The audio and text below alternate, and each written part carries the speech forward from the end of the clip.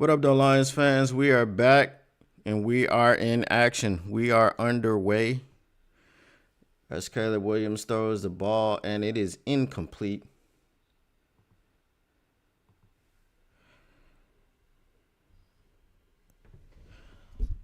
Welcome in.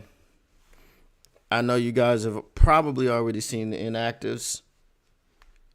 And one name that's not on that list is Ifeatu Melifonwu. So let's get it. David Montgomery, of course, is inactive. Quan Alexander is inactive. And Graham Glasgow is inactive.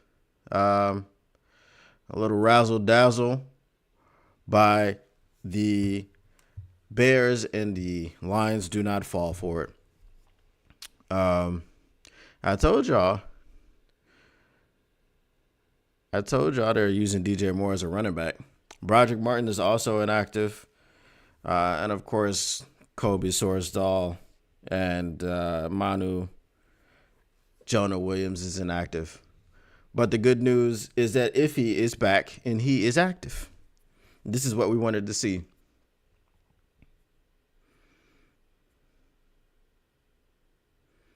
All right, 3rd and 9. Bringing pressure. Za'Darius Smith gets there. Williams going to throw it away. All righty. No flags. 4th and 9 is going to be a punt. I guess Williams slipped and fell on somebody over there.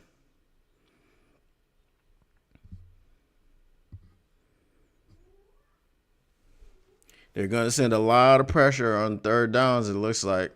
There you go. There was that man. If he got in there and got that pressure. He didn't get the sack, but he got him all the way off his spot.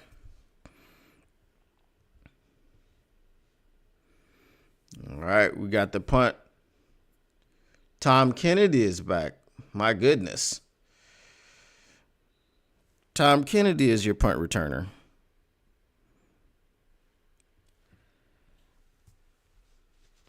They must be as afraid of Maurice Alexander dropping the football as I am. Because Tom Kennedy is back there, bro.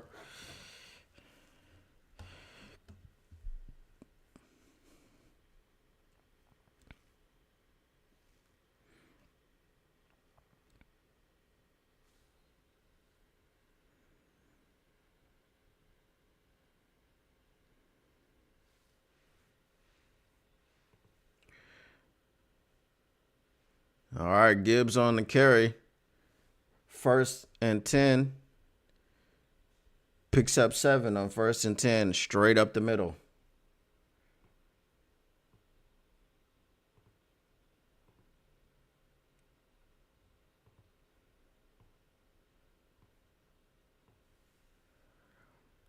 All righty. Ja in the backfield once again, 2nd and 3. Hits J-Mo. And that's Stevenson, borderline again. There we go. Tyreek Stevenson is, bro. And he's... I told you to watch out for that matchup. The first time J-Mo touches the ball on 2nd down.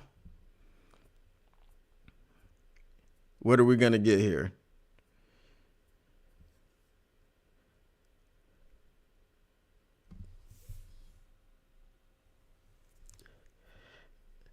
Are we serious? Come on now.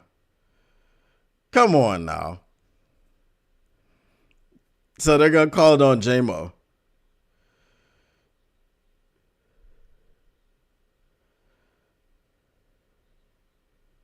What?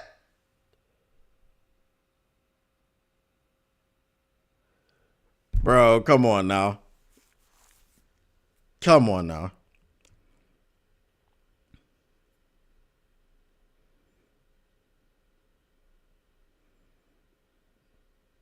Bro, nothing even happened. But whatever. It's 1st and 10. Oh, my goodness.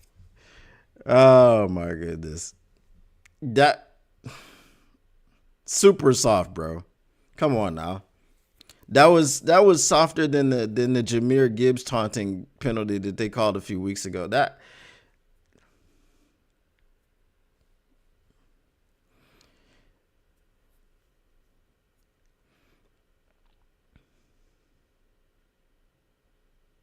There we go. There we go, Sammy LaPotts. Sammy Potts, baby. All right. Make sure you smash that like button as soon as you come in. Subscribe. Say what up, though.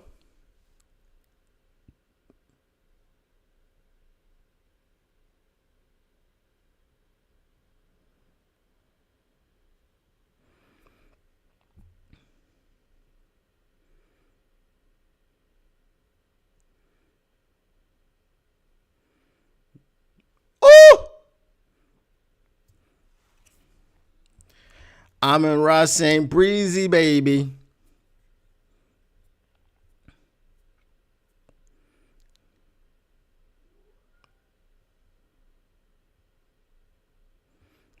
In the red zone already.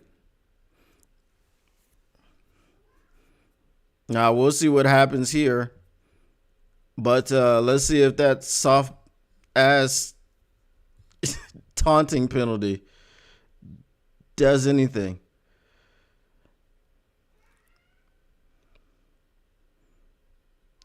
Gives it to Gibbs.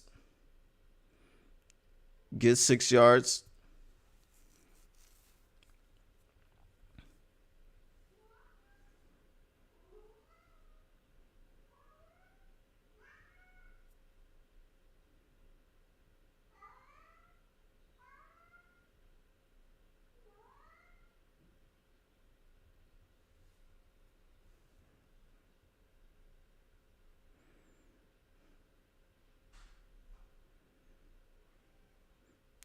Gave him 5 instead of 6. Gibbs again. He's only going to get 2 on that one.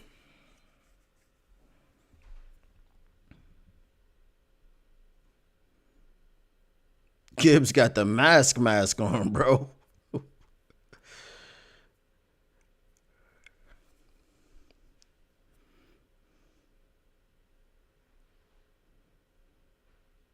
All right, 3rd and 2. Let's see if this is 4 down territory.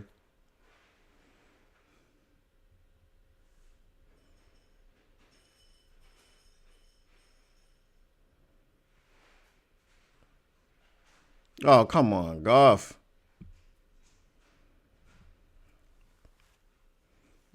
They're just going to take the points.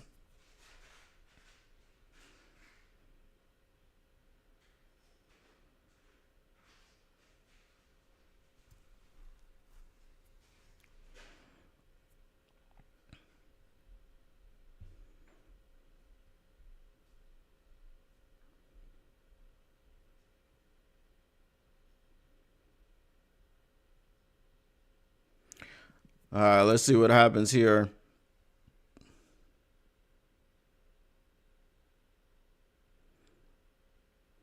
All right. The Lions are on the board. It is 3-0. Detroit. I don't know what if we would say that soft ass penalty did anything, but no, that was ridiculous, man. I just want them to keep the same energy whenever Tyreek Stevenson does something. You know what I mean? Felt like a little bit of home cooking from the refs in Chicago, but we'll see. What up, though, Celine 313? What's poppin'? What did you think about that soft-ass penalty on J-Mo?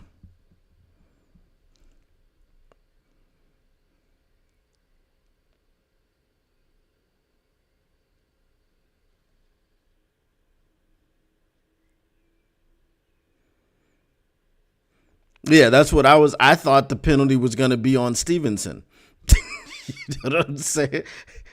I'm like, if anything happened, Stevenson pushed him while he was already out of bounds. I'm like, all right, first play, Stevenson does something dumb, and then they call it on freaking J-Mo. It was ridiculous, man.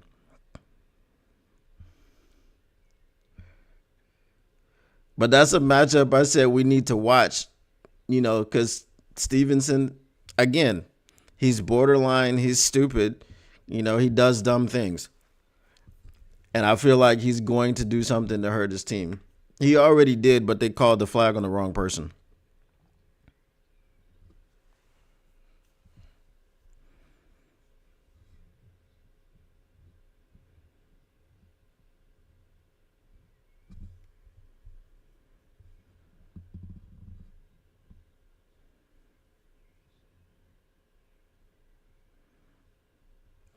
But the Bears came out and did what they usually do, and they went 3-and-out, started slow. Let's see if they continue their slow start.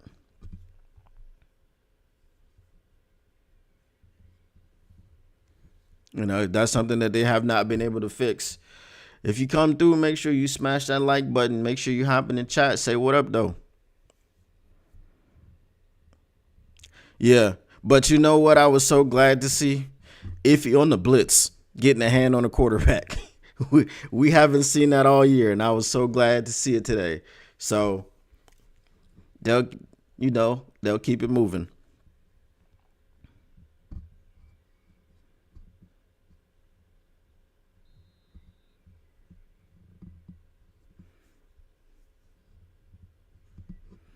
So you already get in their head by taking the 3 points, making sure, you're on the road. You don't want to give a bad team any momentum.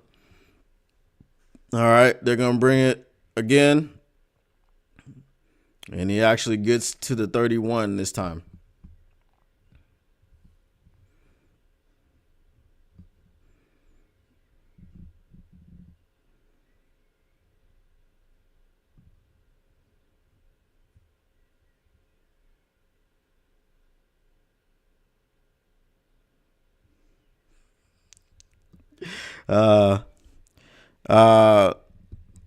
Caleb will get rattled with pressure. He's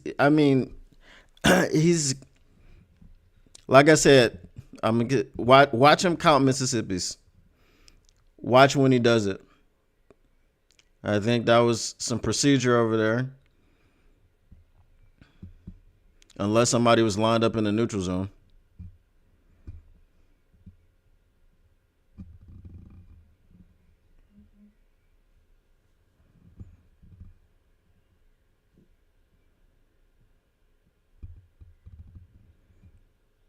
Oh, yeah.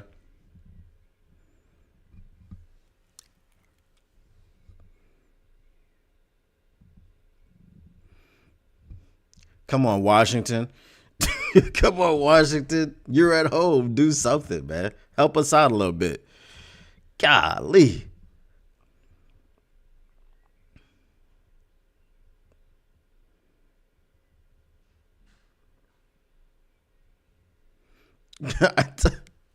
Bro, I told y'all thought I was joking when I said they're using DJ Moore as a running back. Like, they're using him as a running back for real, for real. He's touched the ball twice. It's been on 2 handoffs in the backfield.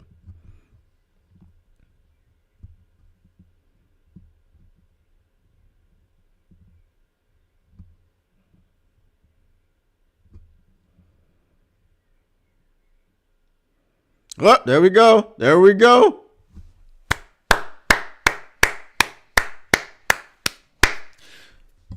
Too much motion. Too much motion.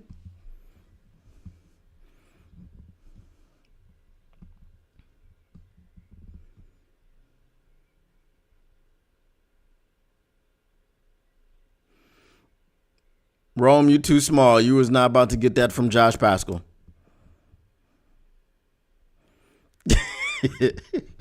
Well, I appreciate you, Celine. I used to have somebody that didn't do that. They were just super excited about everything. It's just like, dang, can I watch the game? All right, you got to get 7 on this one. There we go with the screen. Ja setting up the blocks. There we go. There we go. There we go, baby.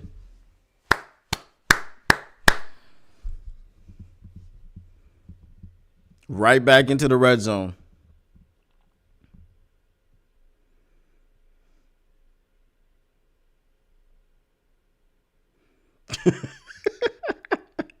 Bro, Jonathan Vilma is killing the Bears.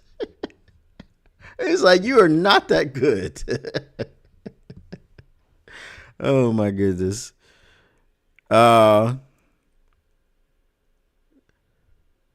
Whew. Bro, I don't want to see Stevenson do nothing good, bro. I swear.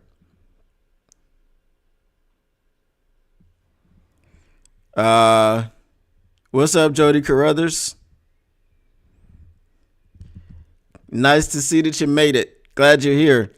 You said it happened. I picked up my phone, but had to stop about 3 words in. I appreciate the restraint. All right. Get it to Amon-Ra St. Brown. He's going to... He got bit by the turf monster. All right. It's 3rd down. This is a win for the Bears if the Detroit Lions do not pick up this first down. So, got to get it, man. We need 7 yards. Well, we need 6, but get 7.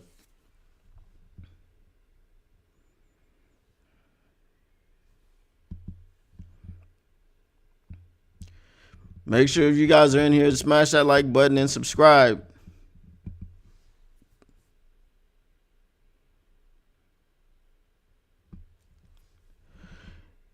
And we got to. There we go. There we go, Ja. There we go.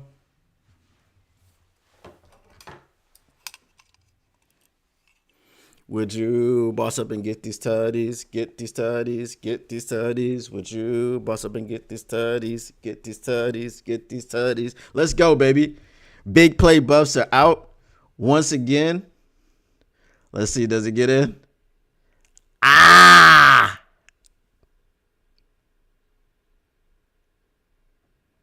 Nah, he didn't. All right.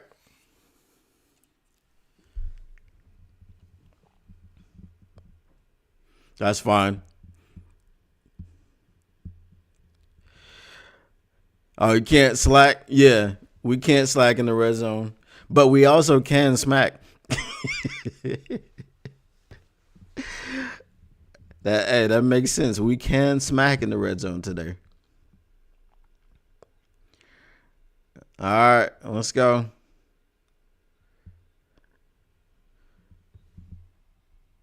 How? That one looked like he was more so in than the last one.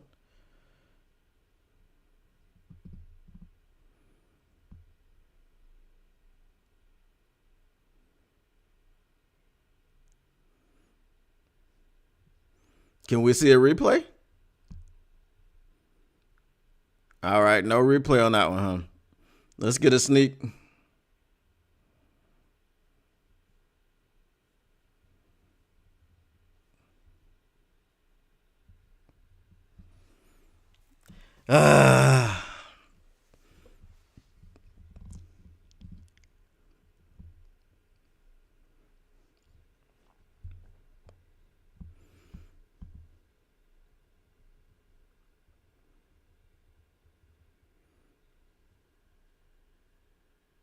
Yeah, I saw that one.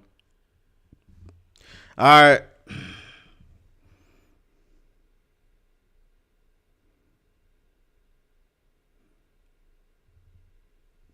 That's a touchdown.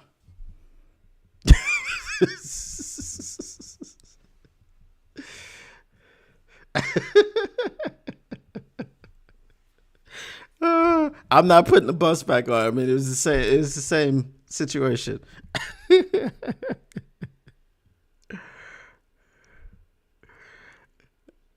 I feel like he got in the second time though.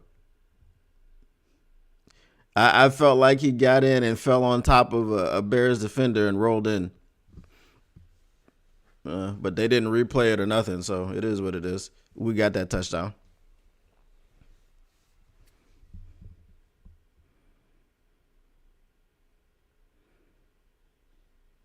All right, Bates gets it in. It is 10-0. We gotta make sure we keep our foot on their necks this time. No turnovers, no dumb penalties. It's gonna be what it's gonna be. You said you ain't gonna stop him 4 times. Nah.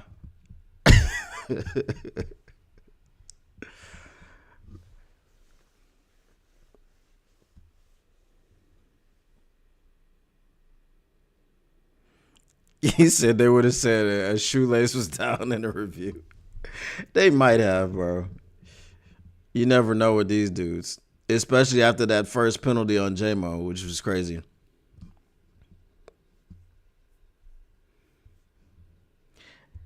I just want the Bears to be dumb enough to line up Stevenson 1-on-1 on J-Mo, and you just take a deep shot and take him for 70 yards. Yeah, that was a nice selling. And we got to see it twice. We got to see it twice.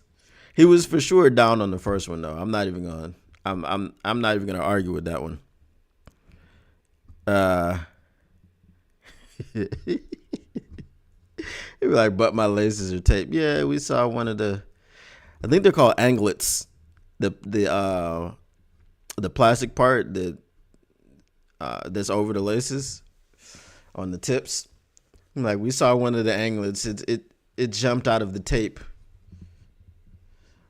It's crazy, man.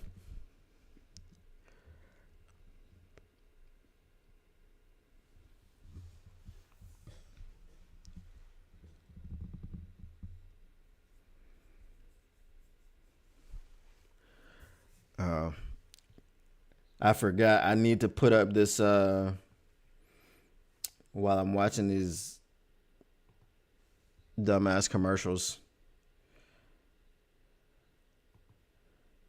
Need to put up the Philly game so I can give updates, especially during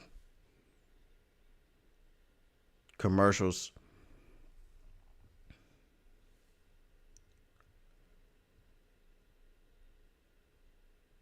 Bro, I forgot the Texans and the Chiefs were even playing yesterday.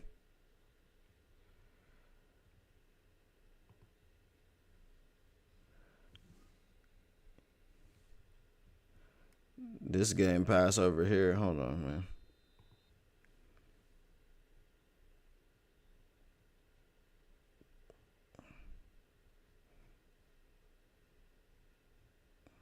What is happening?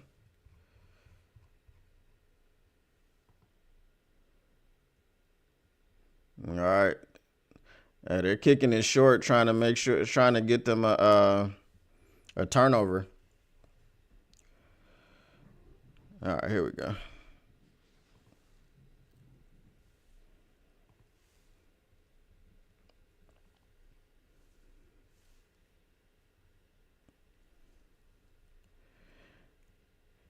Oh my goodness. 14-0, Philly. Kenny Pickett was involved in the touchdown in that one.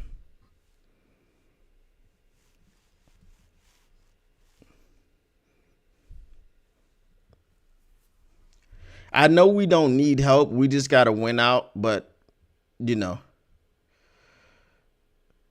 little bit of help would be good. Using the goalpost as a prop. Well, they didn't flag it, so let's hope not. But we won't see that same celebration again, so it's fine. Oh, they got a first down in the first quarter. Bears, I see you getting first quarter first downs.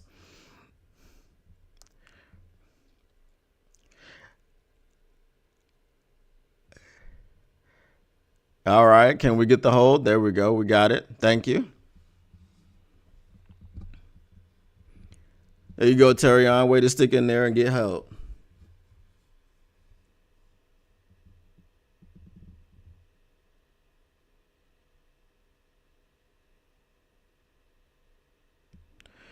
Um,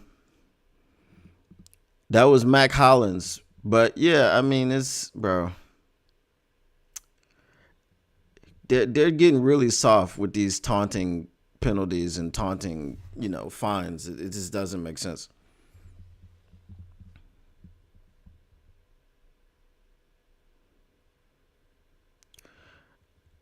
All right, 1st and 19. I feel like, ooh,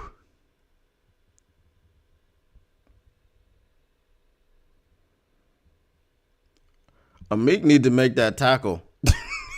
He was up there trying to punch at the ball. Make the tackle first.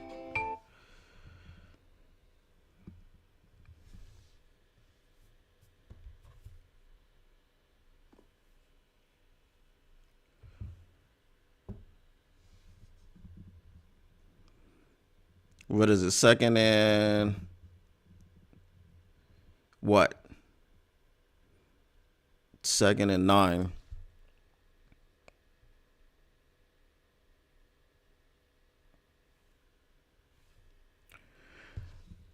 All right, there's a screen coming. They got to do better with that. The ball's out. Let's see. Let's see what happens. The Lions have it. Let's see what happens on the review.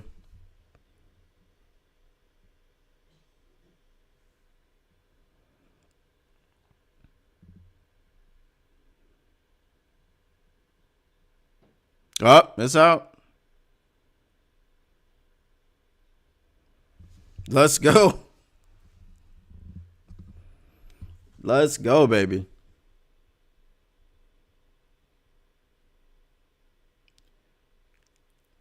All right, I'm confused. Is Jalen Hurts injured? Is that why Kenny Pickett is in the game? Or did they just put him in there as a goal line package?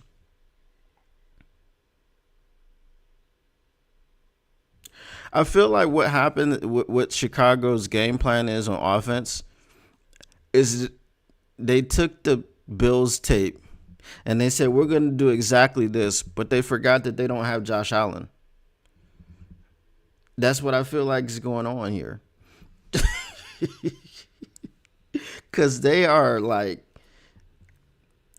just lateral movement behind the line of scrimmage.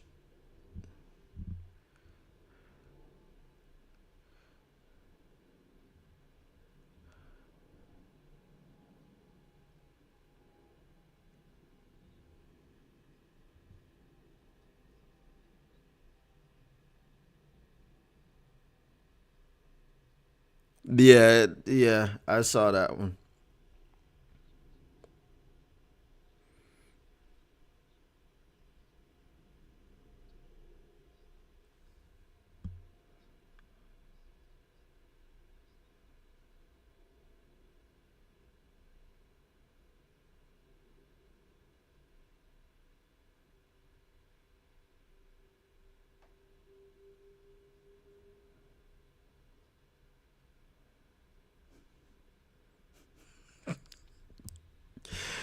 Oh,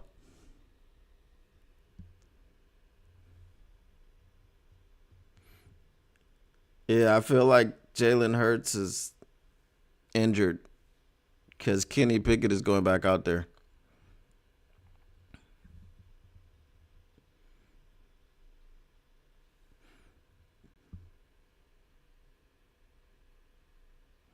The Jets are not going to upset the Rams.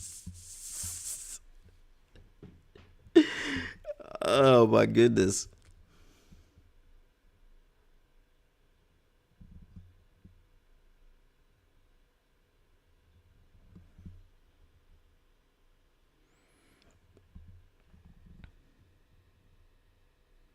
They're up right now. I wonder what happened to Jalen Hurts. If Washington can't beat Kenny Pickett, they don't deserve it. Let's go, J-Mo.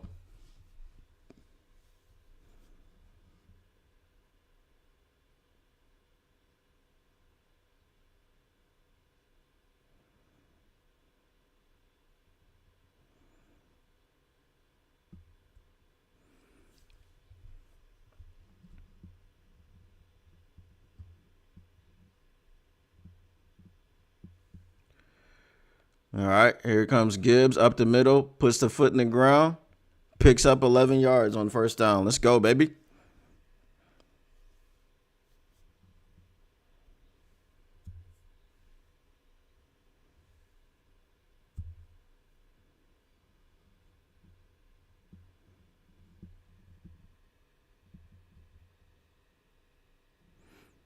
Yeah, my stream is a little bit behind, so don't spoil it for me. Appreciate you, Jody. Oh, nice move, Gibbs. That's the man they call Sonic right there. Who was that? Kyler Gordon needs to go pick up his jockstrap. Look at that. Look at that. Ankles.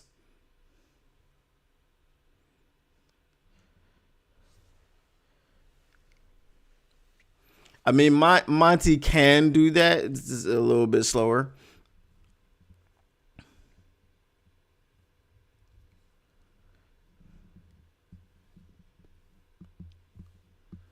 All right. Here comes Craig. And Craig is not Ja.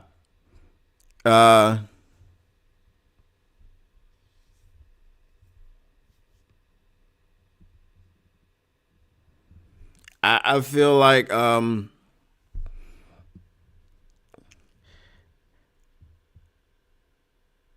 I feel like the Seahawks is the team that has the ability to help us out on that loss situation because the Commanders have not shown up yet. The Commanders have not entered the chat. All right, I saw the. I think it's a concussion.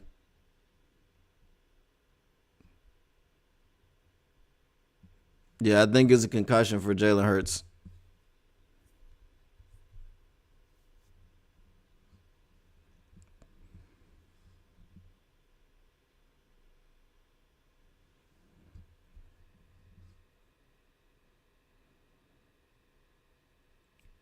Oh, yeah, the Packers as well. I'm just talking about this week.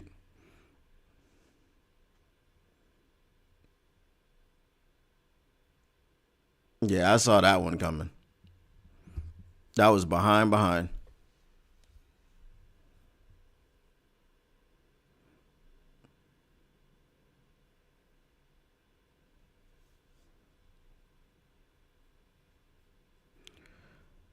All right. So it should be 13-0 after this.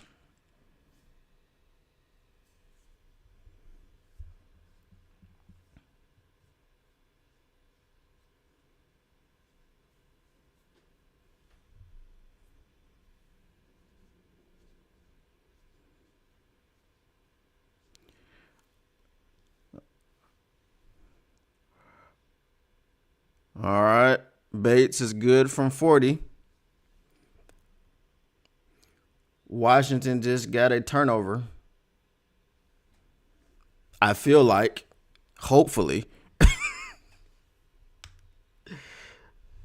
they don't overturn it upon replay review. It looked like a fumble. Or was it? No, it was an interception, I think.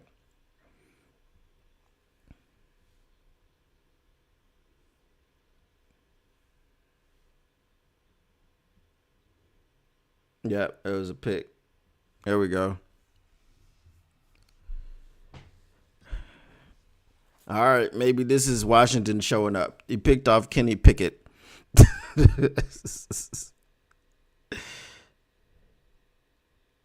Yeah, we do need the points. We're on the road. You got to make sure that, this is a psychiatric trick. I believe, because I mean, with every point, the Bears just lose more and more ability to fight. I believe every time the Lions score, the Bears are like, "Oh, here we go again." These dudes. Stafford waits to throw the INTs now. Cool.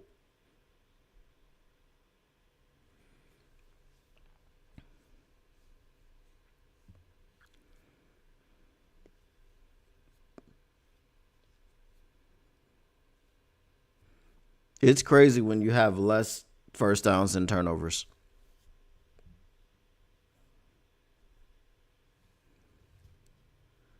All right. Washington is in the red zone.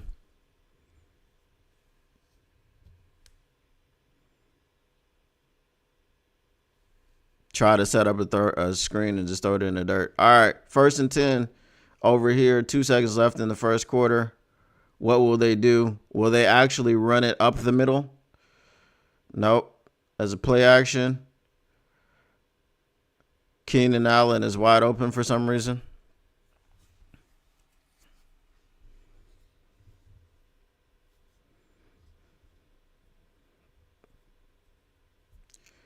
All right. Now, if we have our typical second quarter from this year, this game should be over by the end of it. Because our second quarter is, I feel like I understand why the Lions are doing so well in the second quarter. It's because the scripted plays are pretty much finished, and you figured out what the defense is going to do to you and how they're going to, try to attack you. So I think that's why they're doing so well in the second quarter. All right. 2nd and goal for the Washington Commanders. They need 7 here, not 3.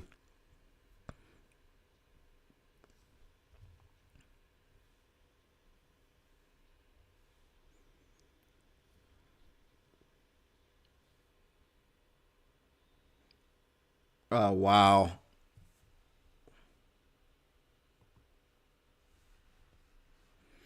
Had a wide open swing pass coming out of the backfield, and he dropped it.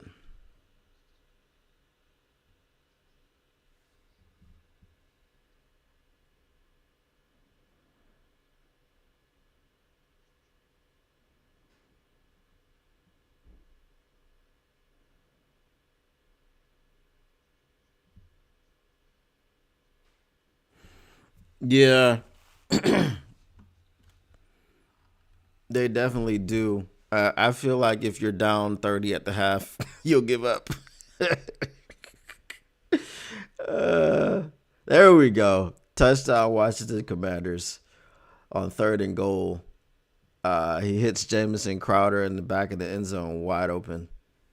So, there we go.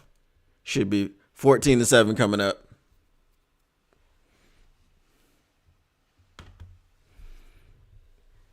Now they just need Kenny Pickett to continue being Kenny Pickett. And Philly should lose this one. I'm pretty sure Jalen Hurts is out for the game.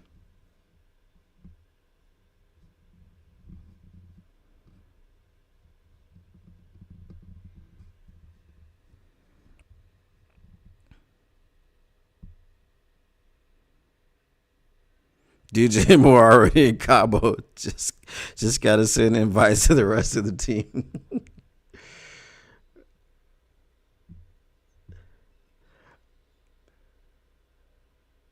Is it a hold?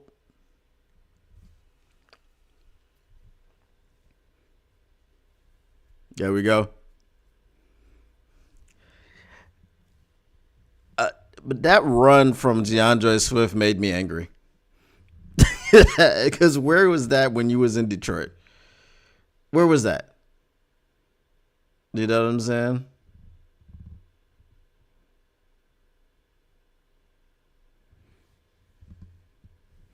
I mean, he stuck his nose up in there, put his shoulder down, running. He was running strong, running angry.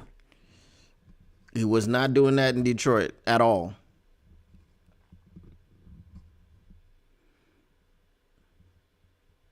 There we go. Dirt that screen.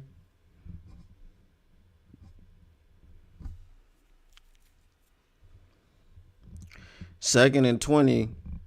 That's where he starts holding, just counting Mississippi's. Let's see if he does it.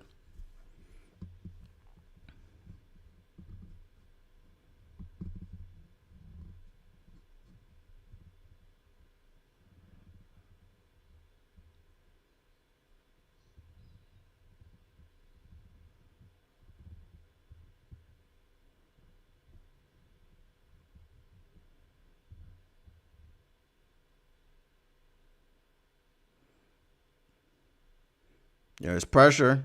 That's a hold on Swift.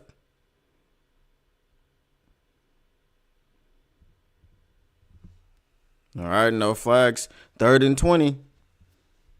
Nah, no hold. It was a clear hold, but hey.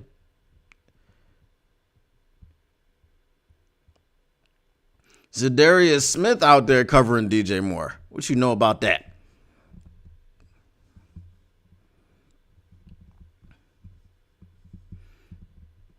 Number 6 is on my screen.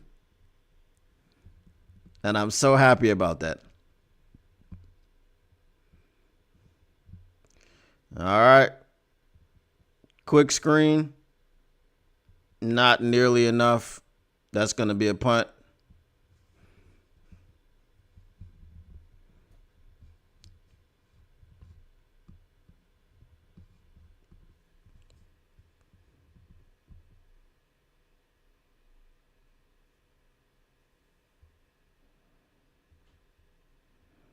He said sun came out for a second. The rest had the shades on.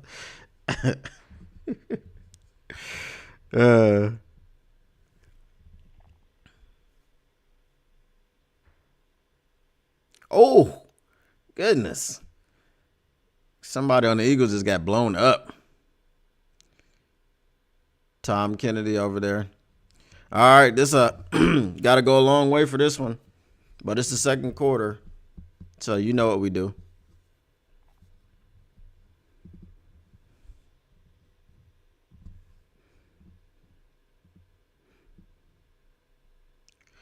You see Henry cut his dreads.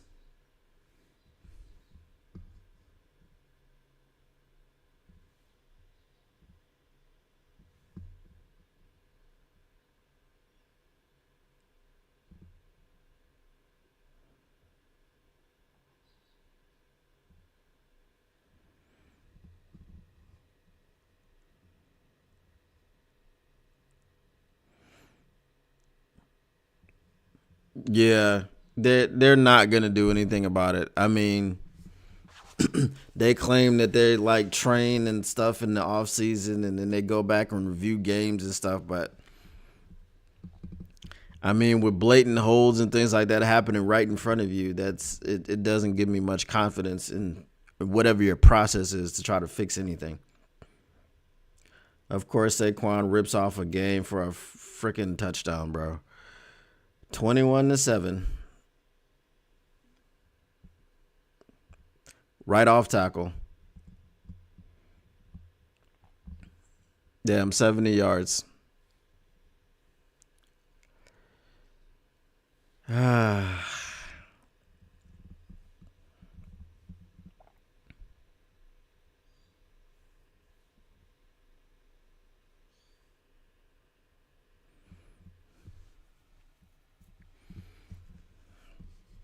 How do you let these people come into your house and punch you in the mouth like this, man? I mean, I'm one to talk. We let the Bills do it to us last week, but that was not a divisional game.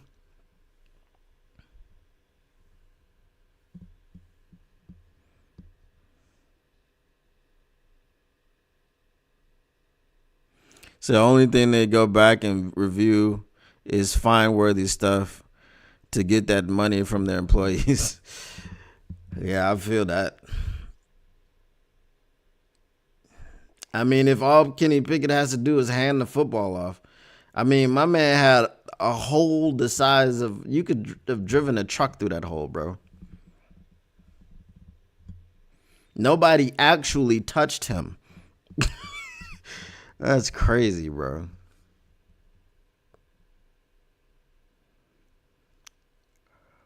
All right. Let's see if we can get a home run from Gibbs like that.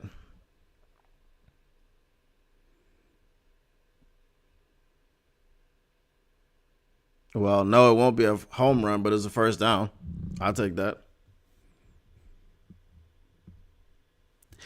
Saquon Barkley has 7 rushes and 109 yards and 2 touchdowns.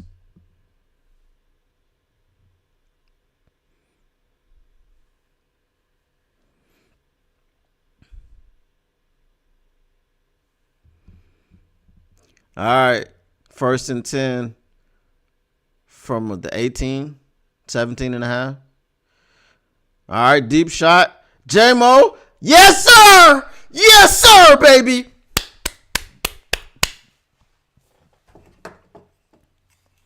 Would you boss up and get these tutties, get these tutties, get these tutties? Would you boss up and get these tutties, get these tutties, get these tutties? Let's go, J-Mo.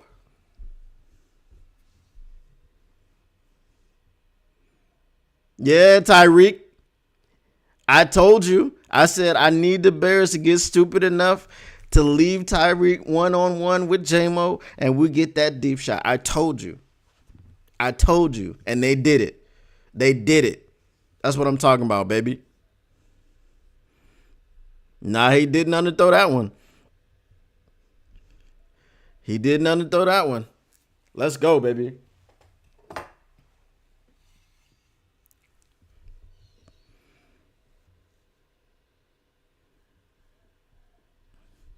That's what I'm talking about, J-Mo.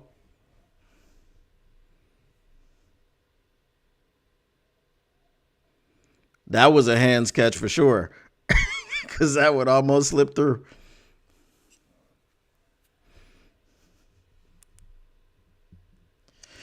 Let's go, baby.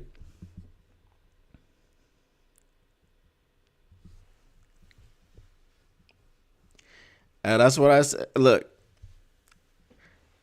down 30 at the half, you quit. I'm telling you.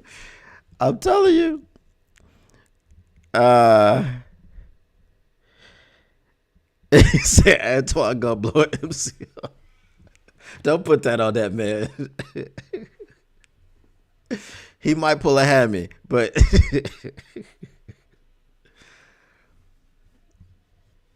I just realized it's still the first quarter in Washington. 21-7.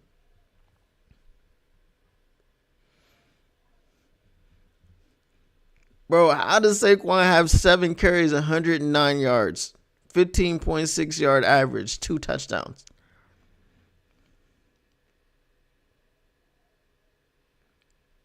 Yeah, we understand. Especially since, they had that bum ass penalty in the first, the second play of the game.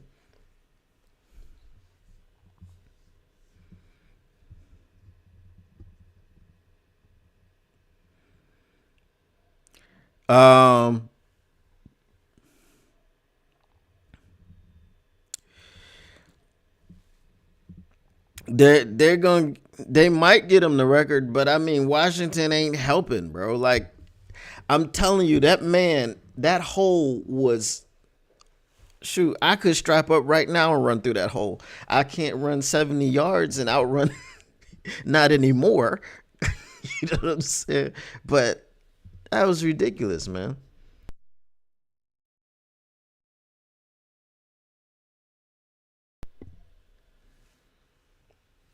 Yeah, it was craziness.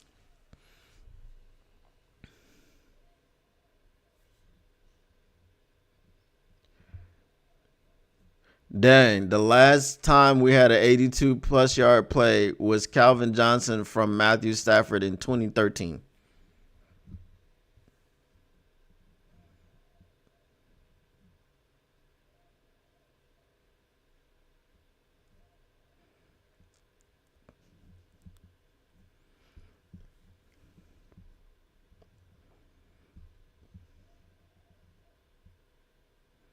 All right. They actually didn't try to return that one. Yeah, okay.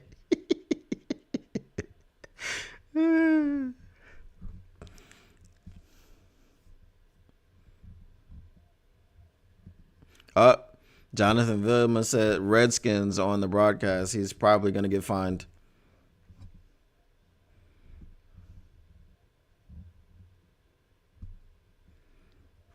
Franchise record set in week 16. Obviously, that would be normal. So, hey, I'll take it. No, actually, it usually be 17 weeks, right? Week 16, game 15. There we go, Amik. There we go, Amik. Don't get a penalty because you know they'll call it.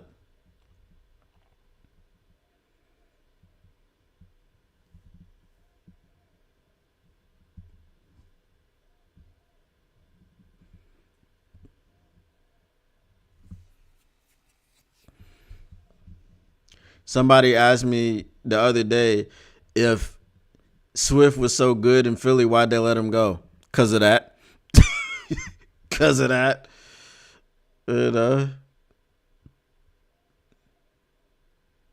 Ooh, who was he throwing to? If he was trying to go get that one.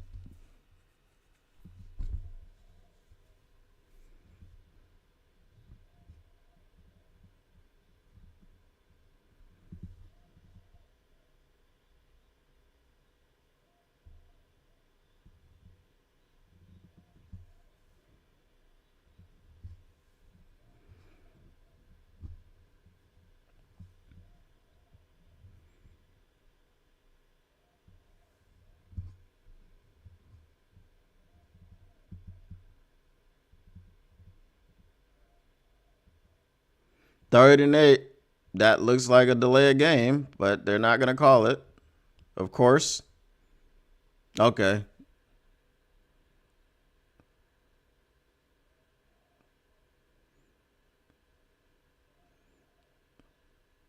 Yeah, it should.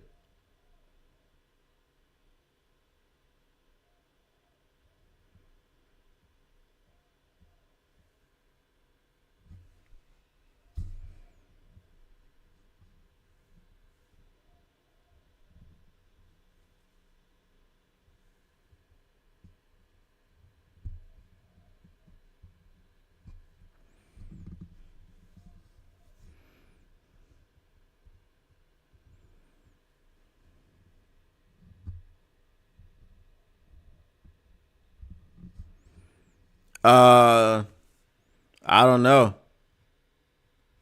I don't know why you don't see the other comments. Um,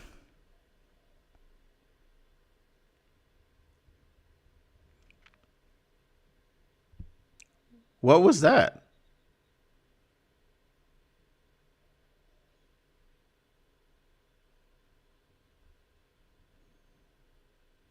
All right, that had to be a false start or something. I don't know what that was.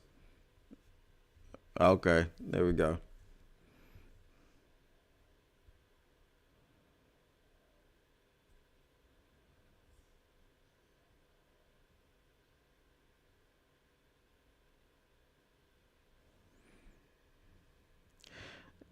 All right, 1st and 15.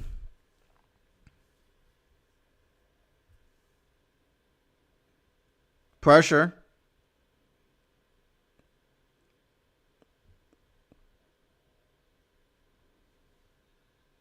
Oh, iffy. Oh, iffy. Come on now, bro. You can't let that man do you like that.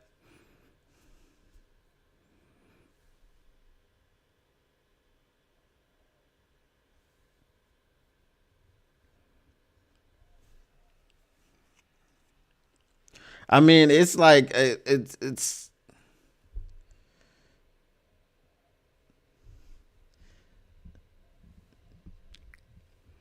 I mean, it's a carbon copy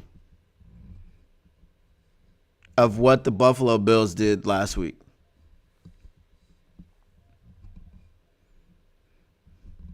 It's like they took the tape and just tried to do everything that the Bills are trying. The Bills did.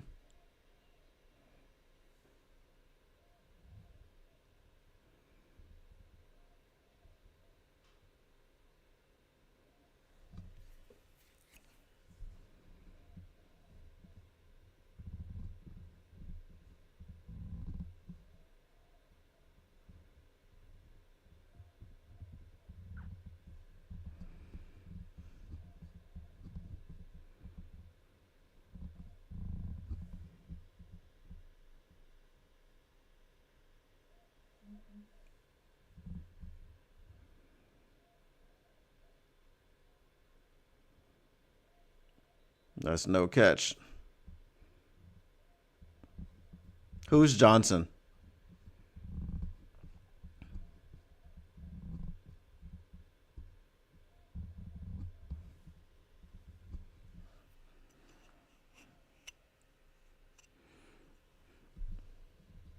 It looks like they're going to get at least a field goal here.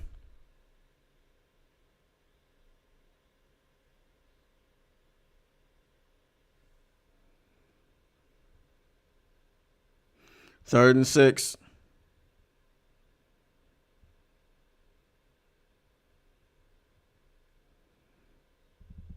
All right. Are they going to go for it or are they going to kick 3? Oh, they do have another running back.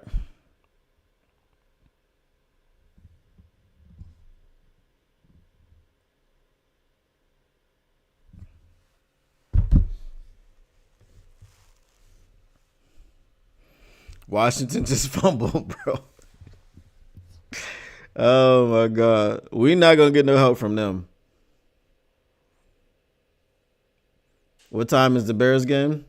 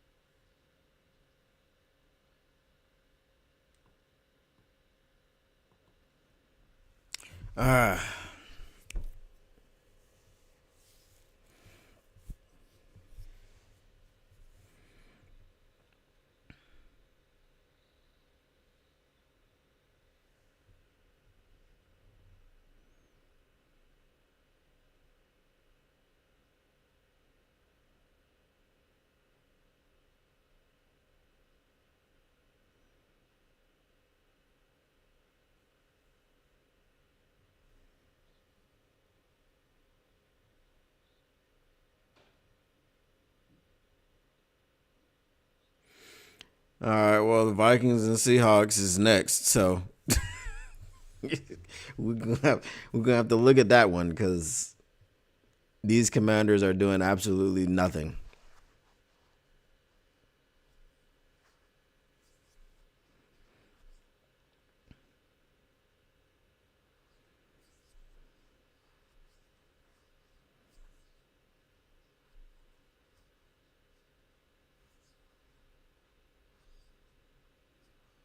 Yeah, I thought that was Braxton Jones.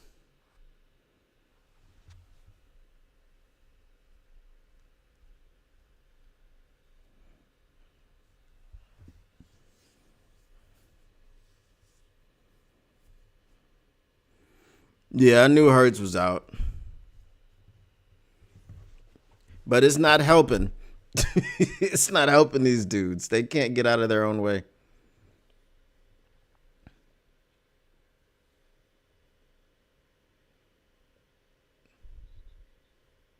Look at that. Just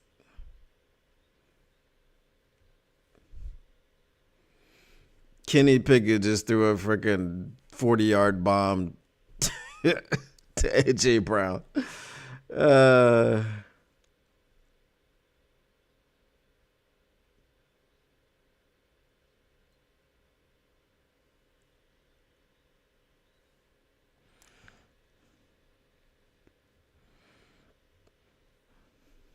I knew he was out with a concussion because they showed his face when he got up off that play, off the ground on that play, and he just looked somewhere else, like he was dazed and confused. I was like, yeah, that's he's out.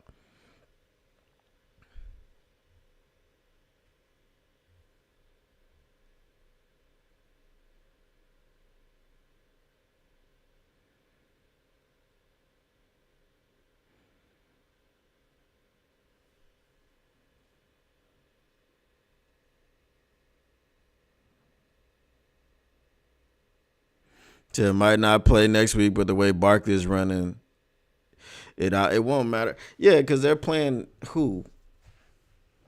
Uh, they're playing the Cowboys,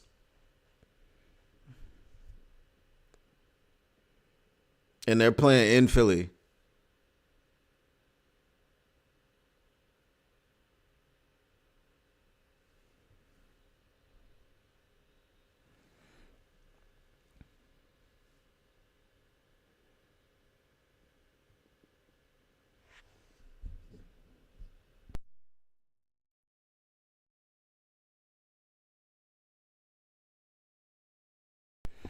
Hey, Paul Thomas, glad you made it. Yeah, we're looking good. It looks like we're about to give up some points here, though, unless we get another turnover, either on downs or interception, fumble, something.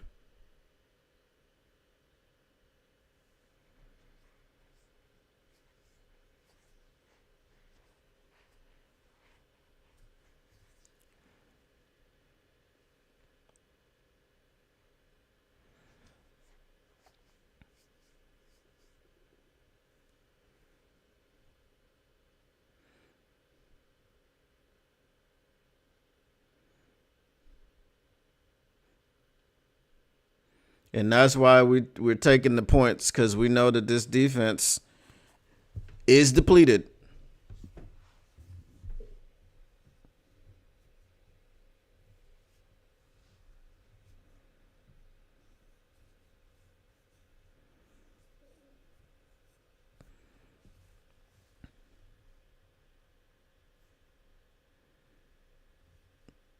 Yeah, let's hope.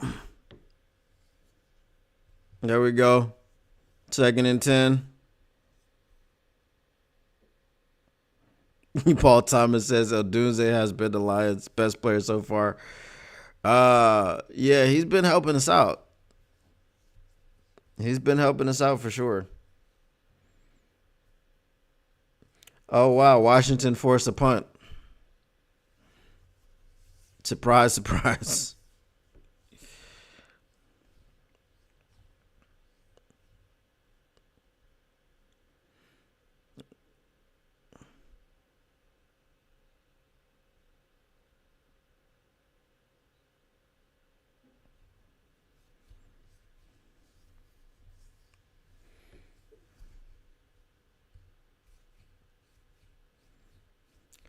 I mean, we gotta understand the crossing. This it's a bunch of misdirection. There, if they fake left, somebody's coming right. You know, and that's gotta be taken care of. You know,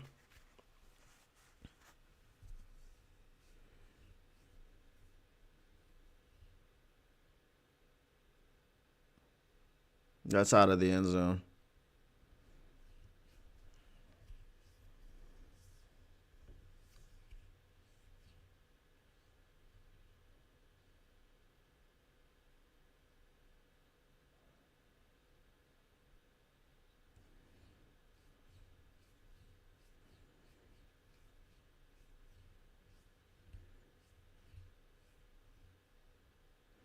Yeah, Kirby needs to get one today.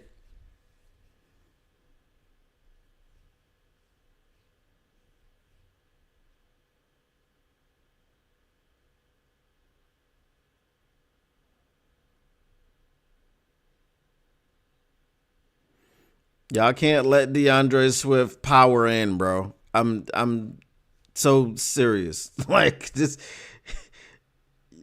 you know,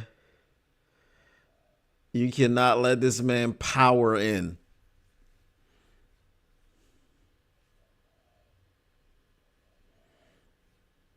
Yeah, our run defense ain't, you know. And you can see Aaron Glenn's not happy about it either.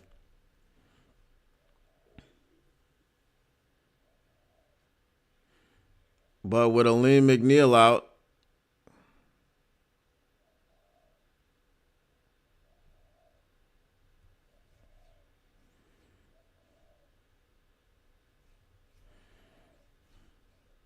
I don't know what it is. Like, that's something that the Lions have had problems with forever. This play right here. Okay. It was Ezekiel Turner. Never mind. Never mind.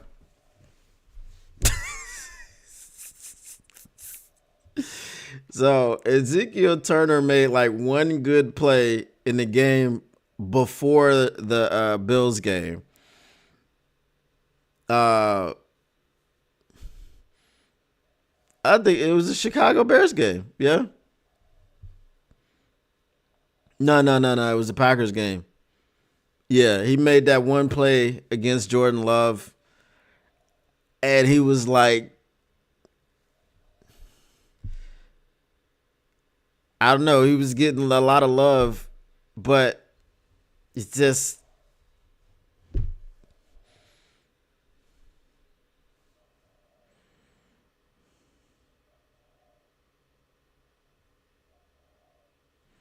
yeah, I feel you.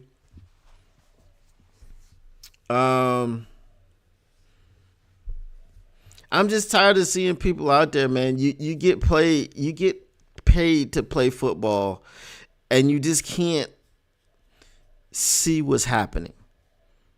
You know what I mean? Like, you really thought Caleb Williams was just going to roll out and run 10 yards into the end zone? Like, you didn't expect the tight end to block and go out? Like,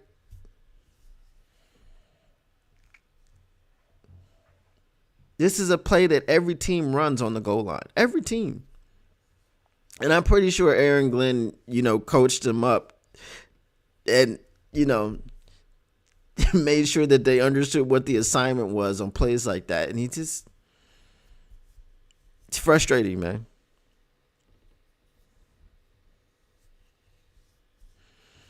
So, Paul Thomas, was that AG's fault or was that Ezekiel Turner?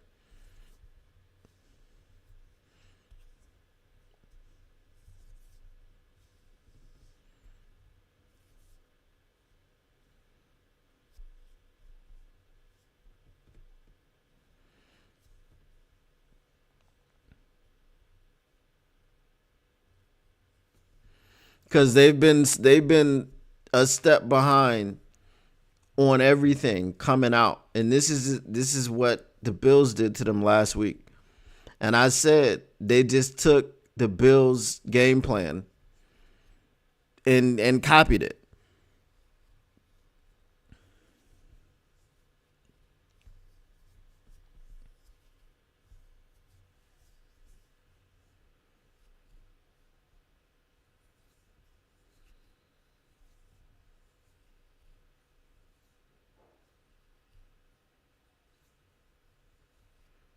Yeah, Cole Kmet wants targets.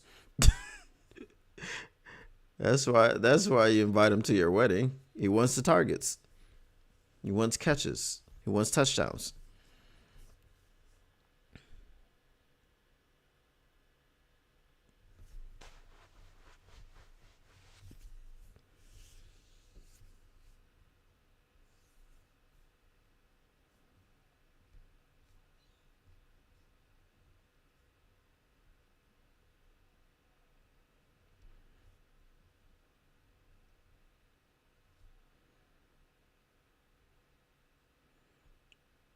Our screen.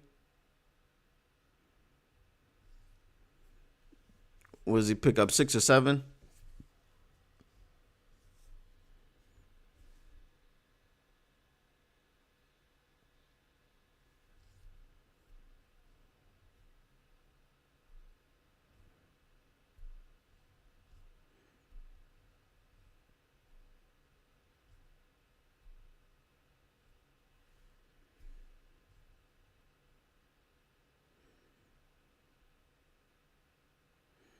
There we go, Ja.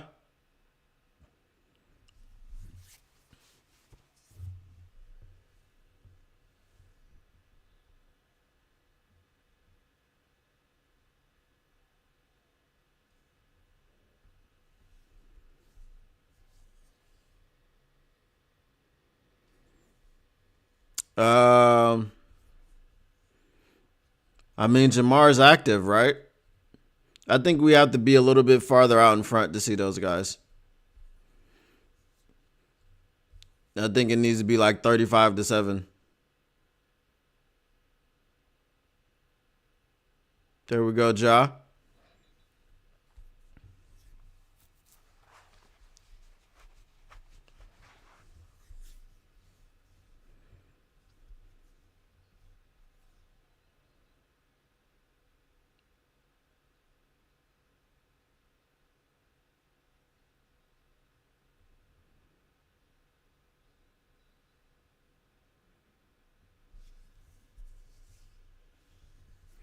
All right.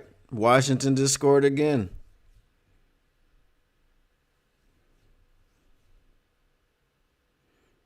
Now they just have to not allow Saquon Barkley another 70-yard touchdown.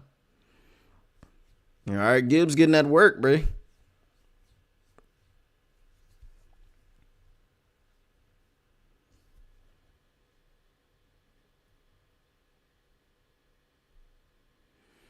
Oh, well, damn.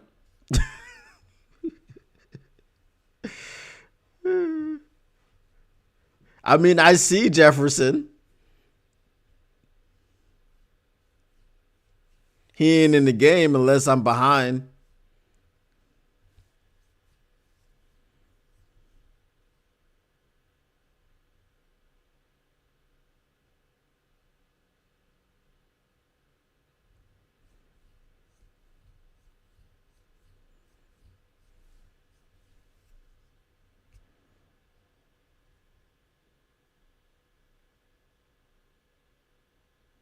Oh, was that Jefferson on that?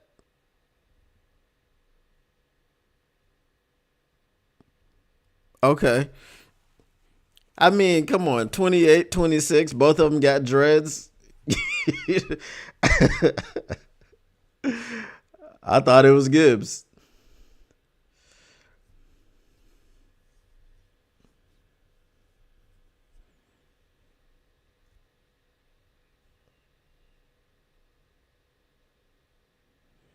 Oh, okay. I know I heard him say Gibbs back in. I was like, when did Gibbs go out? But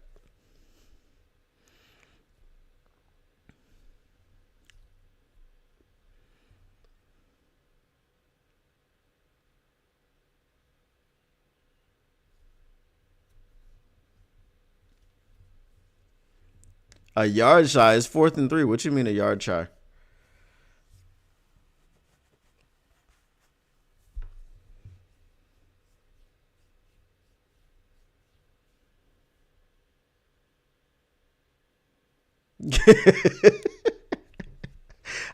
He was running slower. I thought he was just gassed. You know what I mean?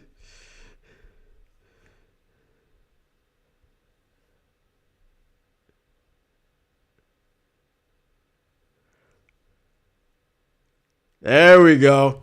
There we go, Chicago.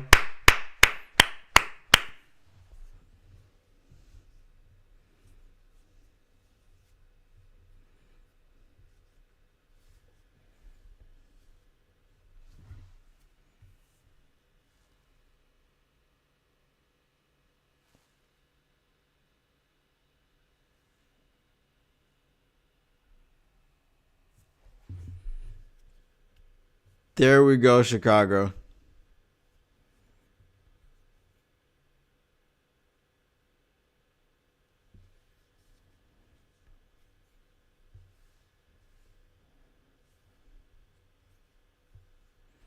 What did they say? DJO? DJO?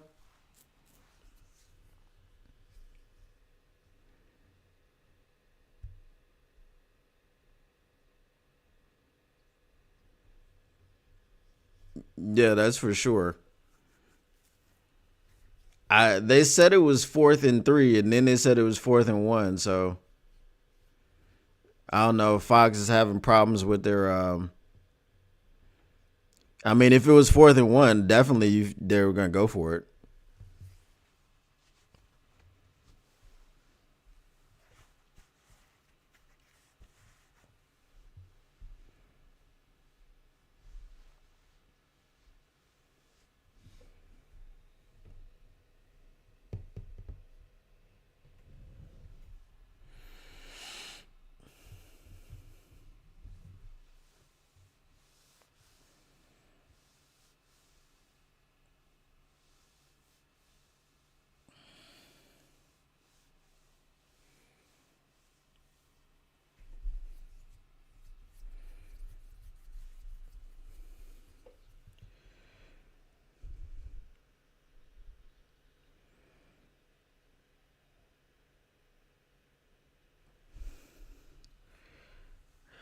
All right.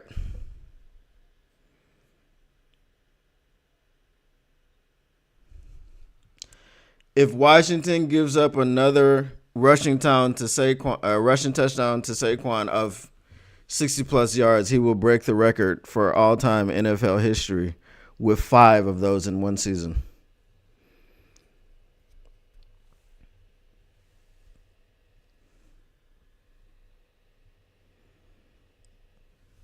Yeah.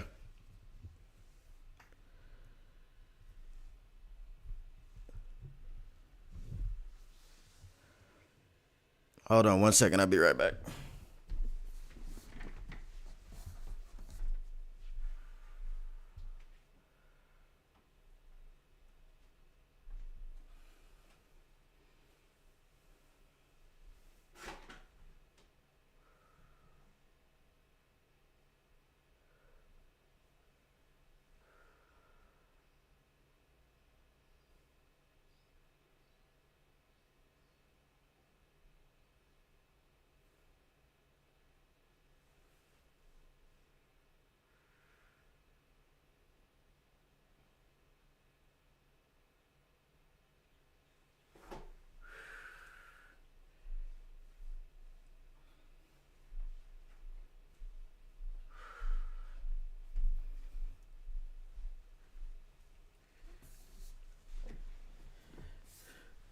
I have to be right back. 1 second. I gotta run. Hold on.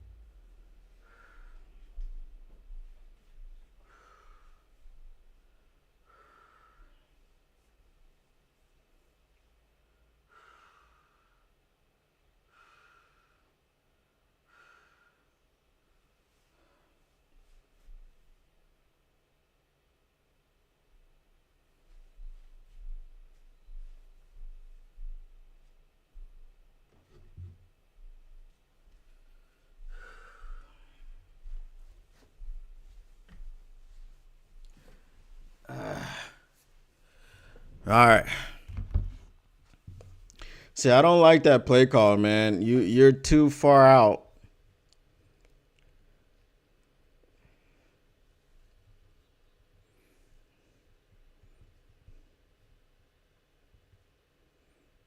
Yeah, it's the same thing that happened last time we played them. We gave them opportunities.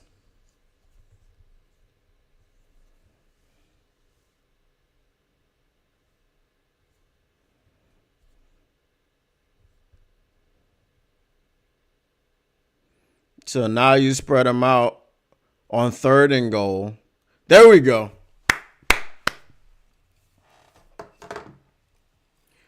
Would you boss up and get these studies? Get these studies. Get these studies. Would you boss up and get these studies? Get these studies. Get these studies. Let's go, baby.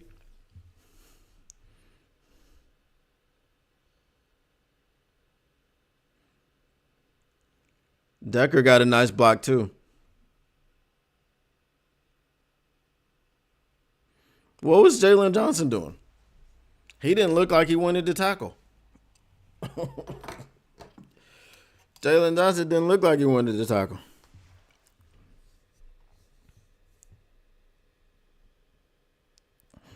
He paid that man his monies for sure. Davis just went out. Jordan Davis for the Eagles had to be helped off the field.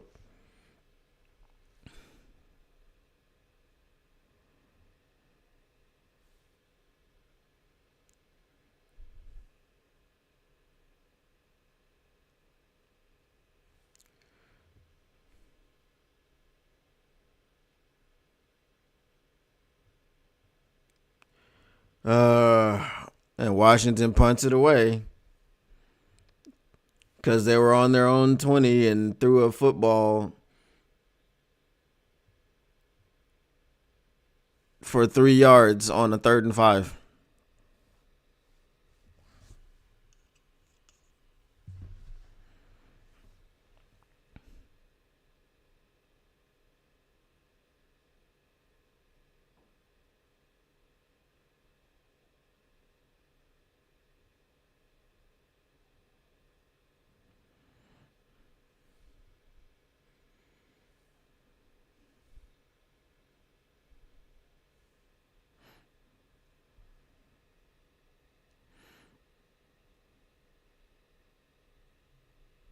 Said they're not getting hurt and spoil their vacation. They already bought their tickets, and they're not refundable.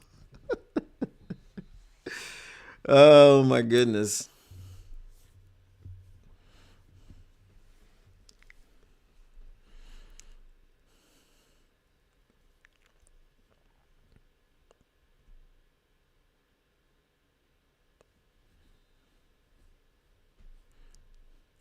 I mean, it would be great for it to be 35-7 right now.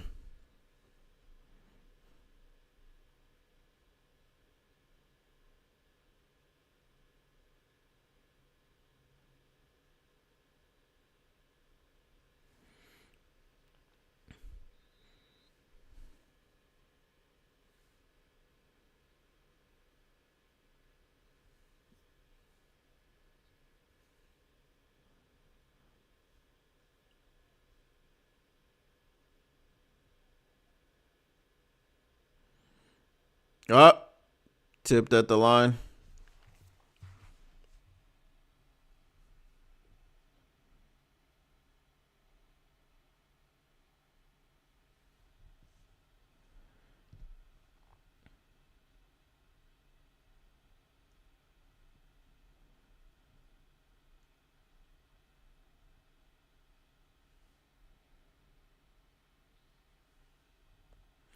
All right, 2nd and 10.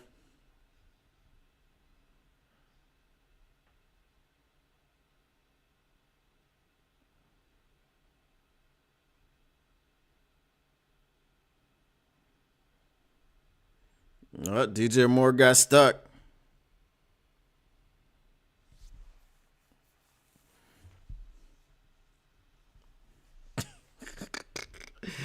His face is like, oh, that kind of hurt a little bit.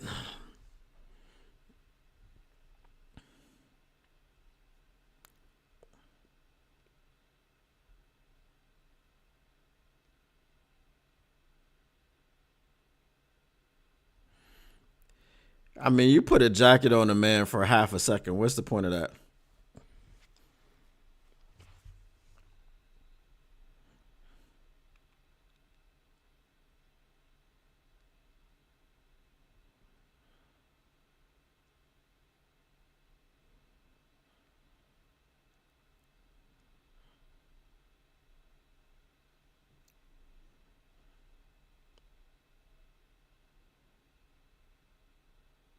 Come on, Terrion.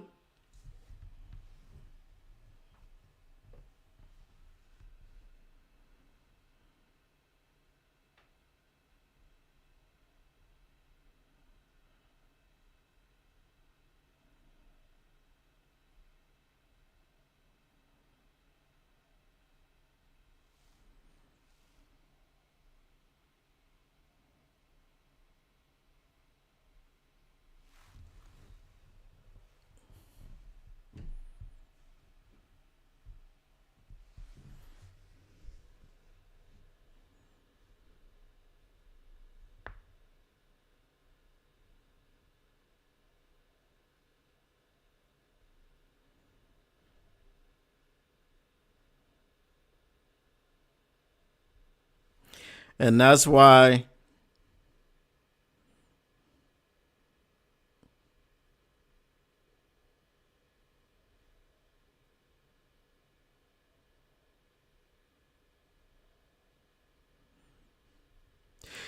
I mean, why bite on that little move, bro? You know what I mean? Like,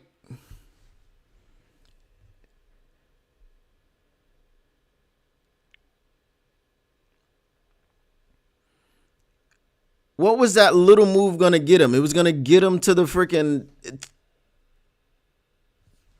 It was gonna get him to the sideline. He's gonna go out of bounds. Like he was gonna have to do a toe tap catch. I don't understand that one, bro. You got to understand your assignment. You got to understand where your help is at.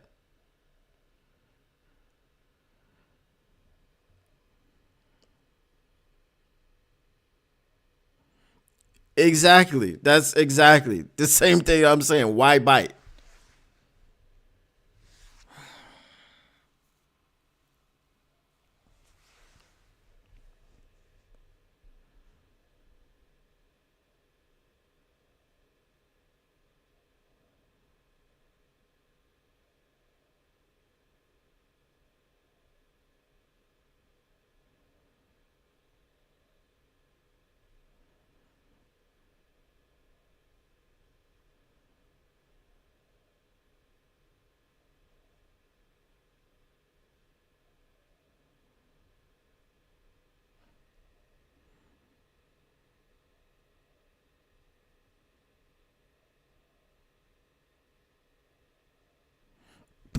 Paul Thomas, you need to take those glasses off. That was Terrion Arnold. That wasn't AG. Terrion Arnold bit on the fake. You know what I mean? That's Terrion. That has nothing to do with AG.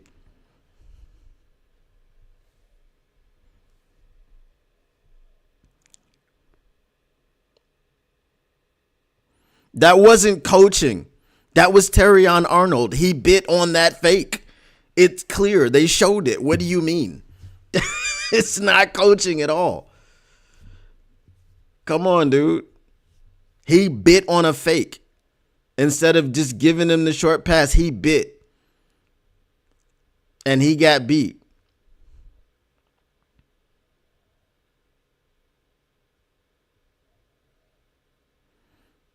Well, there's Vaki. Celine, please tell Paul Thomas what you saw. Because you're disagreeing with a man biting on a fake, calling it coaching. I don't understand. I don't know what to say on that.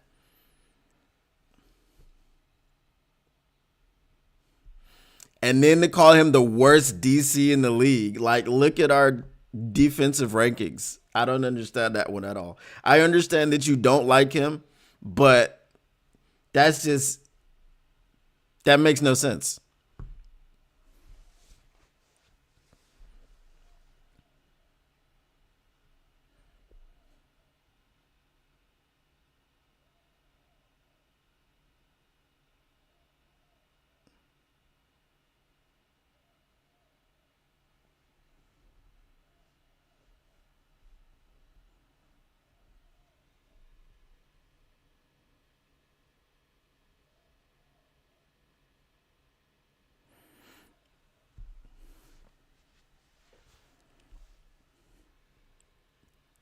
So you think AG told this rookie to bite on the fake? Come on, man. Or you think AG told this rookie to not, or didn't tell this rookie not to bite on the fake?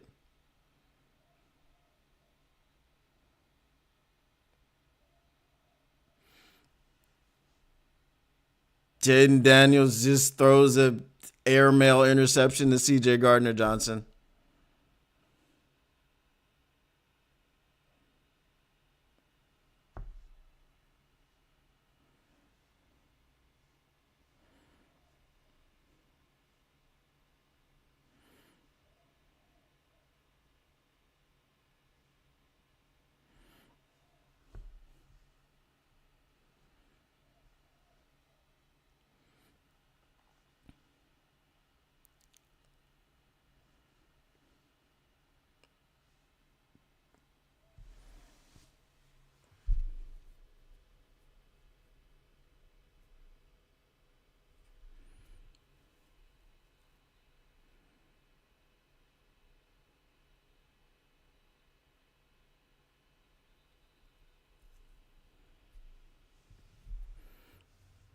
How far is this field goal?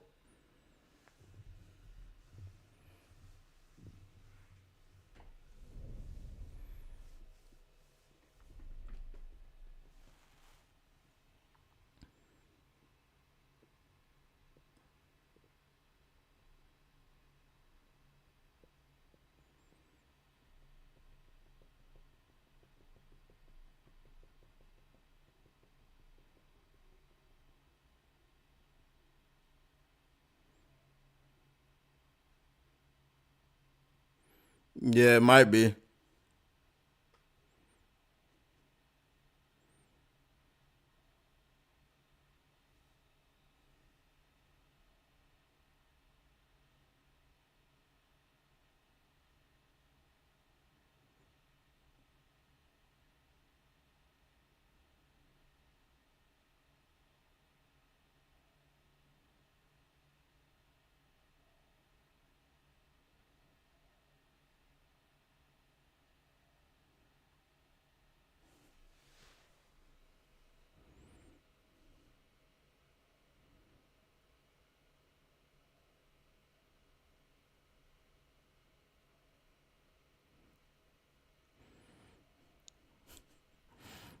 I guess they just wanted it 65 yards outside. I mean,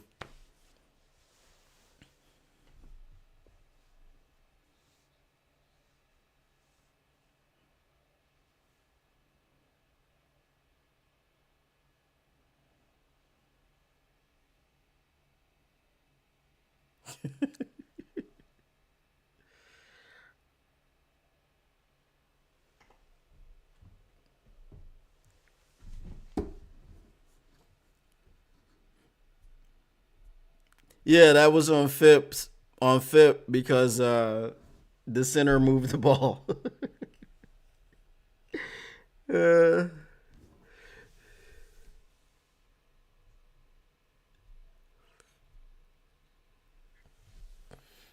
all right, I'll be right back, y'all.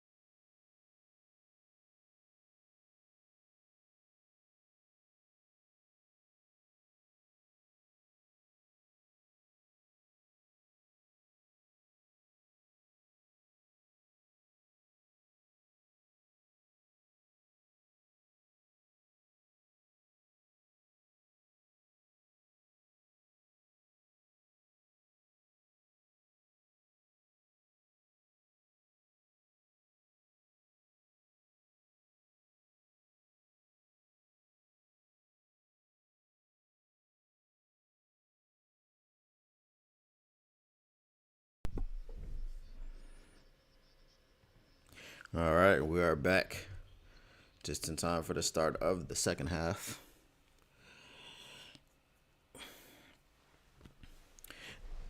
Vaki was looking a little bit unsure on that return.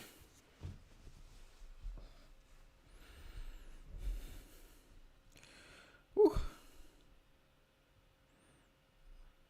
Here we go, J-Mo.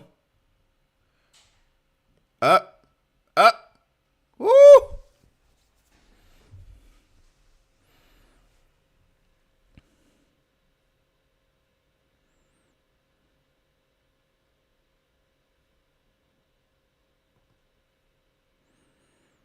Motown Mitch. What's going on, my guy?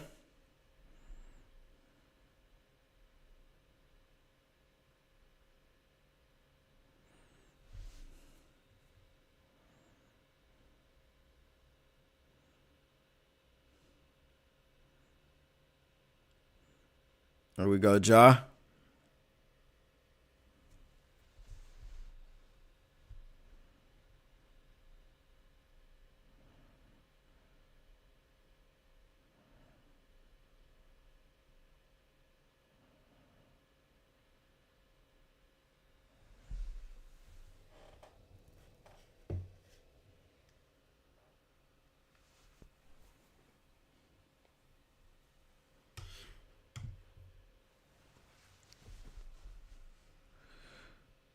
All right.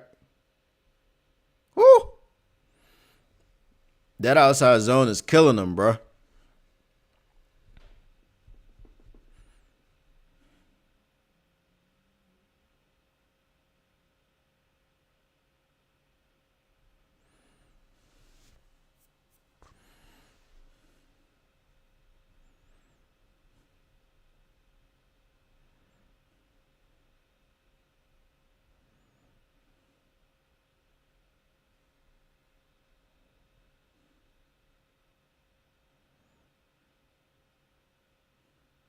Good screen.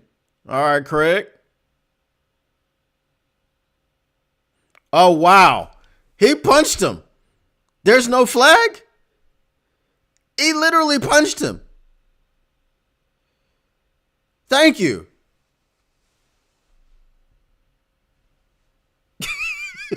My goodness.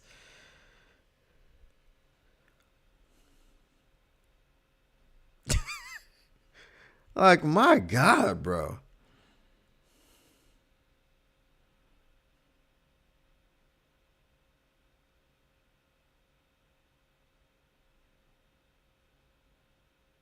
Thank you.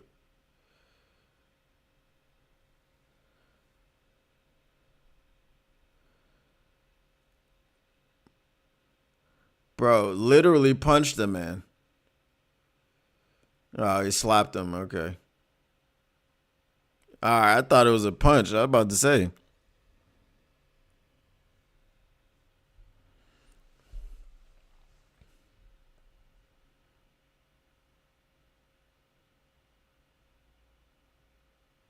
That's what they called it. They didn't even call it for the actual slap.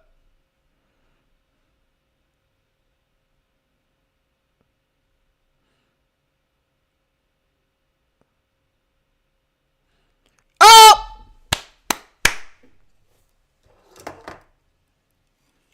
Would you boss up and get these tutties? Get these tutties. Get these tutties. Would you boss up and get these tutties? Get these tutties. Get these tutties. Let's go, baby.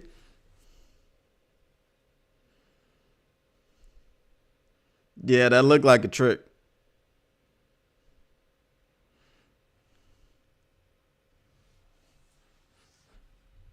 That looked like it was a trick.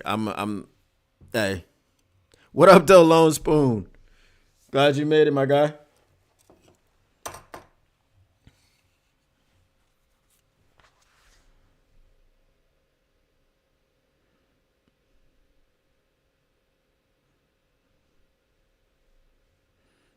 Yeah, that looked like it was part of the play design.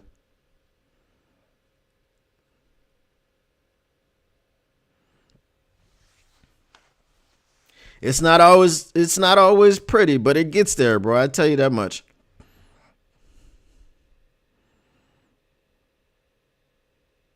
Yeah, I think that was a trick play.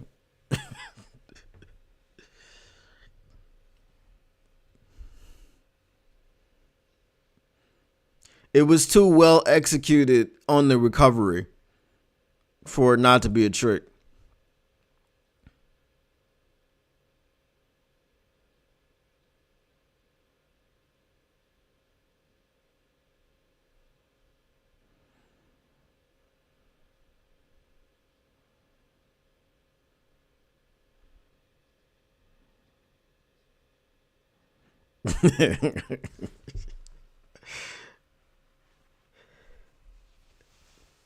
That is true. If it wasn't then, it is now for sure.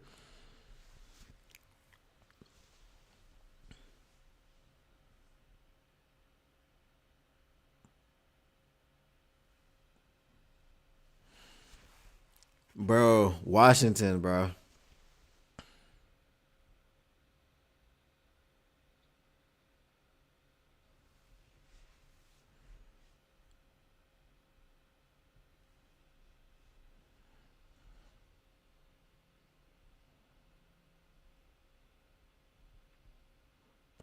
Probably you mean the week before last against the Packers, yeah?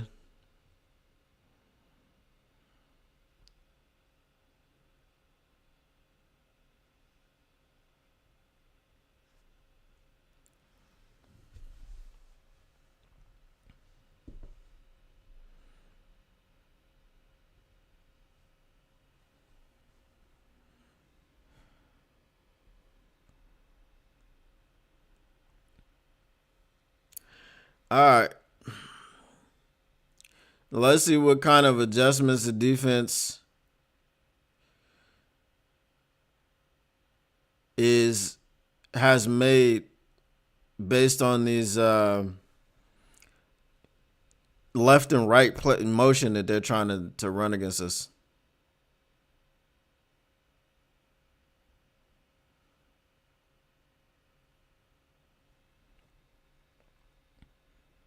Yes, indeed.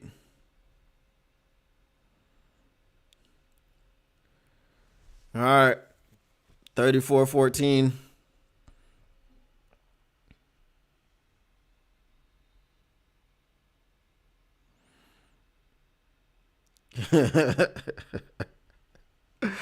Hey, if it fooled the fans, it definitely fooled the Bears.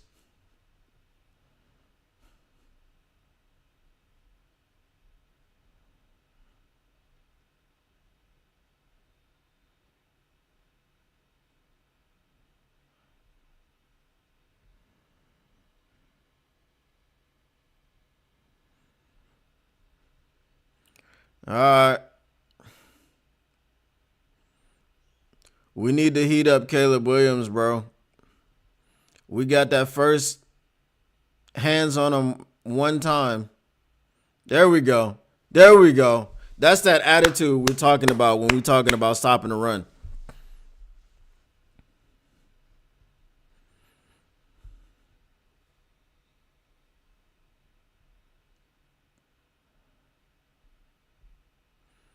I heard there was some more controversy, officiating controversy in the Chiefs game yesterday. I don't know because I forgot that I didn't even know they were playing, to be quite honest with you. I knew the Ravens and the Steelers were playing, but the Chiefs, I didn't even know about that.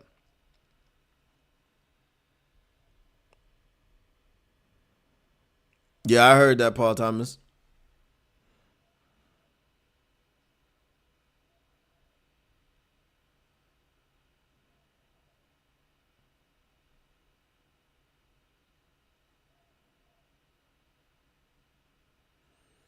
I hope that wasn't an injury.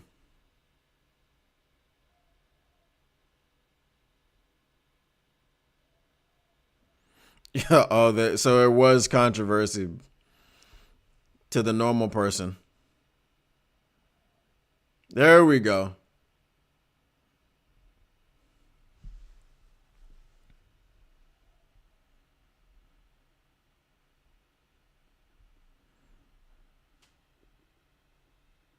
So what was the final score?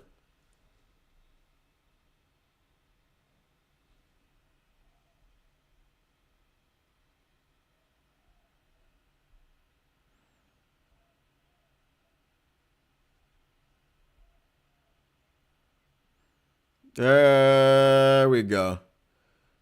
There's a flag there, though. Somebody must have been offsides.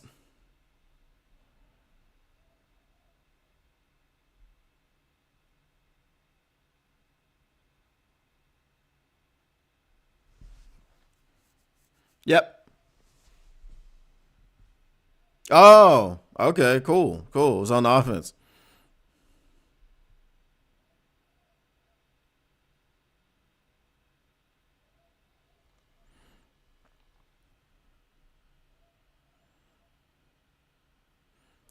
He has not been counting Mississippi's. I guess he watches my podcast. Oh.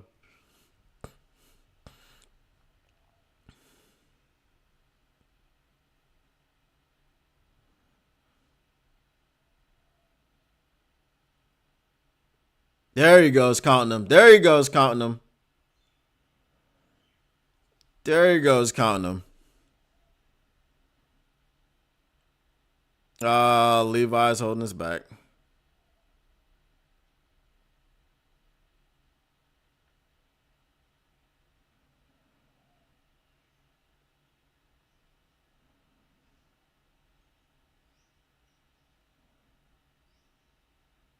All right, he's good. I think.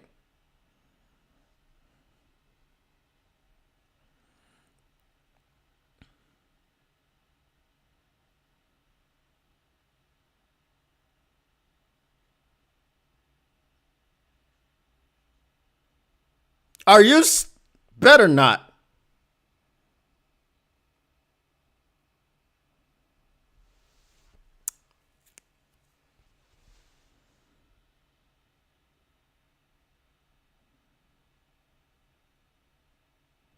Look at how he runs. Like he's not.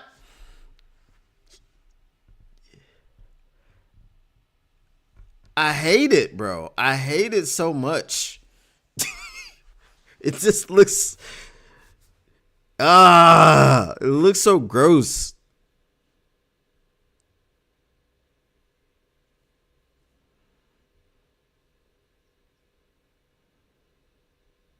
Incomplete.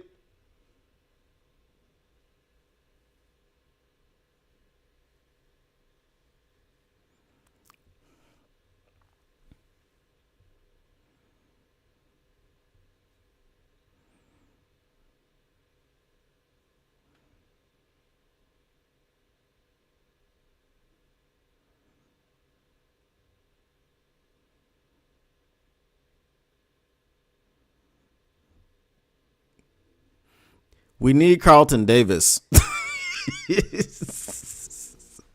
That's what we need.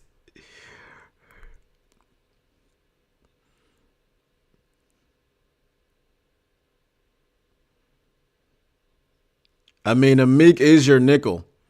So they're not typically very tall.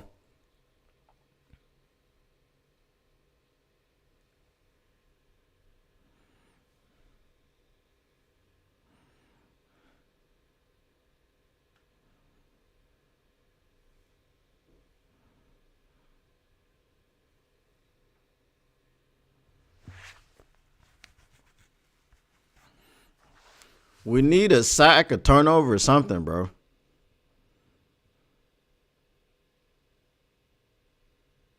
There we go, Amik. There we go, Amik.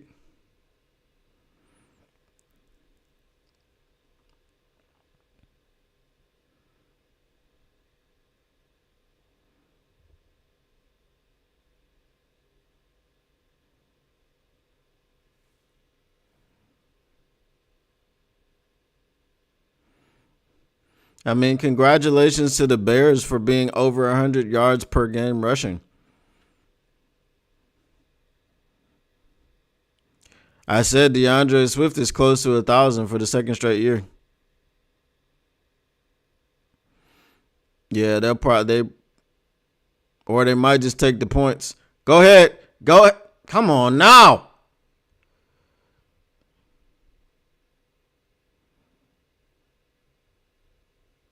Will they go on 4th and 6?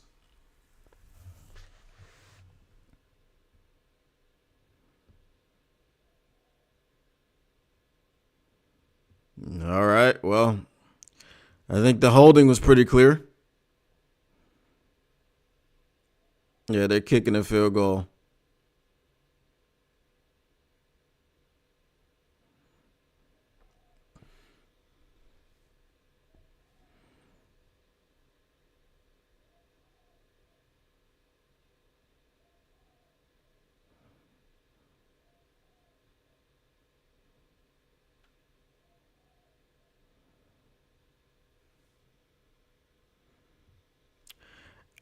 I'm glad they only gave up 3 on that one.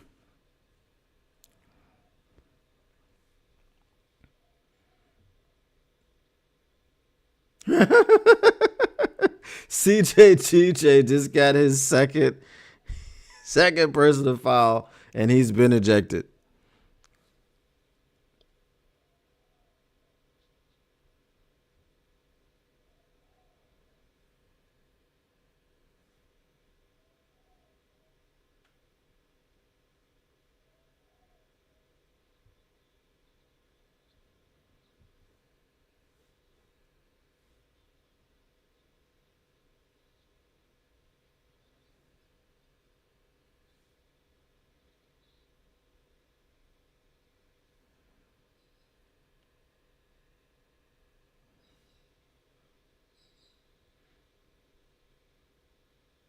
The Eagles just fumbled.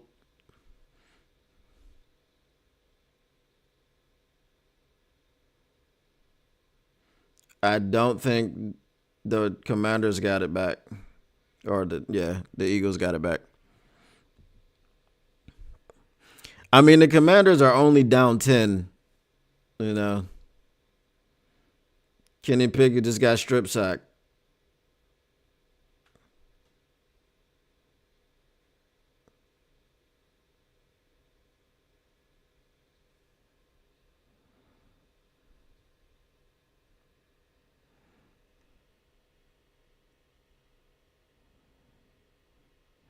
So D-line is going to get addressed in the draft next year. Need more pressure up front, even after getting Hutch back. Yeah, man. Definitely need to get some depth pieces along that defensive line.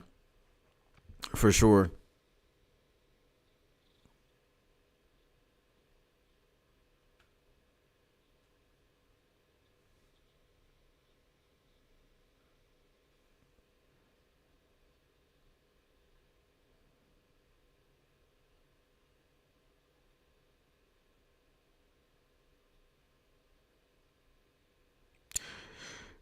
So this kitchen nightmares, right? Why? If you're gonna be a restaurant in New Orleans and you got roaches getting killed on your wall and all this other stuff, I'm not going to your restaurant. I just feel like it's a bad move for any restaurant to actually go on there.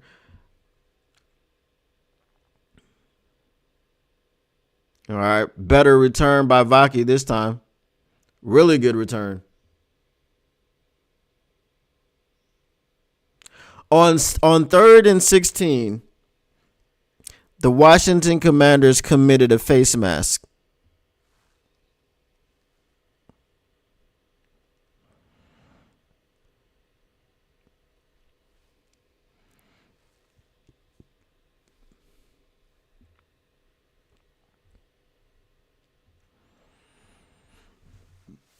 Third and 16, they ran the ball with Saquon Barkley. And you face mask him. All right, let's see what we got here. All right. They wanted to take a deep shot, I'm guessing, to J-Mo. But it wasn't there, so he checked it down for 4 yards to Jahmyr Gibbs.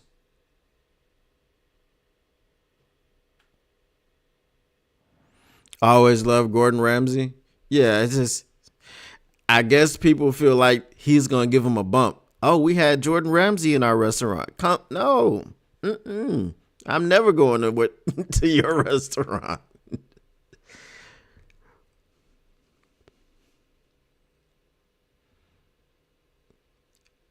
They need to stop with that Ben Johnson, Caleb Williams combination. No. Don't nobody want to go to the Bears.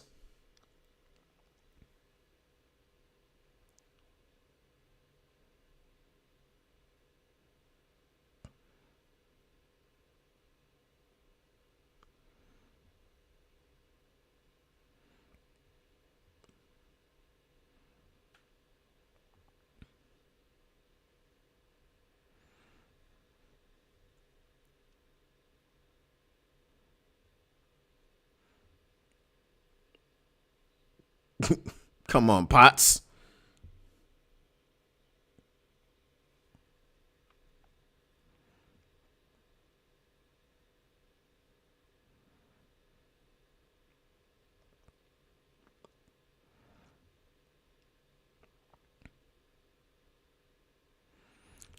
Do not run the ball up the middle on 2nd and 10. Please don't do that. Please.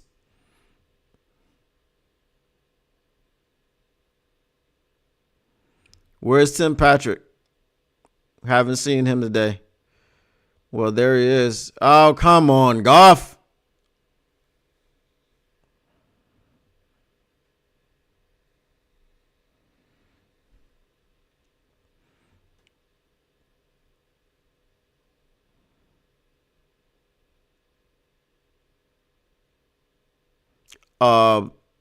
Face mask? Maybe? No? Okay. All right. I was just checking.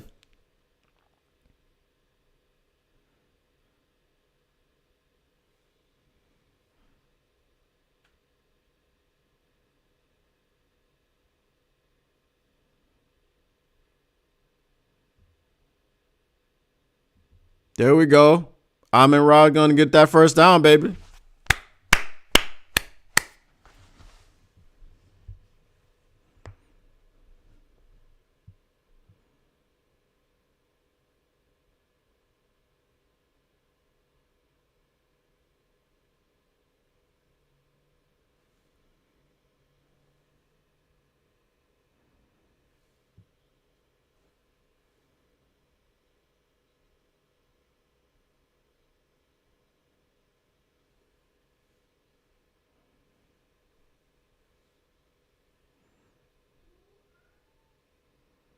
All right, bringing the pressure. Okay, I was confused on that one. I did not know what was happening.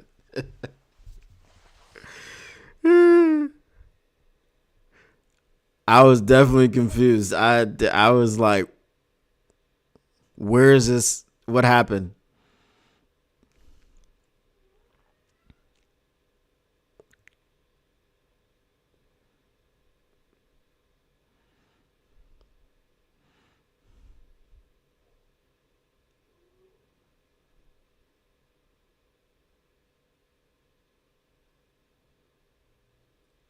There we go, Craig. There we go, Craig. Come on, Craig. Yeah, I was gone. I was like, I'm trying to see the replay.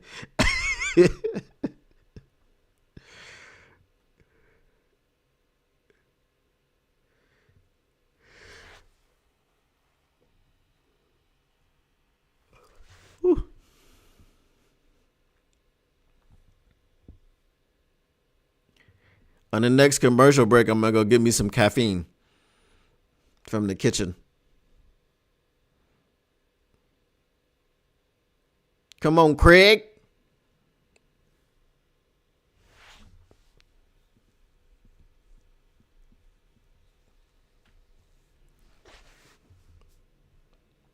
That's crazy.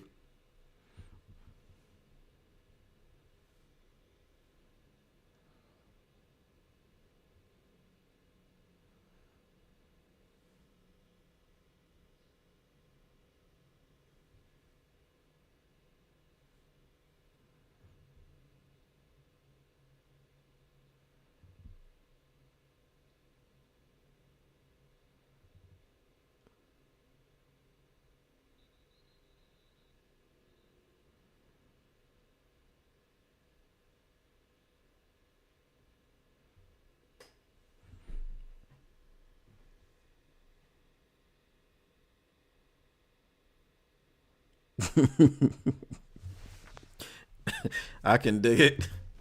Hold on, I'll be right back. About to go get my caffeine.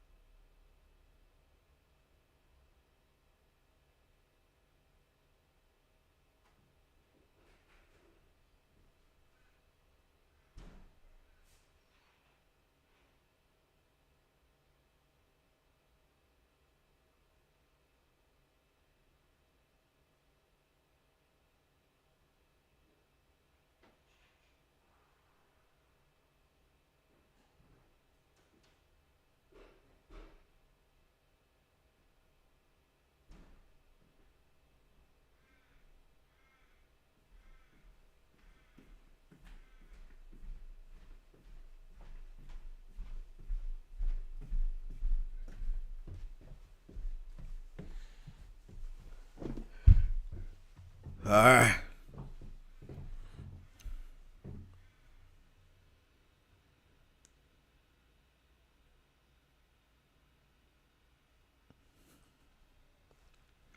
Woo.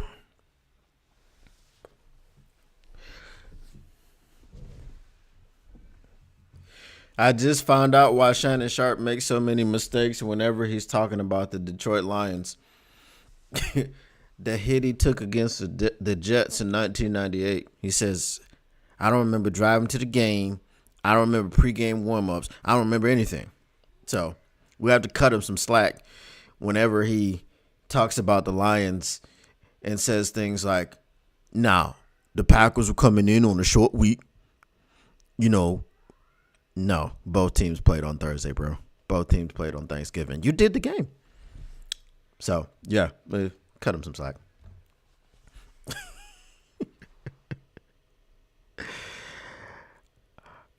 He said, get the buffs ready. I got him ready.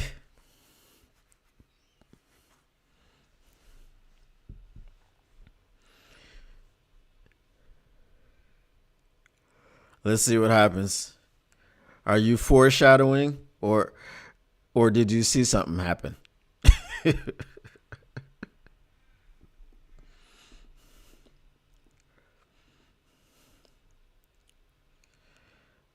All right, 3rd and 3.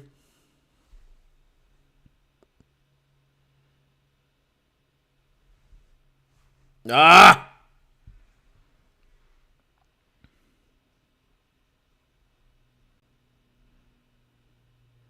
Yeah, Stevenson is all the way in the tunnel talking.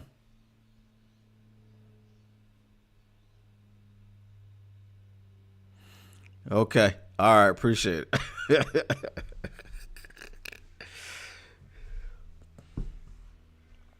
All right, we need a well-designed play here on 4th and 3. They're not going to jump again, so.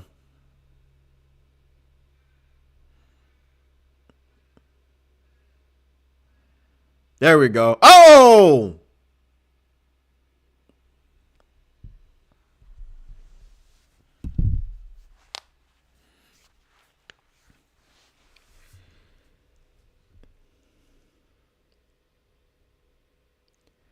All right, what is it? A 90-yard drive that they need? We should be fine.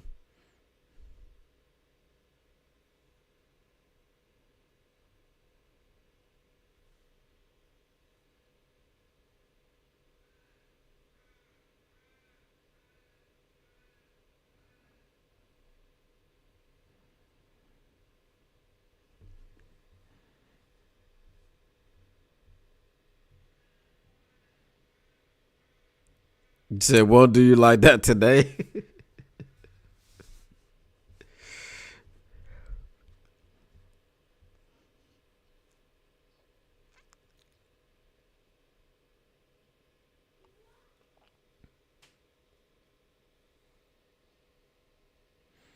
The Rams are up 16-9.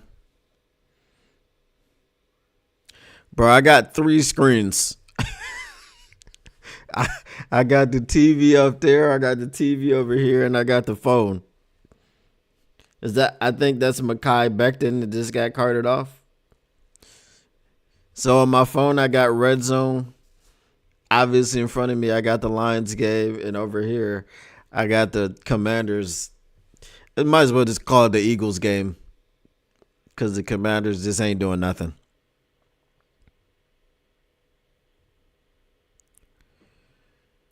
Just can't give up a big yardage TV. If they're going to score, let them eat 5-6 minutes. They're taking shots. They're not. I think what they have, 38 yards rushing.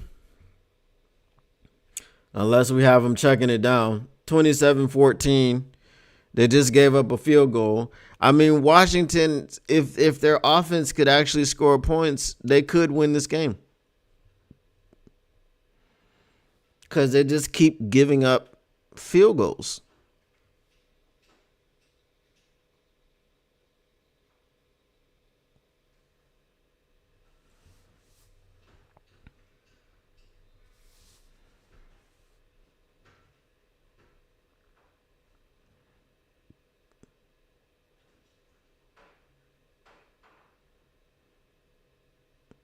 Yeah, they got to go 86 yards here. What are you doing?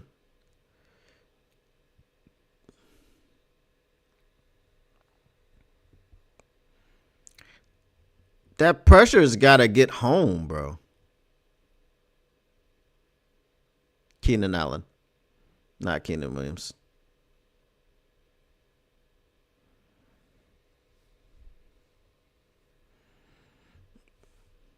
The Panthers are ahead of the Cardinals 23-20.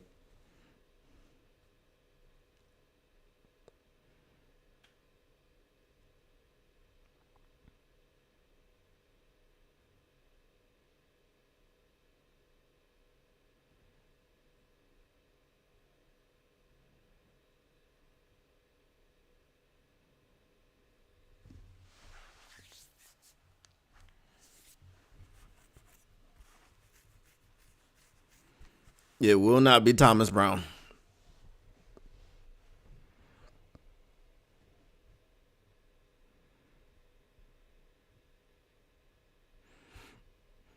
Yeah, I mean, they've had difficulties, I guess, with that all year, man. It's just not getting gap, keeping their gap contained. Oh, I was about to say, did he fumble?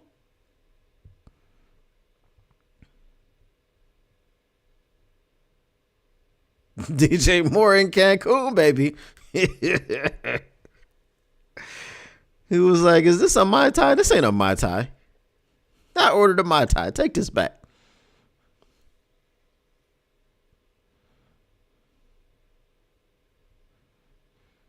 It was like, what, 3rd and 2? They just lost 5 yards.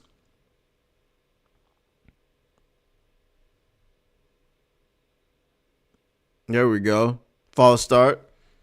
3rd and 12. Count Mississippi's.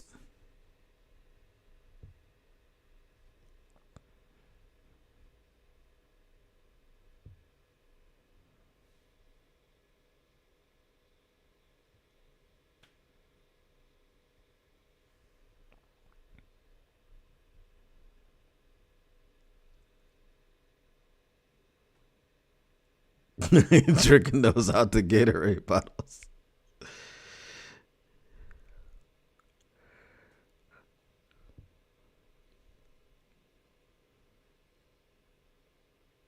There we go. Make that tackle. Sure-handed or sure tackle. That's Jack Campbell.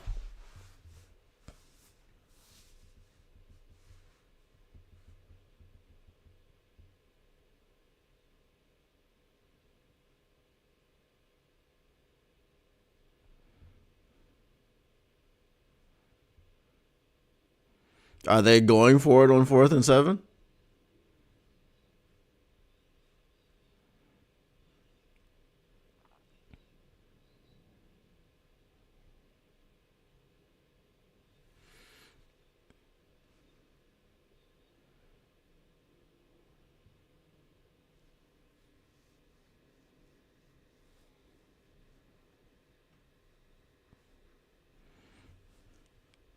The funny thing is I didn't have any confidence in them stopping that fourth down. I mean, that wasn't bad coverage. That was a good throw by Williams. He put it right where it needed to be.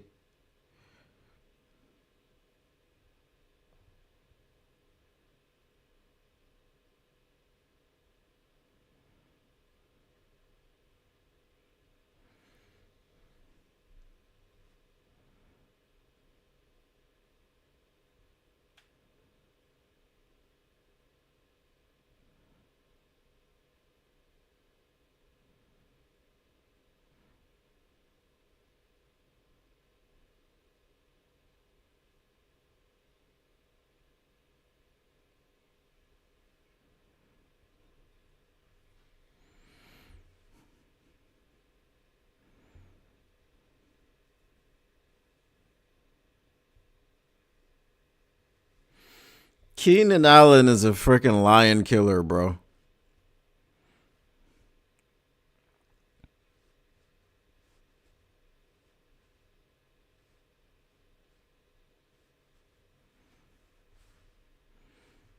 Keenan Allen has always been a lion killer.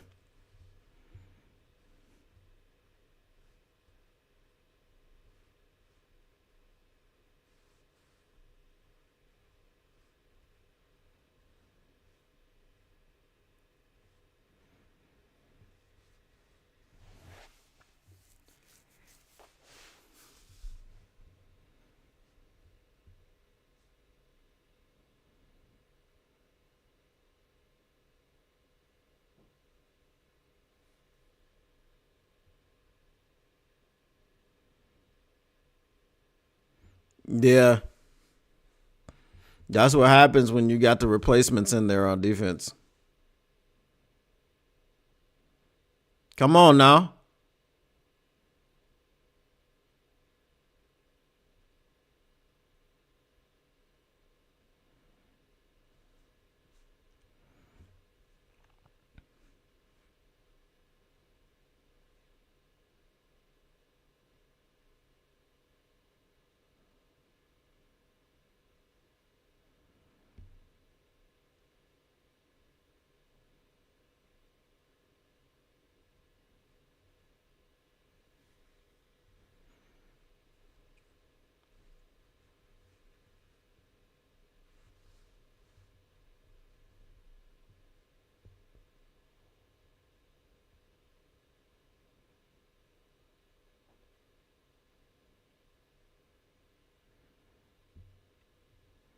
There we go.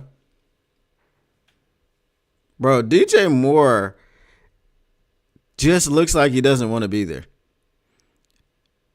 I mean, it's nothing in particular that he's doing. It's just like when you see a short game, you're like, yep, that must have been DJ Moore. Like, you can see the vacation in him. You can see the vacation in his eyes.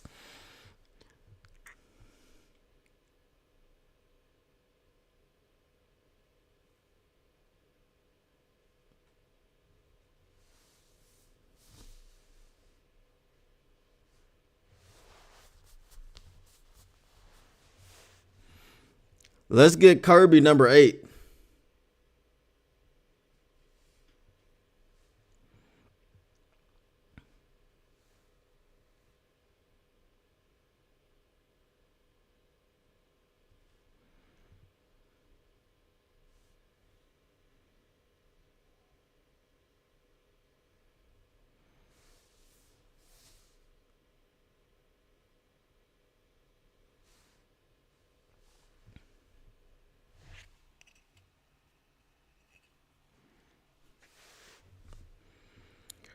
All right. Pressure. There we go.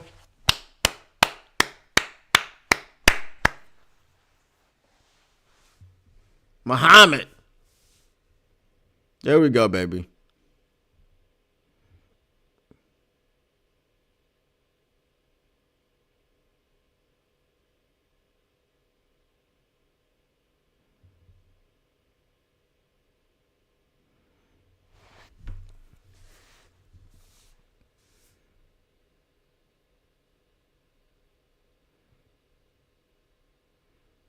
4th and 20.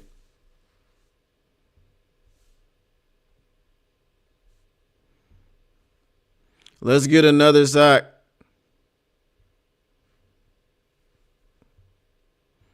Why are you calling a timeout on 4th and 20?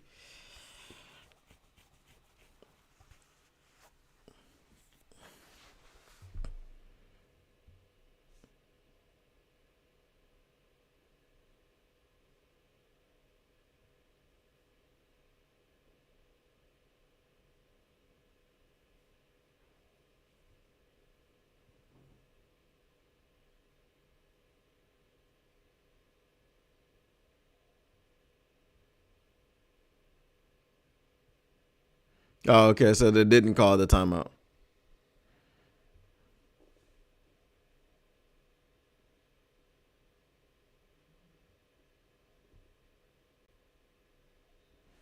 All right, Tom.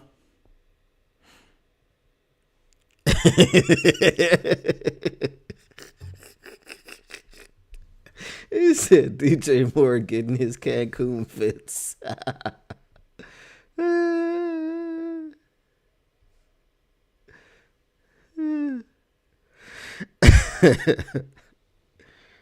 Oh, Washington scored.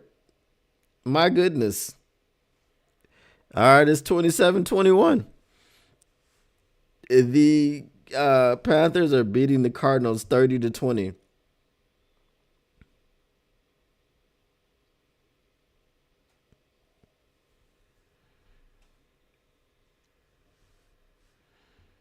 Sometimes you just wonder about teams like the Cardinals. They're fighting for the division, and they're laying an egg against the Panthers.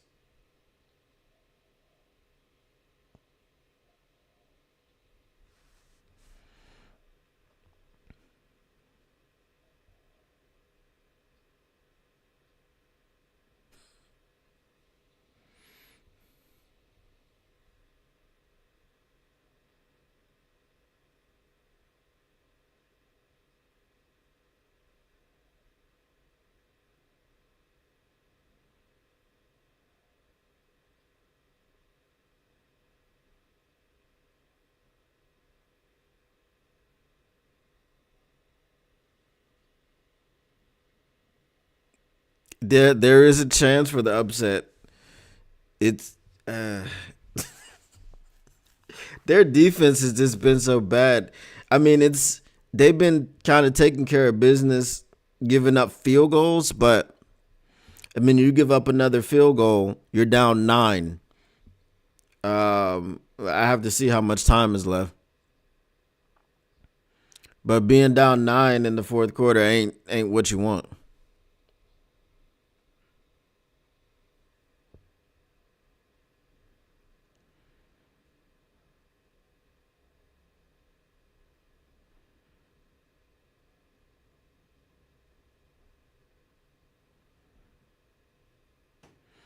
That looks like the Buccaneers, the Rams, Vikings. That looks like some fire hazards going on over there.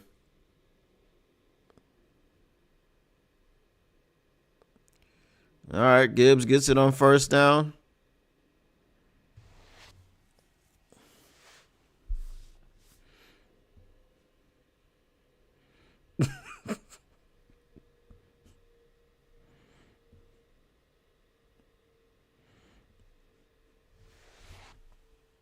Yeah, let's do that.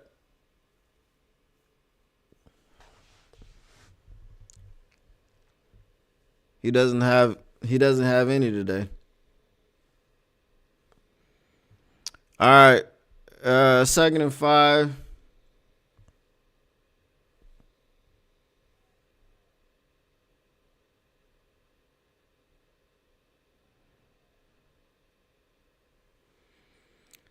Yeah, it's 13-26. So it just started. The fourth quarter just started.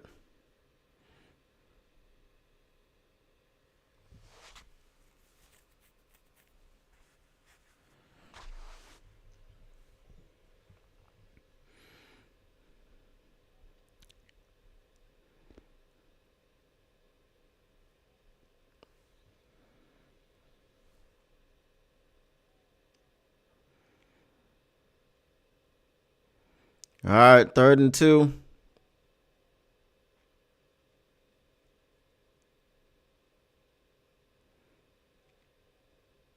Bringing pressure.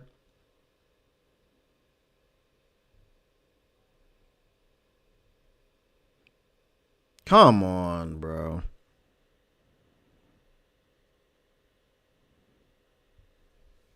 Mahogany.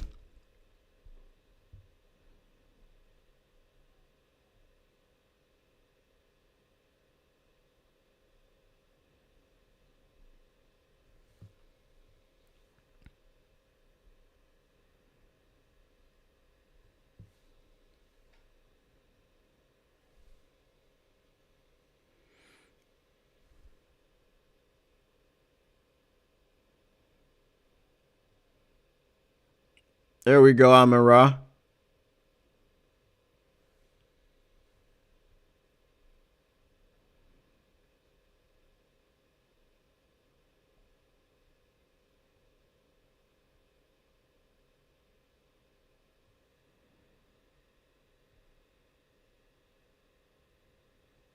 Yeah, maybe. If they would have called it, they don't be calling delays of game for some reason.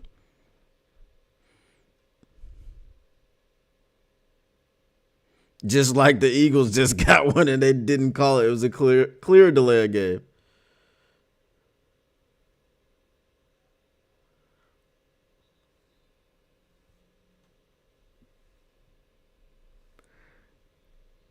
The Commanders think they have a fumble recovery, but I believe that it's going to be an incomplete forward pass.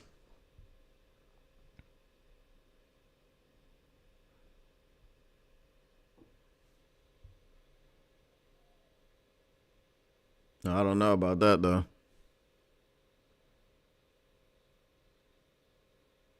Yeah, that looks like he was pushing it ahead.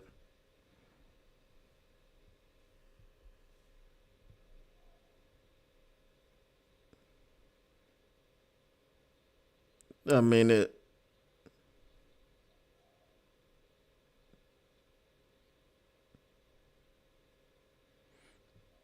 Yeah, they're giving it back to the Eagles. But it's now 3rd and 14.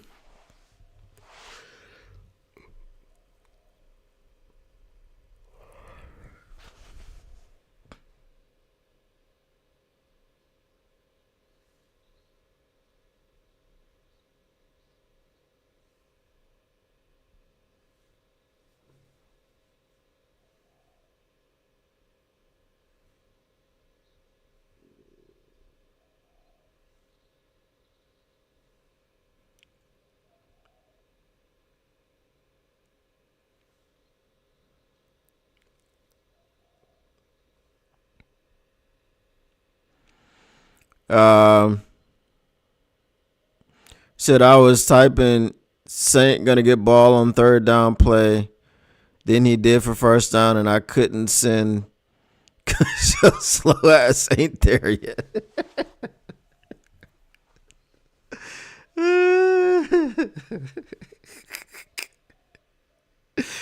uh,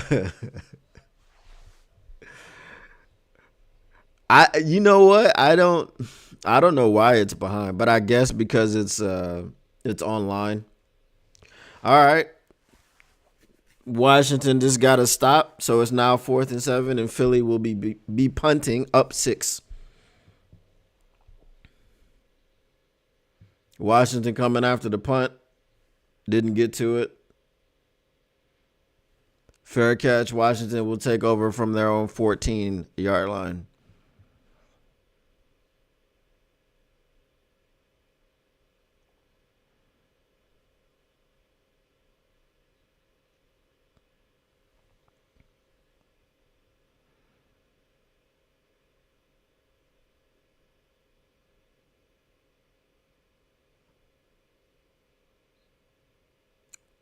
Was that a backwards pass?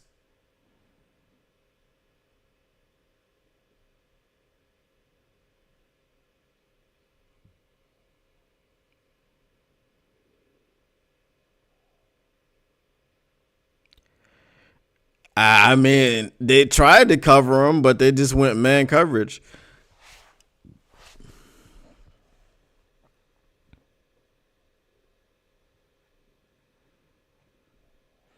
Third and 6.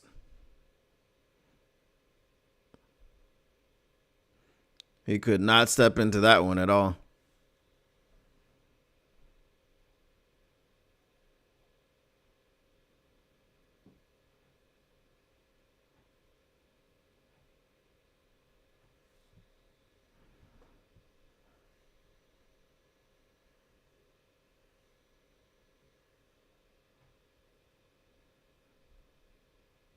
Oh, it's our first punt today.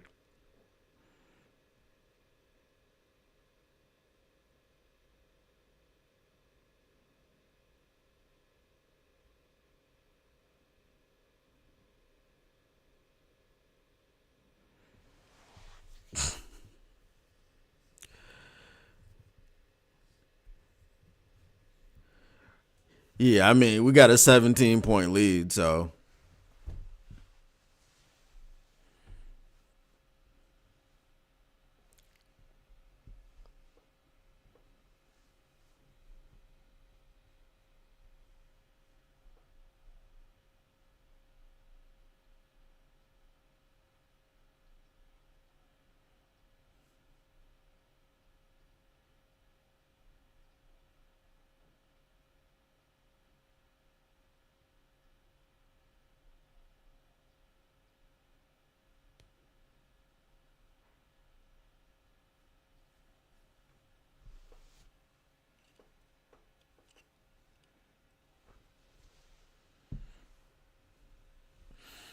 This chick talking about met Mr. Right Now.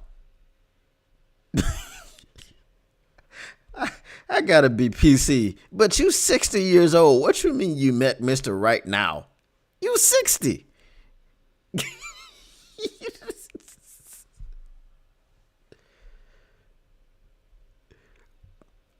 Bro, these medications that they be coming out with and they advertise them on commercials be having the wildest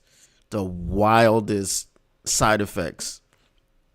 Be like, if you start bleeding from your anus and you have suicidal thoughts at the same time, please stop taking Kescalalis. Like, what?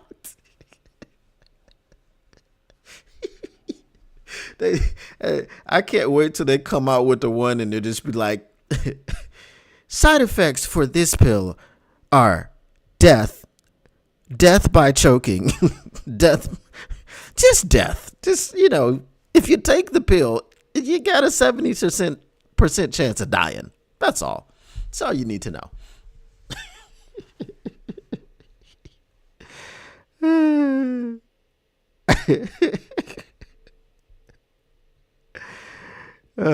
Jody Carruthers says, good Lord, I hate all these horribly depressing commercials.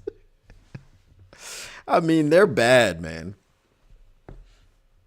If your nose runs for more than 5 days continuously, please stop taking Cialis now and call a doctor. It's like, what? Bruh. Like, if you have type 2 diabetes and you take this medication, you might be paralyzed from the neck down, but at least you won't have type 2 diabetes anymore. It's worth the risk. Like, man, if you don't get out of here. All right, pressure. Pressure. Come on now. That dude is slippery in the pocket, bro. I'm going to give it to him, bro. I'm going to give it to him. And I've said it before, and I don't like to say it, but Caleb Williams, bro, if he ever puts it all together, if he ever gets a situation where he gets a coach that can develop him, he's going to be a difficulty for the league for a long time.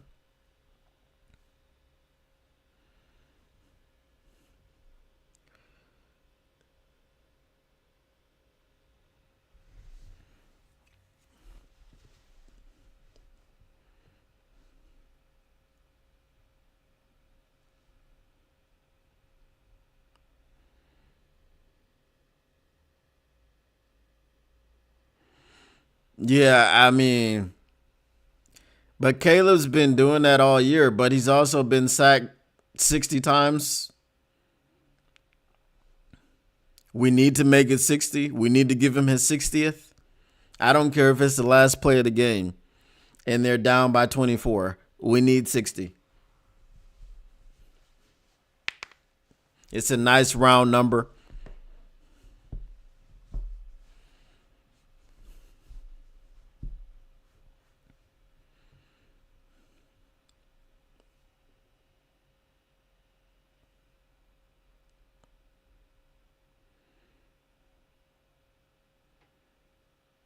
Pressure. Oh my God.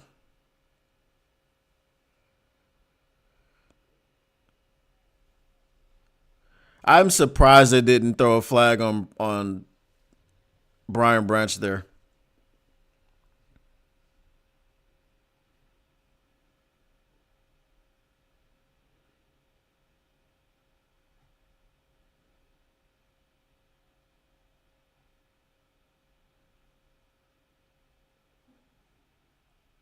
$60. There we go.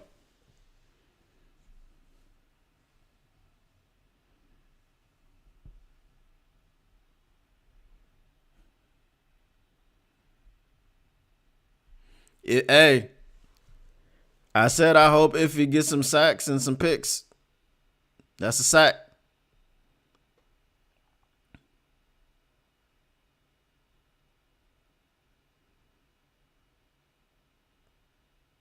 Breakdown. Good tackle, Brian Branch.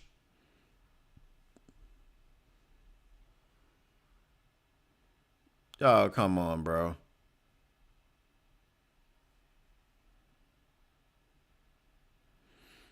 And it's probably not anything.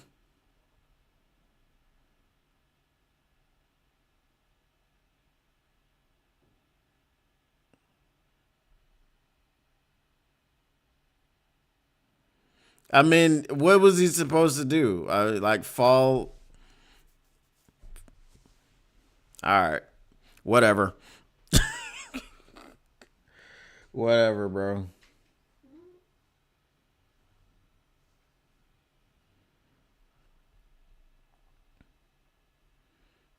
They have 10 penalties for 70 yards.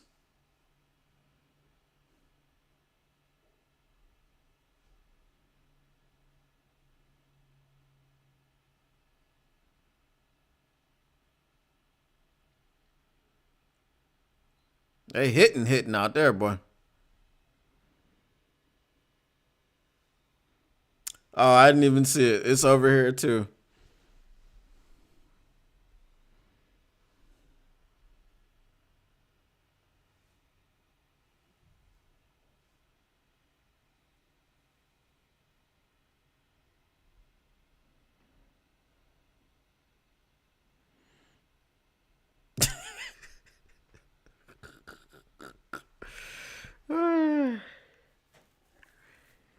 Oh, my goodness.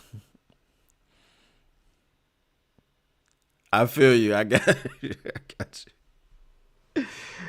Uh,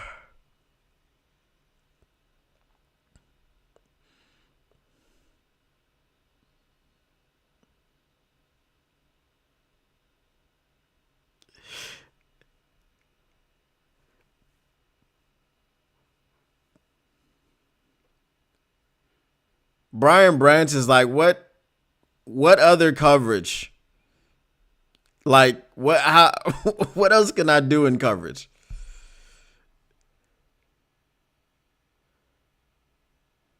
There we go.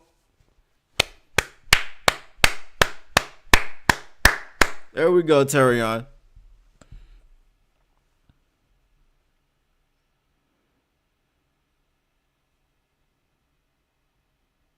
There we go, Terrion.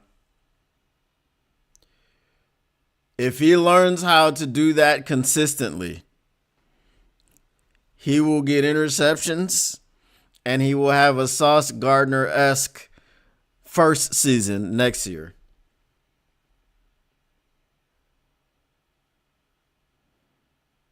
Pressure. Iffy. There we go. Brian Branch.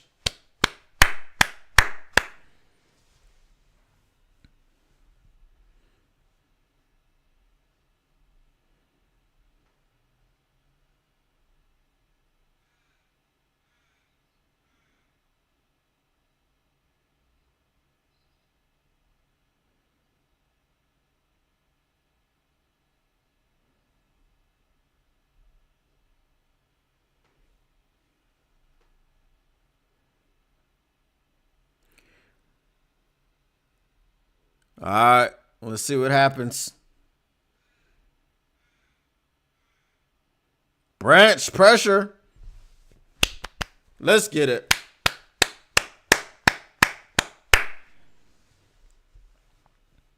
Oh, come on.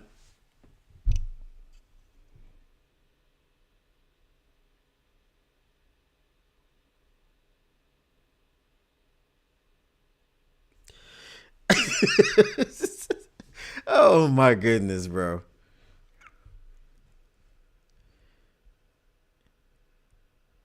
I really feel like we need to throw a flag on this because, like, come on. You didn't throw the flag when the play happened. Thank you. Thank you. I mean, she was back there. Listen, I really think because I just don't like the way that he got up. I felt like there was taunting in his mind. I felt like, you know,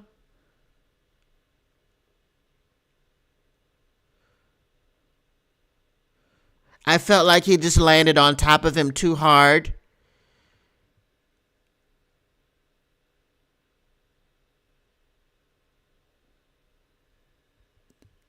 I mean, whatever they would have called on that would have been the ultimate BS.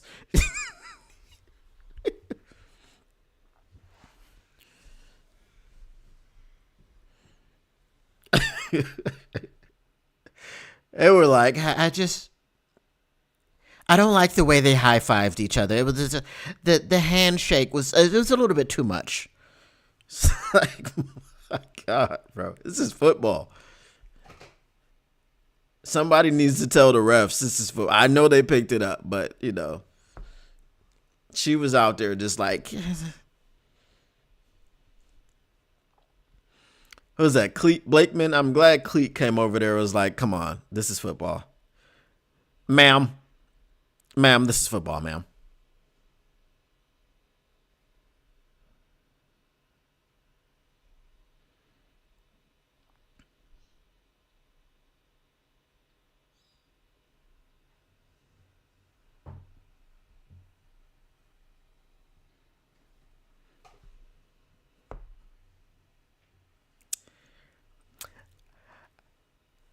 I don't know when you would have to make a truck move sideways, but it's pretty cool. It's pretty cool. I guess it's just for parking. You know what I mean? Or if you're on the freeway and you want to show off, and you like, watch how I switch lanes, baby. Watch how I switch lanes. So, I didn't even turn the wheel. I just pressed the button. I mean, parking is the only situation where I've ever maybe wished that the car could move sideways. You know what I mean? Don't have to parallel park.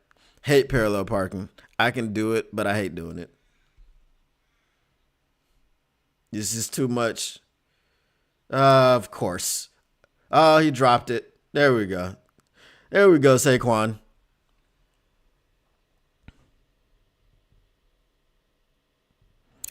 Hurts is out with a concussion. Yeah, he's been out since the first quarter.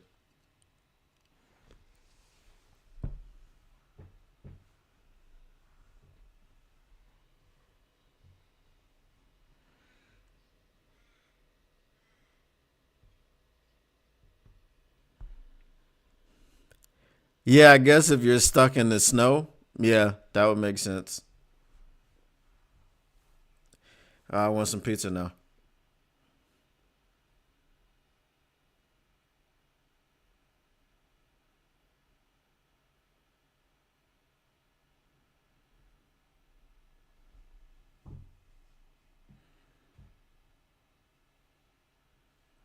What what would make you watch the UFL? What do you guys think? I've said that they don't have enough social media presence. Like whenever I'm on Twitter, I don't see anything from the UFL. I don't even know when they play games. You know what I mean? All right, there we go, Gibbs or Jefferson. Sorry. Did Gibbs go over 100 yards on the ground today? I know he was over 100 yards all purpose in the first half.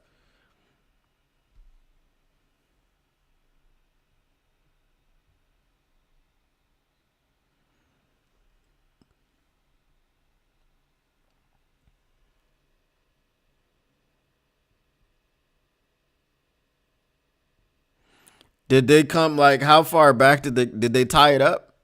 I know they came back. I think it was like 38-20 or something. They were close. 3rd and 1. There we go, Jamar.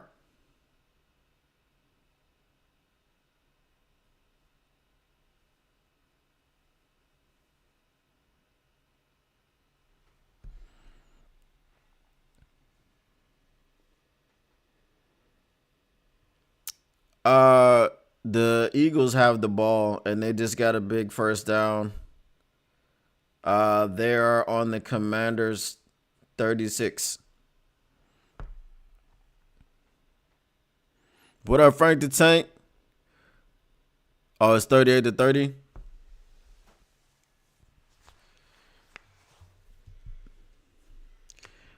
All right. Most wins in franchise history. The Detroit Lions handled the Chicago Bears. I know we were stressing about the defense. They let up a bunch of yards, but they let up 17 points. So before the Bills game, the Lions were allowing 18 points per game. So that's 17 points, on par with what they usually allow. So, Kenny Pickett just took a big sack back at the 40-yard line.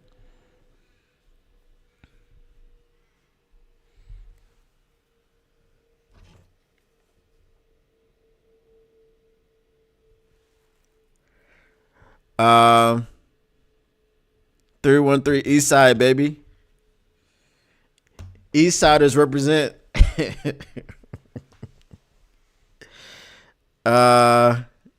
Celine, you on the East Side too? That's cool. That's cool.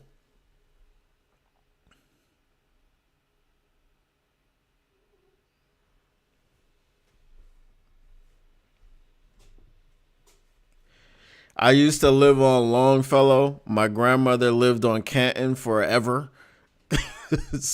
For I think it was like I know it was my entire life. I would guess it was her entire life as well. Not sure. Oh, that's wonderful. That's wonderful. They just threw a flag on nothing, bro. Come on. Kenny Pickett goes into a slide. My guy barely grazes him with his forearm as he tries to jump over him.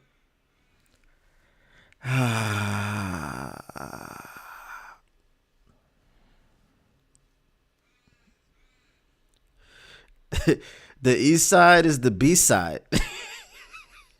That's what I'll say. Okay, so they picked up the flag. Good.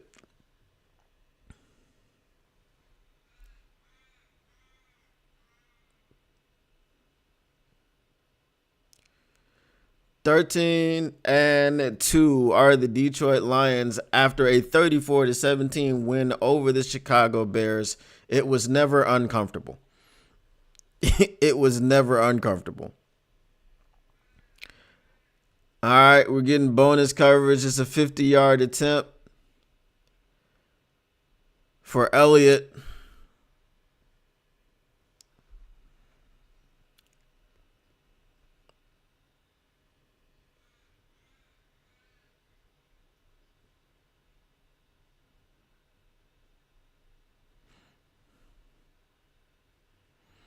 I know that everybody loves Greg Olsen. I dislike Greg Olsen because he has so much to say about the Detroit Lions and, like clock management and every time he harps on the Detroit Lions and they could have done this, they win. And he just looks dumb because he's complaining about nothing. So he has a bone to pick with Dan Campbell or something, and that's supposed to be your tight end brother, man. So I don't know what it is. Elliott makes the field goal. All right. So it's 30-28, Philadelphia.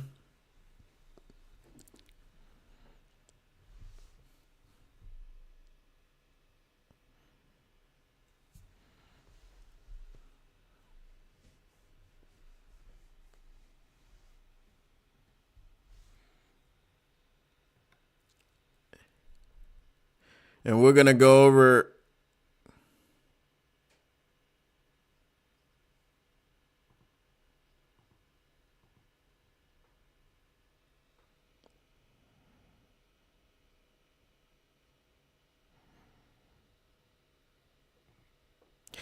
All right, we're going to go over here and we're going to pull up the Seattle game, which got moved over to something else for some reason.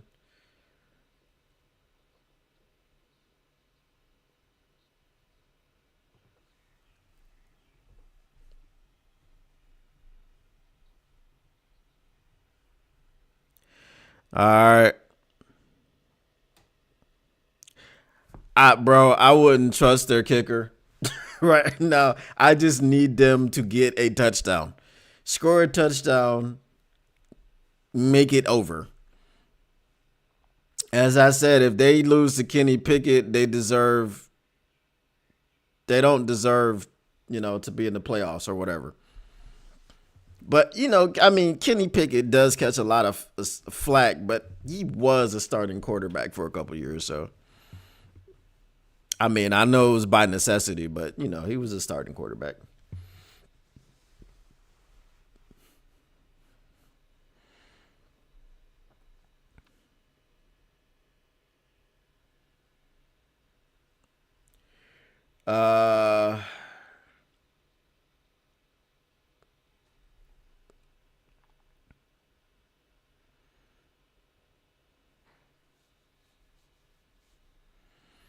Come on now, Washington, settle down. You got to have it. You can't, technically, they got 2 timeouts. It's 3:36 left. Technically, they can give the ball back to the Eagles, but we don't want that to happen.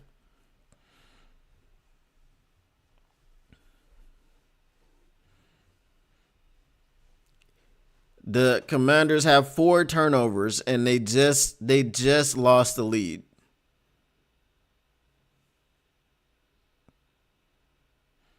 That was a catch.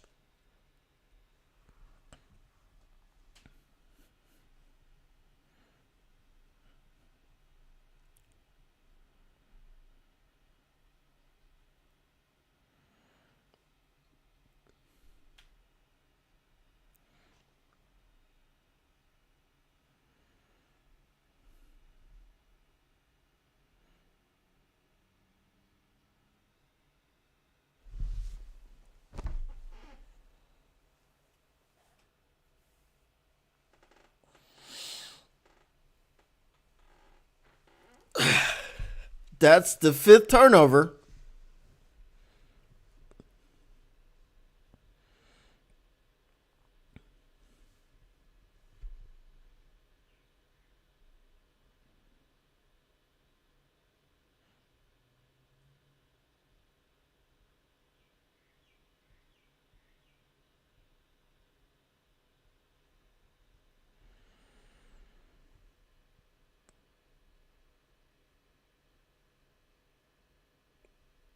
How are they 30-30? They were a few minutes ago. It was 30-20. How'd they give up 10 minutes that fast? 10 points that fast?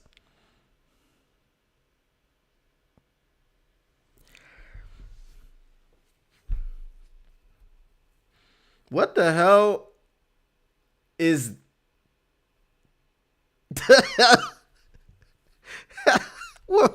what is that celebration?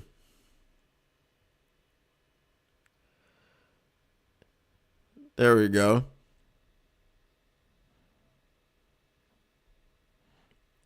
Yeah, it's just, bro.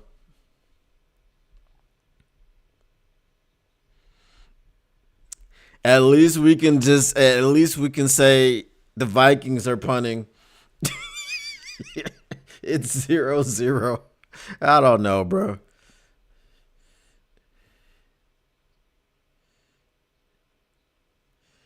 I don't know.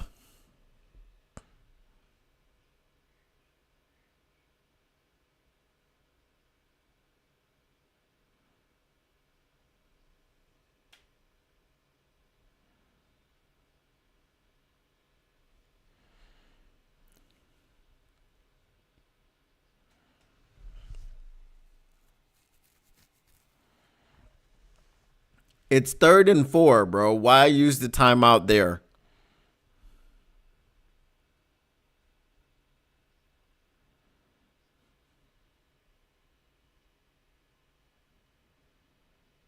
The only breaks we get is our defense. That's been true so far.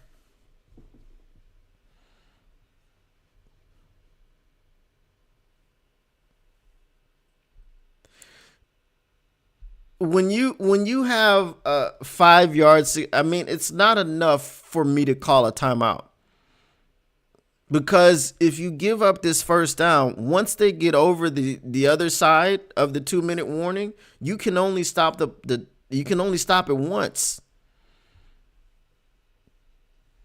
In that case, you're gonna have like 25 seconds maybe if you get the ball back. See? Oh, there you go. Wow. Wow. Wow, Devontae. Wow.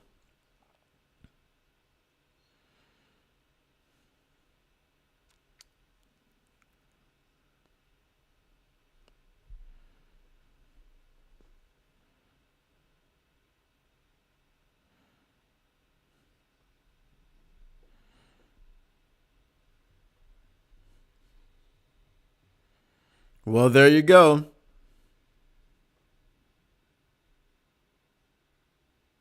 And he, ooh, ooh.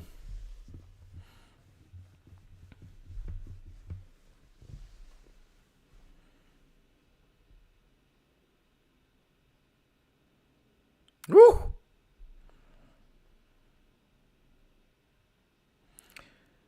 All right. Y'all got y'all got to get it together now. Come on.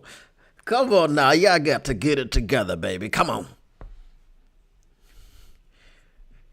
Papa needs a brand new pair of shoes. Now, why did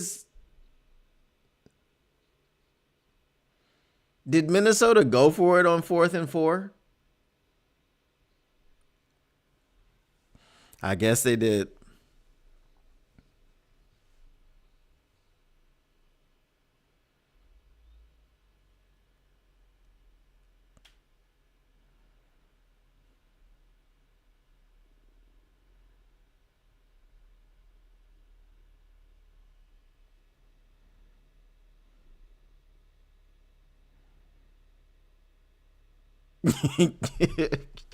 100% this is for Detroit. We need some help, bro. I mean, you got to look at the situation. This is a divisional game. Um, the Chicago Bears, who are a worse team. Now, I'm not going to say they gave us a fight. They put up a fight. They're a worse team than the Commanders are trying to get in the playoffs. And they come out here and turn the ball over 5 times. The Bears did turn it over twice. The same guy. But I mean, I don't know, man. I feel like they had a better grasp on the assignment, the Bears did, though they didn't come close to winning like the Commanders are. I just, you know, you're playing a team that's fighting for the playoffs at home, and they're doing this. They still have an opportunity to win it, but they're just. Imagine if Hurts was in there.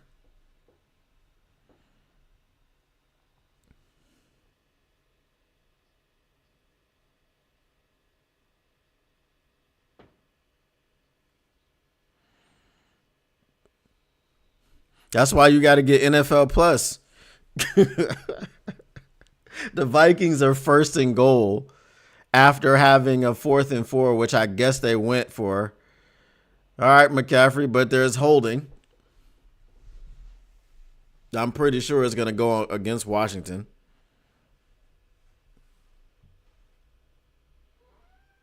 Vikings just scored a touchdown. Jordan Addison.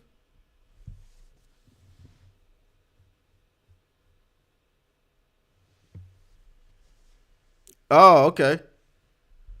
Cool. It was against Philly.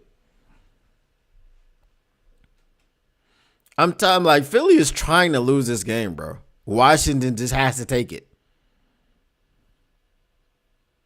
You've got one timeout and you're starting on damn near the 50.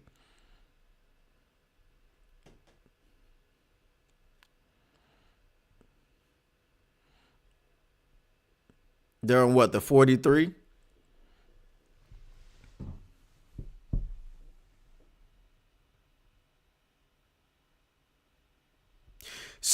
It's like Greg Olsen, bro, is always crapping on about somebody's time management.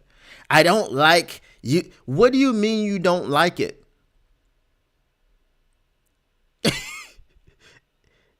I mean, it worked out so perfectly for them.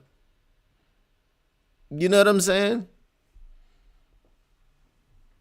It worked out. Somebody dropped a pass. They gave up 3 points. They started out on 7 yards from the 50, and they have a timeout left with over a minute left in the game.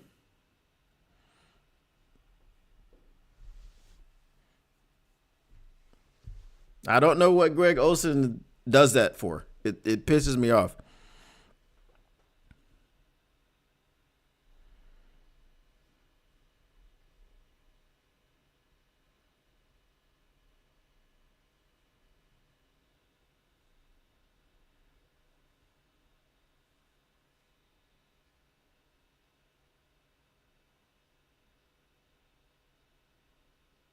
There we go, Jaden. There we go, Jaden.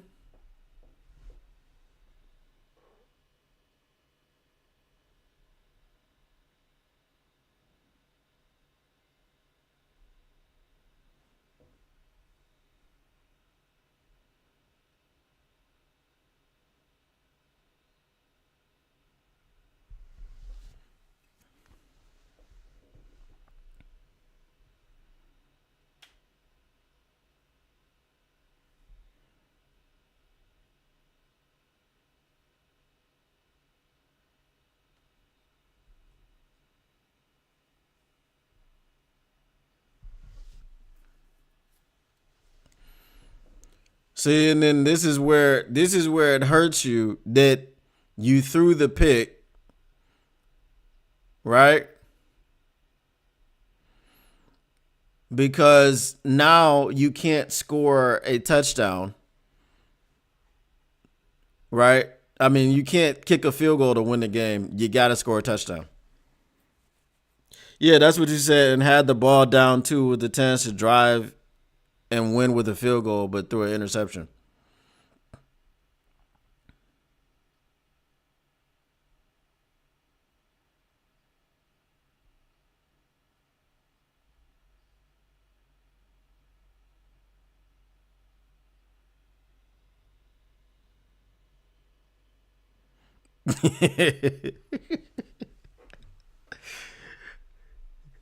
It definitely is for the Lions for sure.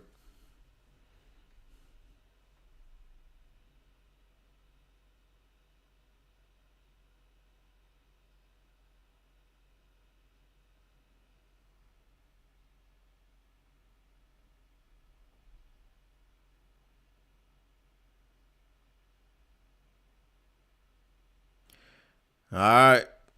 10 seconds. That means 2 shots at the end zone.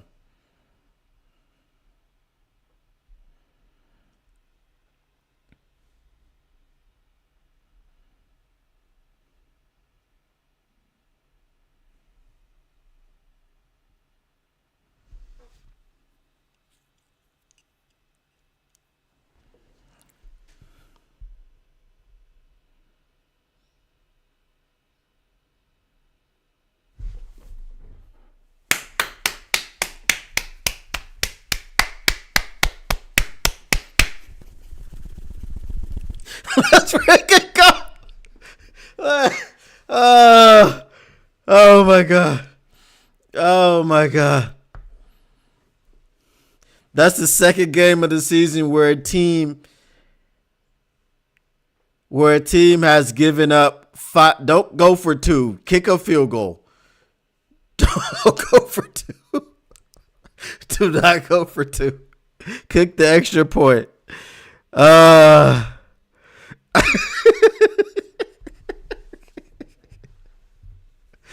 Oh, why are you going for two, bro? You do know that if you were like to throw an interception or like,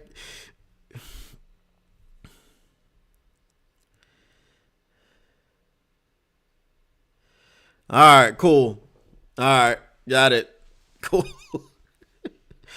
Ooh.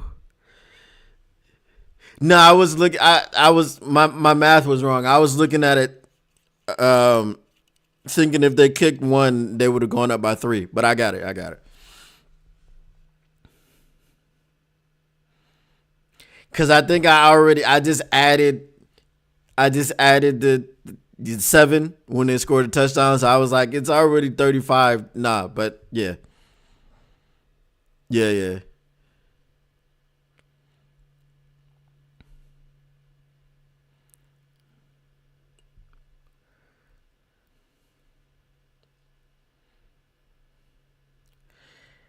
This is the second time this season that a team has turned the ball over 5 times.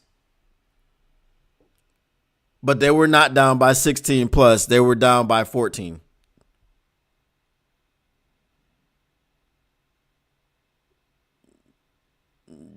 Yeah, that was a false start. But hey.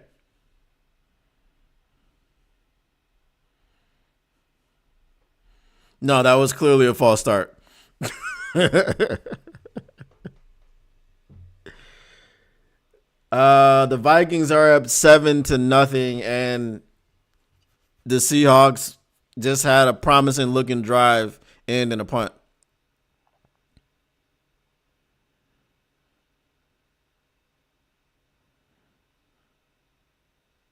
You better not. There we go. That's it.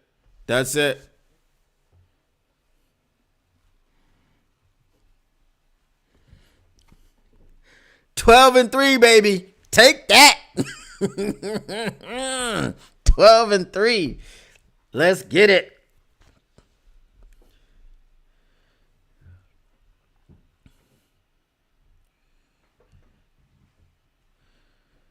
Whew.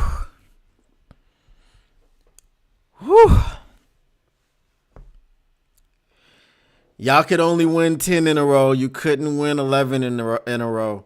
You thought you were the Lions, but you weren't, baby. You thought you were the Lions, but you weren't. Whew. Lordy, Lord.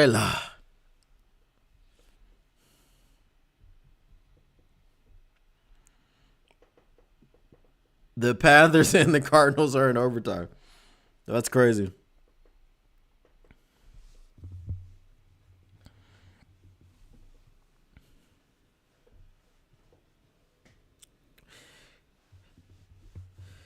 See, the thing about right, so I'm watching this on my PlayStation, right? And I don't know why they just cut away.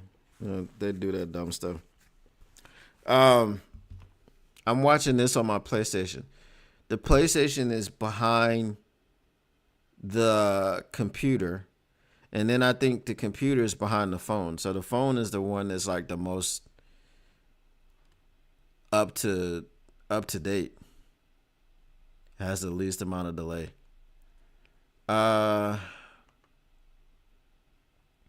Let's see. I guess I'll put this Panthers game on because I got the Seahawks game over here.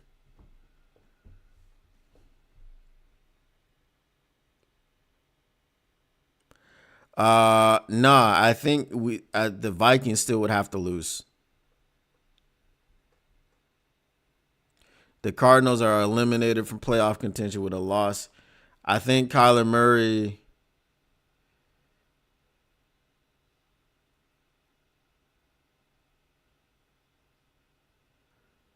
Looks like you just took like a sack or something because it's 4th and 20, and they are.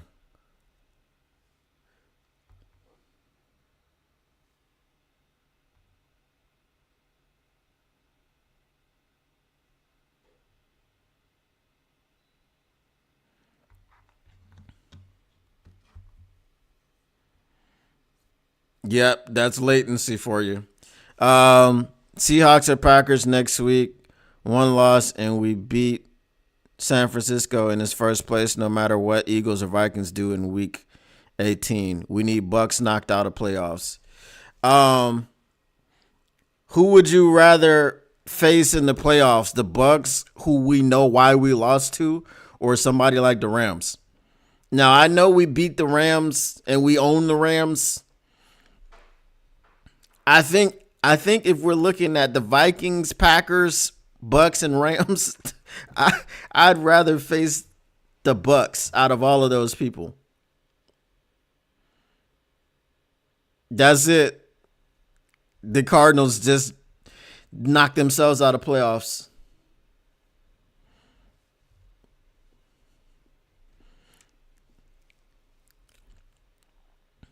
But you know what? It's similar to us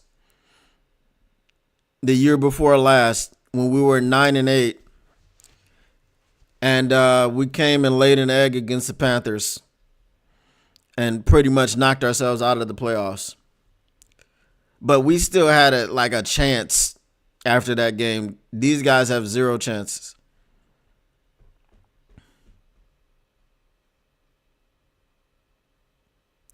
I know the Bucks are playing different, but they also do have injuries. I don't know. It depends on when Carlton Davis comes back. If Carlton Davis comes back for that game,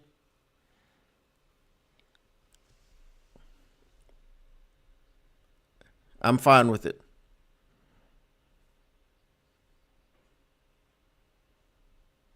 Kyler Murray is praying right now, bro.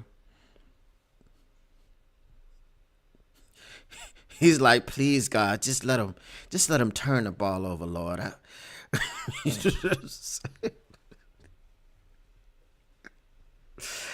just gotta reach in, Lord, and put your hand on the ball, Lord, and make him turn it over, Lord. Please, Lord, I just pray to you, Lord. Please, Lord.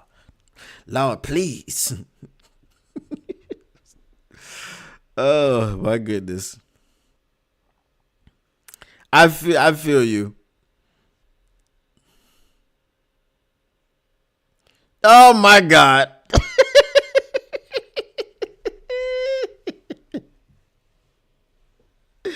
Oh my goodness. And that is going to end the Cardinals season.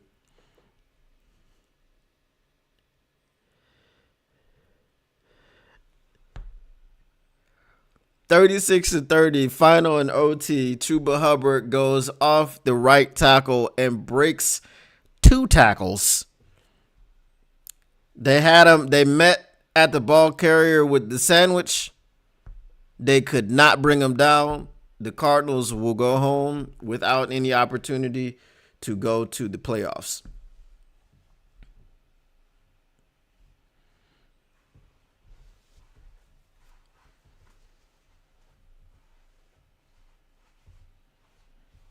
Crazy. Sam Darnold with pressure rolls out. Incomplete. 3rd and 5. They're going to punt. It said it's a toss-up. Sick of the Stafford narrative also. And Puka's a problem. Yeah. I just don't want Stafford to have the opportunity. You know what I'm saying? He has the extra motivation. He gets booed every time he comes to Detroit now. He has to listen to the Jared Goff chants. I just don't want him to have the opportunity, the satisfaction to win a playoff game in Detroit. You know what I mean? So it's not that I'm afraid of the Rams. I do think that we would beat the Rams, but I just don't want him, Kelly, nobody, his kids, boo all of them. I don't want them to have any opportunities, any visions of coming into Detroit and doing anything. You know what I mean? All right. Let's front and center this Vikings game.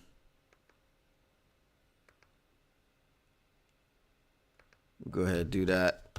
And then on this screen, we will put the 49ers, Dolphins. I don't know, just because we got to play the 49ers next week, so it doesn't really matter. Well, it does matter. 49ers matter. Oh, the Dolphins are actually at home. Didn't know that. But it's not much of a difference, I think, between San Francisco and Florida. Probably about 10 degrees weather-wise. The Dolphins are just not a good football team, man. But the fact that they're not eliminated from the playoffs, like I said before, is wild. Unless, I don't know, with Denver's loss, no, they're not eliminated yet. Denver had to lose, and then they have to lose to be eliminated from the playoffs. So I think that's what's going to happen today. Celine says, if we had our full defense, I wouldn't care who we played.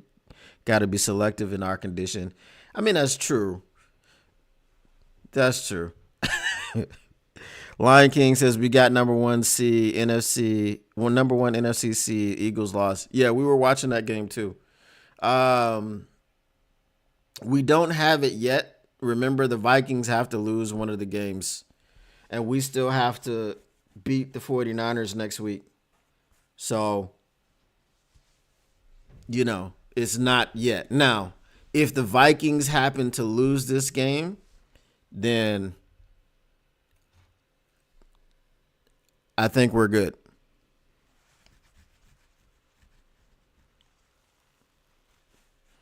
Yeah, we got it. But I think if the Vikings only have to lose one game, right? And then they don't have the opportunity.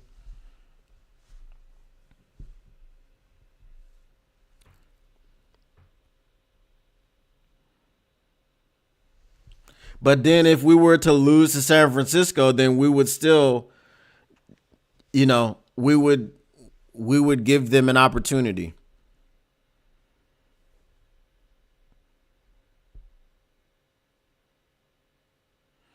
I think the Eagles don't have an opportunity.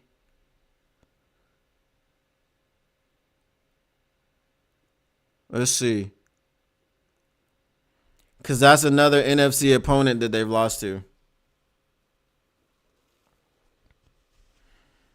Yeah, we gotta beat San Francisco.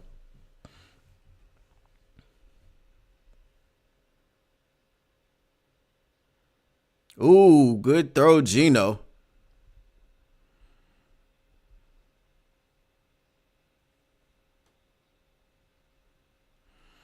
Some of these helmets look really ridiculous.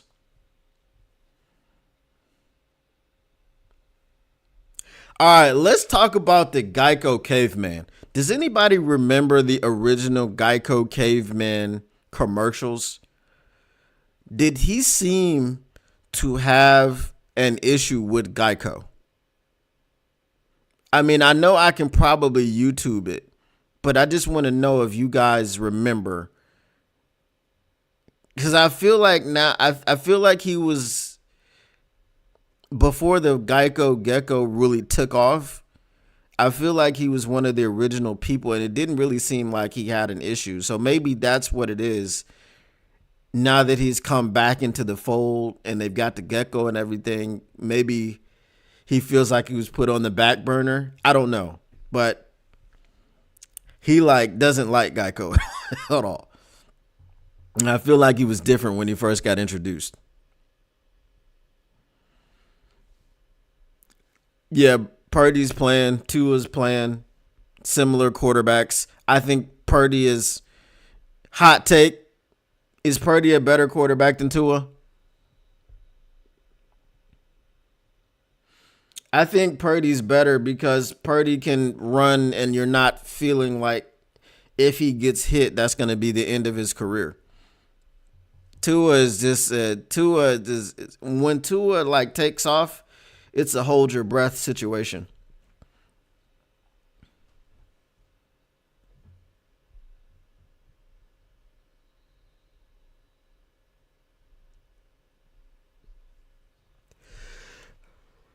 So Lynn said, didn't seem like it. Like it didn't seem like he had a problem with the company.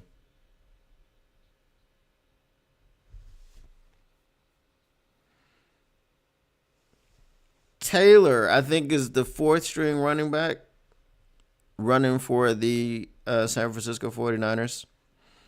I think is it Garindo? Or does Garindo play for the Cardinals?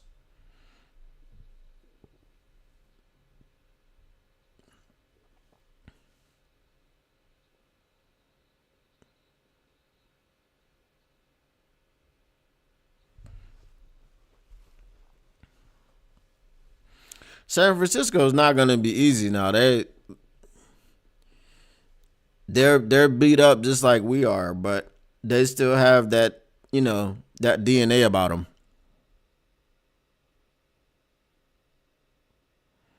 The character. The Geico Caveman character. Like, what was his initial feeling about Geico? I felt like, and maybe I'm just not remembering it the correct way, I felt like he was like with him. You know what I mean? Not against him.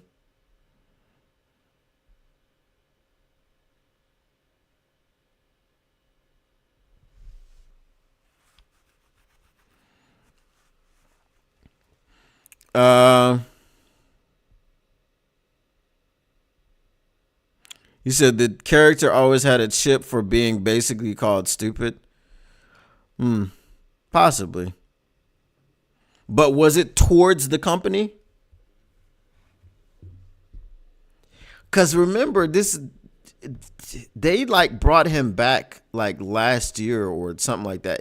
I think he came out years ago. Hold on. Let me fact check myself. Taylor Med says, I don't know if Tua is better than Purdy or not. I know that Purdy beat the Lions in the NFC Championship game last year. That's not what I'm talking about.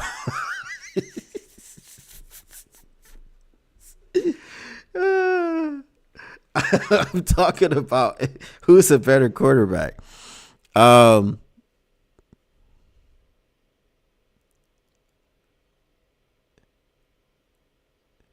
You said the Lion King surprised Melo didn't blitz number 6. He did blitz. He got a sack.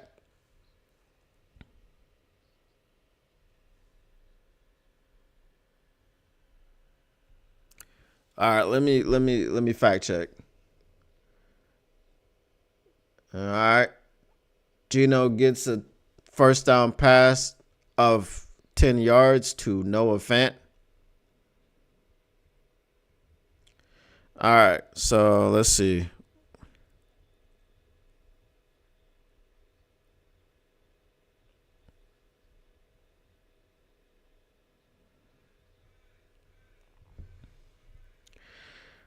All right, the Rams won.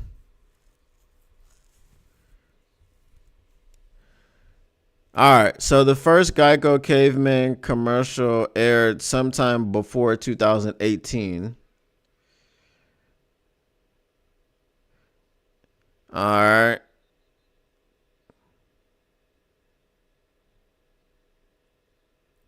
Said when the actor who played the caveman Wooden stopped appearing in the commercials, American actor Jeff Daniel Phillips is best known for his role. Okay, that was the AI one. Okay, so now 2004, like I thought, long time ago. All right, so the Geico cavemen are trademark characters of the auto insurance company Geico, used in a series of television advertisements that aired. There we go. DK Metcalf just scored. Nice catch. Nice grab in the end zone. Nice throw by Gino. The beginning of 2004. The campaign was created by Joe Lawson and Noel Ritter while working at the Martin Agency. So it was 20 years ago. I almost said the late 90s, but yeah, 2004.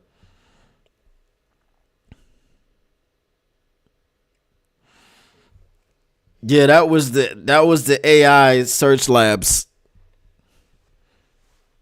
Sometime before 2018 was right. 14 years before 2018. Uh, it Nah, it wasn't one handed. It wasn't handed. 7-7 though. Um,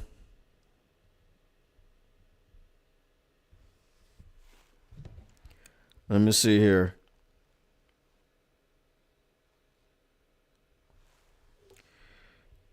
Now let me see.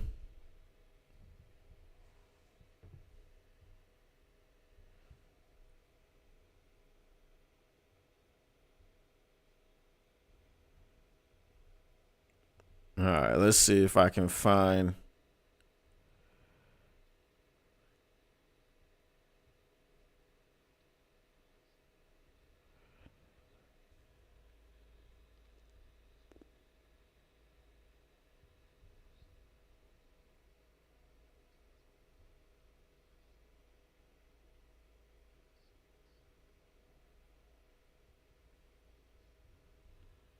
Blade ain't getting no TV show. Blade getting a movie. All right.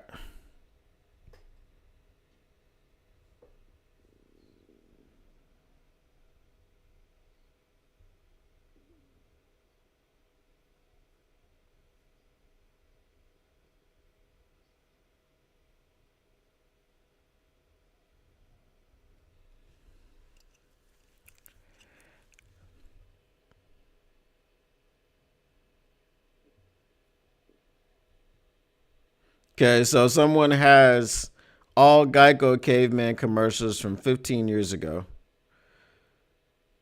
All right, so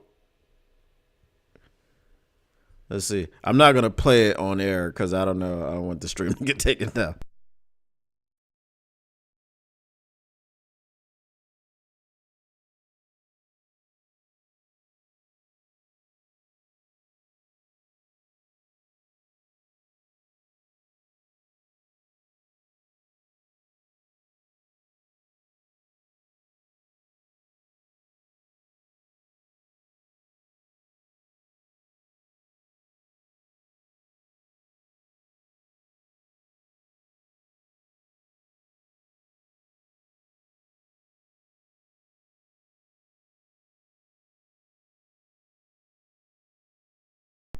All right, so yeah, the first one was it's so easy to use Geico.com. A caveman could do it, and then the caveman was upset about that comment.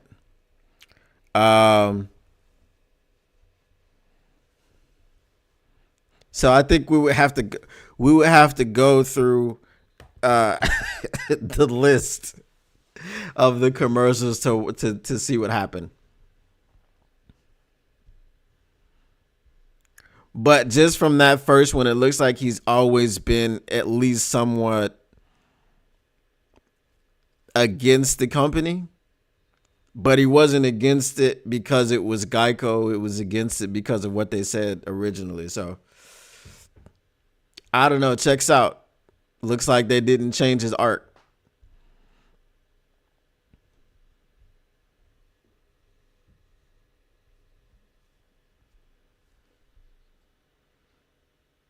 Um, so San Francisco has punted the ball back to Miami. It's 0-0 in the first quarter with 5 minutes left.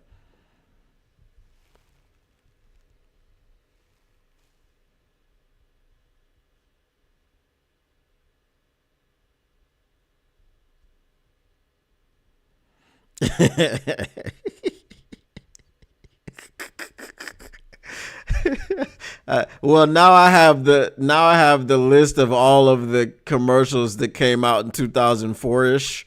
So I'll watch through those and see.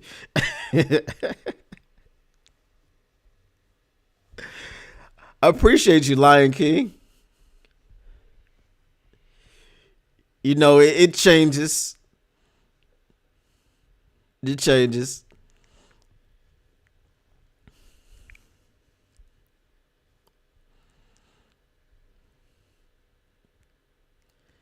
Third and 7.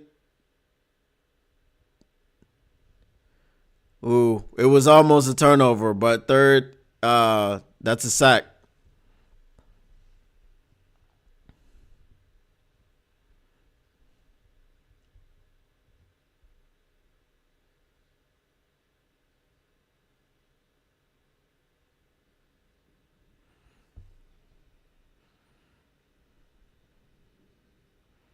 Ooh, Tua had Tua had that's gonna be a flag. Tua had Tyreek Hill open, but it just got tipped at the last second by Diamador Lenore. I feel like Tyreek still should have caught that because it was barely tipped. Yeah, that was 20 years ago. I knew it was a long time ago, right? I knew it was a long time ago, and then he started coming back into the picture. I think last year.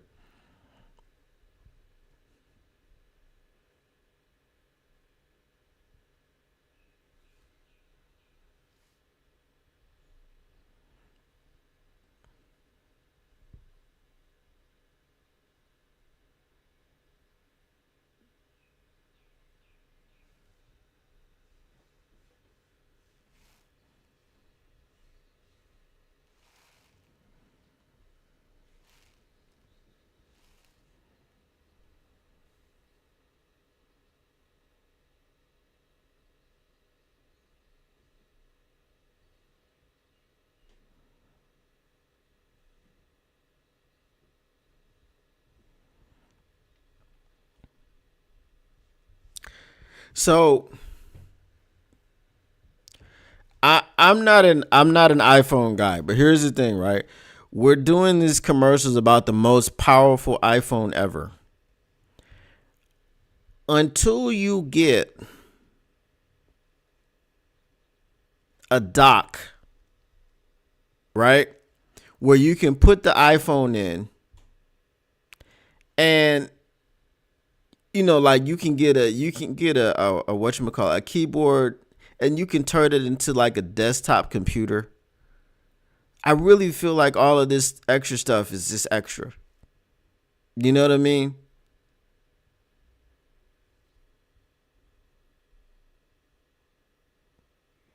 Packers play Monday night against the Saints.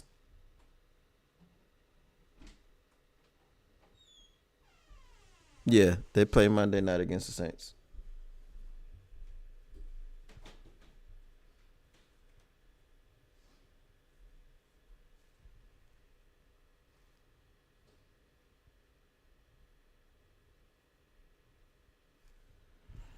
Ugh. Tonight, tonight we got the Bucks and the Cowboys.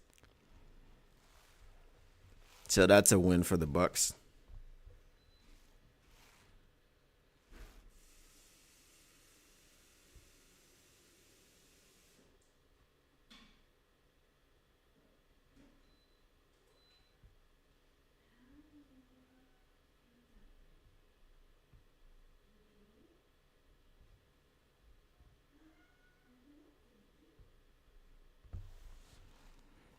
That is funny. Both of these guys were drafted by the Jets. Gino and Sam Darnold.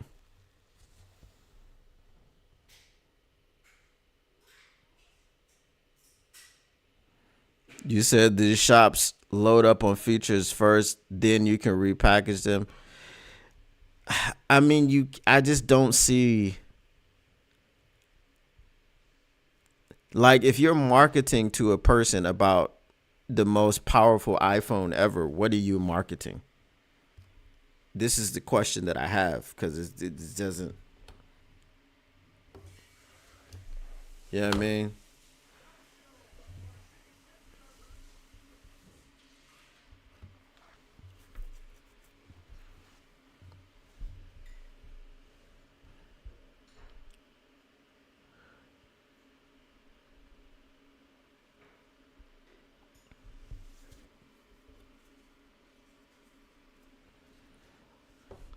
All right, third down for the Seahawks, 3rd and 4.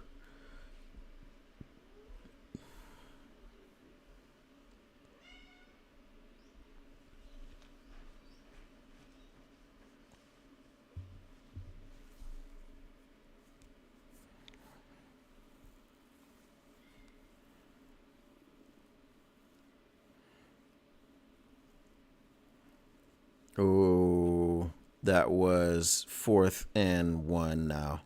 They're at the 20, so they're gonna punt that away. You said, for example, is it true that Goff is responsible for 3 of the 4 most passing yards in a game on play action since 2023? Most likely. He's the most proficient quarterback on play action in the league.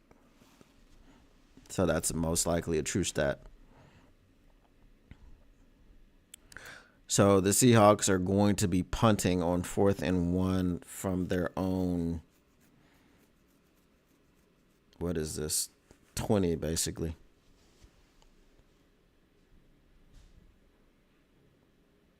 Fair catch, caught at the 32 or 31 of the Minnesota Vikings.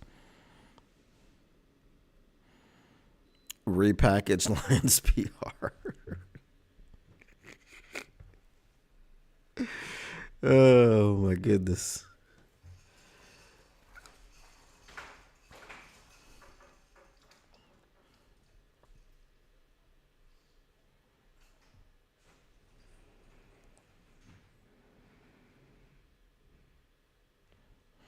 Make sure you guys smash the like button and subscribe. If you are in the chat, say what up though. Turn on your notifications. That definitely hit the ground.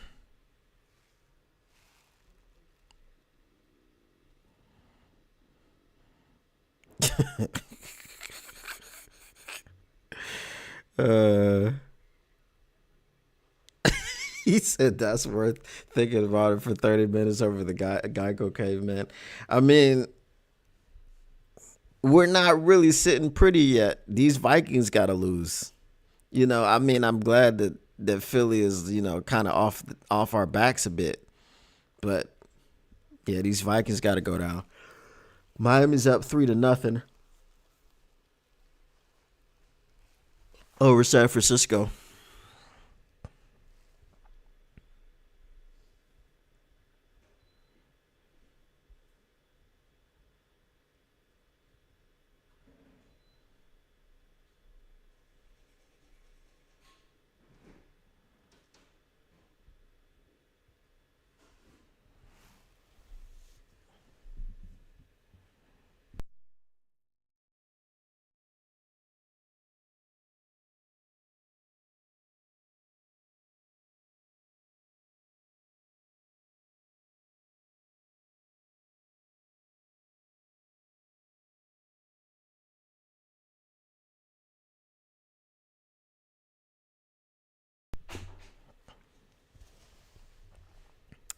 All right, 1st and 10 from the 32-yard line for the Minnesota Vikings. Their own 32. I'm running Red Zone on my phone and both games on the PlayStation. Oh, but one game on the PlayStation, one game on the computer on my or the TV on my desk. I have a TV as a second monitor. Bah. I don't even know. Like, I'm just wasting battery. Like, what is is there anything, any other games that are important here or interesting? Let's see what we got.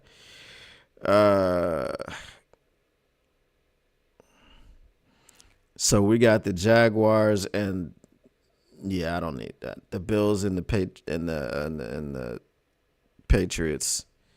I mean, whether the Bills win or lose that game doesn't matter to us, I guess. It said either way we hold our own destiny in our hands. I just want that option to rest week 18 when everything's locked up. Yeah, that's why we need the Vikings to lose. We need the Vikings to lose this week so there's no mystery next week. And we don't have to be rooting for the Packers because I really don't want to do that. You know what I mean? We need the Vikings to lose today. We need us to win, to beat San Francisco. And that's it.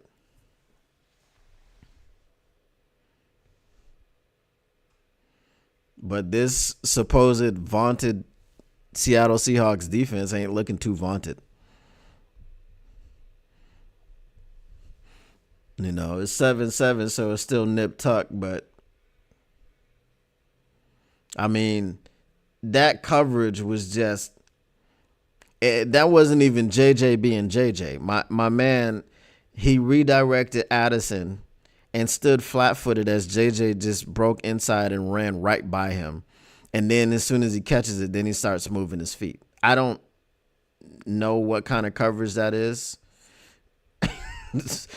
That was worse than the Terrion Arnold biting on that little inside move or outside move.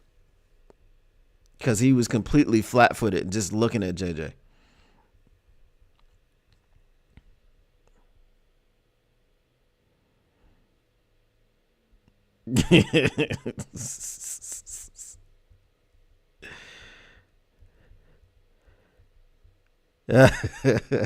All right, Celine 313. We'll holla at you later, man. Appreciate you coming through.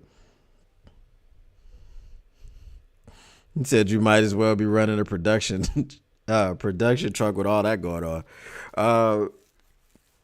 Yeah, I'm about to turn off the phone stream because, like I said, ain't nothing on there on Red Zone interesting for us.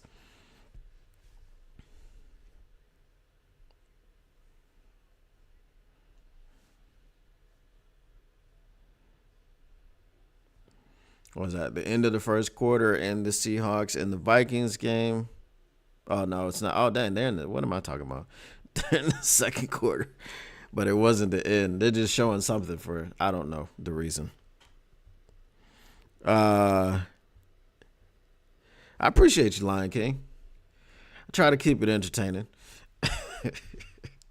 That's why we talk about the Geico caveman. Uh,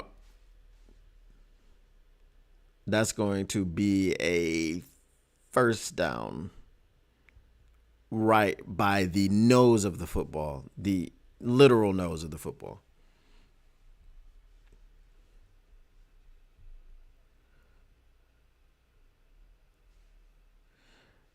All right, Seattle, come on, man. Do what you got to do.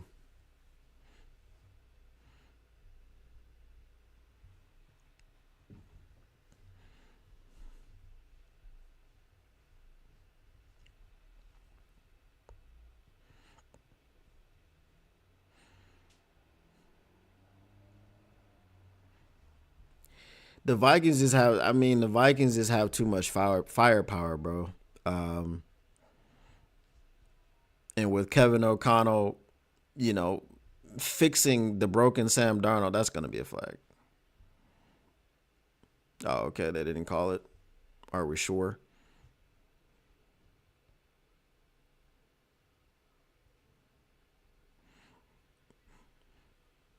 100% facts.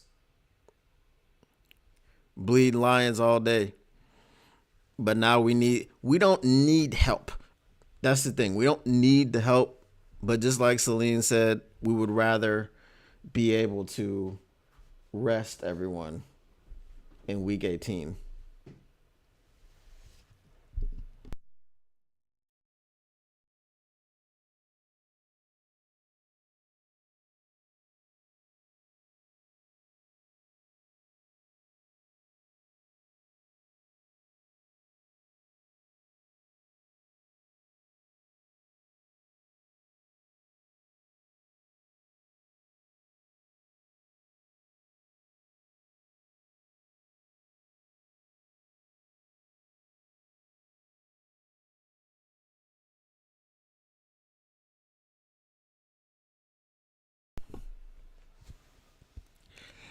All right.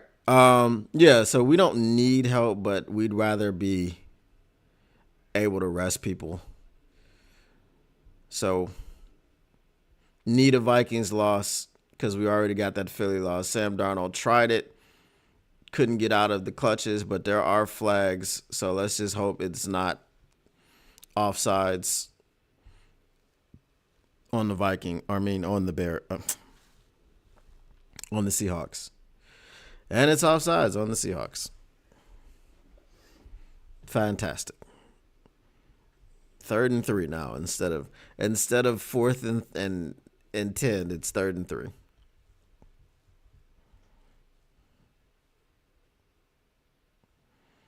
And my guy had nothing to do with the play. That's the frustrating part. He was lined up offsides. Nothing to do with the play. He was on the complete other side. Yeah.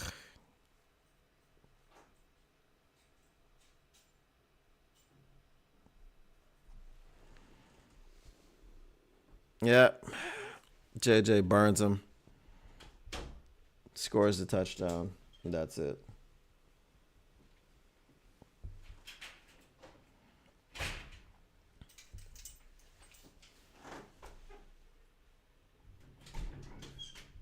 There was a flag. Let's see what the flag is for. I'm pretty sure it's not coming back. Purdy and the 49ers, I think they just, no, it's 3rd and 10. They're down 3-0. 1 minute left in the first quarter. What was the flag for? They're calling the gritty taunting. Listen. How in the hell is that taunting? It is a touchdown celebration that Justin Jefferson does all the time. I told you this officiating, this taunting is getting softer than freaking bruh.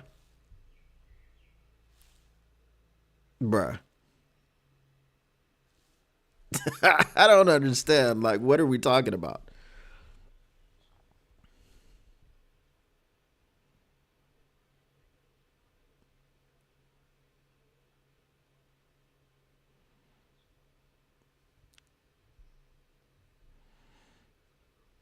And then when they go to commercial, they go to they go to 2 still shots over a Fox graphic of him doing the gritty.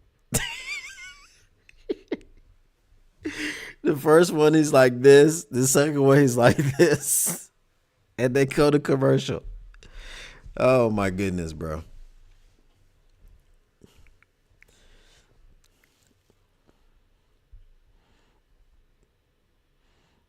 That means that when Jahmyr Gibbs did his touchdown celebration today, they could have called the taunting.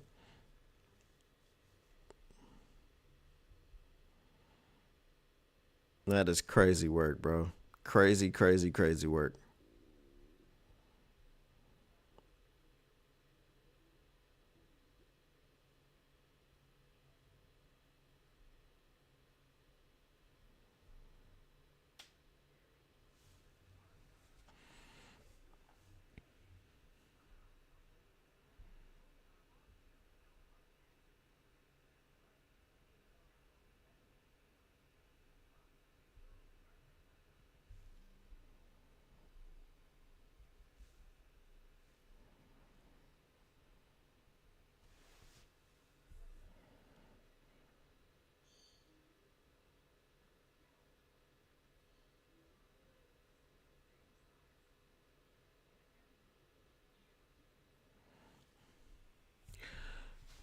Alrighty.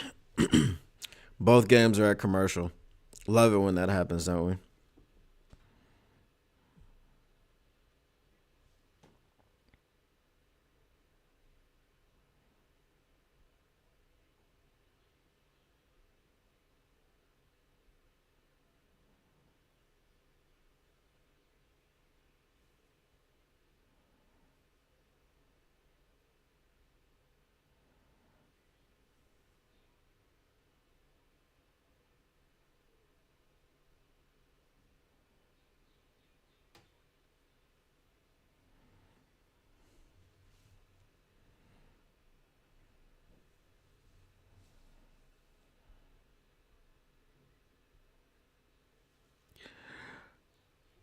All right. About to get the kickoff back to the Seahawks. Let's hope that they can do something with it, man. But then again, we did see the Washington Commanders pretty much trailing for the entire game and then coming back to win on a last second touchdown. So 14-7 Vikings.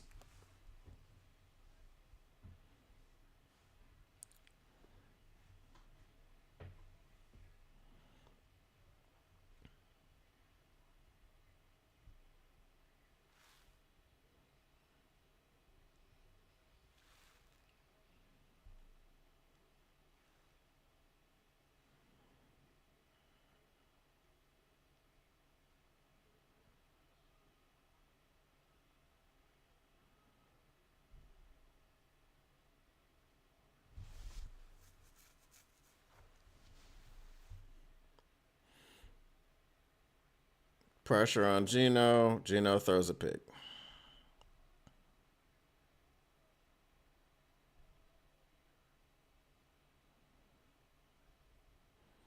And the Vikings will be going up 21-7 in a minute here. Miami just got into the end zone on a 3rd and 8. Touchdown by Deebo Samuel.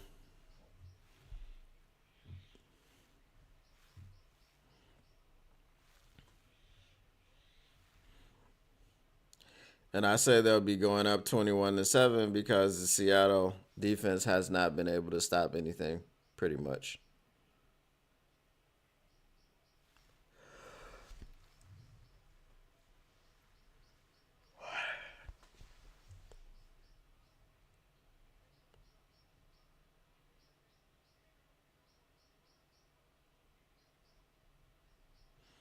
Oh, it was Dallas Turner.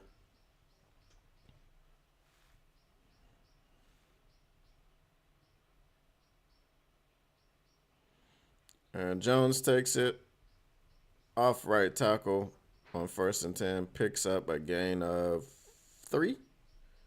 2, 3?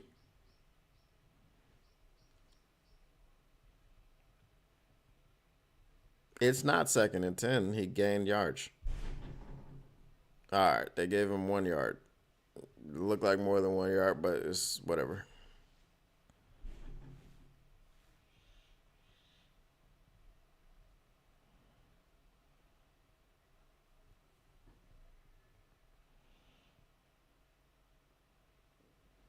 Oh, sack.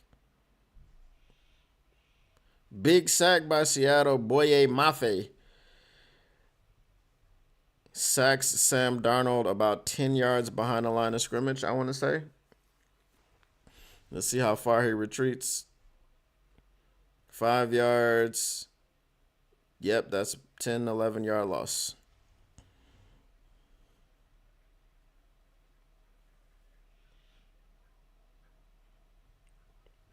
All right, Seattle's defense coming alive here. 3rd and 20. Looks like they'll be able to possibly hold them to 3 points. I mean, he was kind of taken out of field goal range there. Let's see if they can get another one. Nope. Oh, they're back in the field goal range. So we'll have a 3-point attempt on 4th and 7, 13.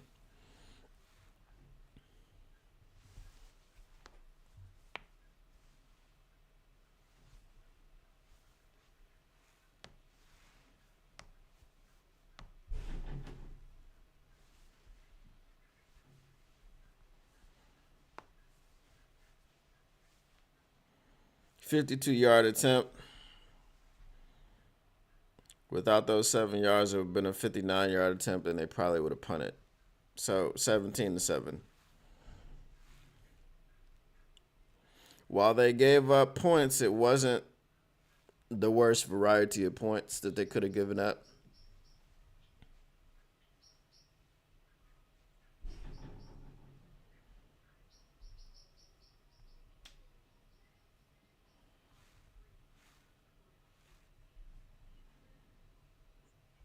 Ozempic.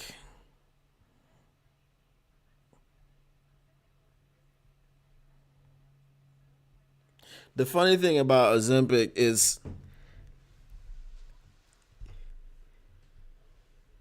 it's a diabetes medication, but it's a weight loss medication at the same time. So folks in Hollywood taking Ozempic don't have diabetes, but they're losing weight with Ozempic. It's crazy. Fatty Matty Patty probably took Ozempic because he lost a ton of weight.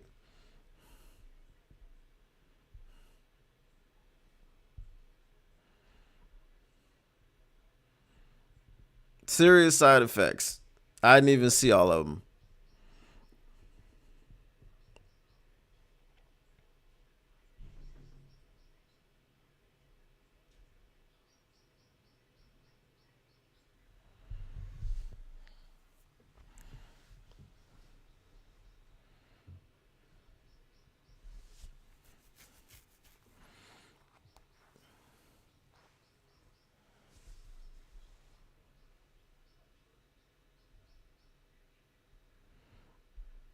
My man was writing the date on the football that Samuel he seemed like Debo Samuel this year. Debo Samuel just scored on and had to really think about what the day was. It was like a 5-second pause before he wrote the date.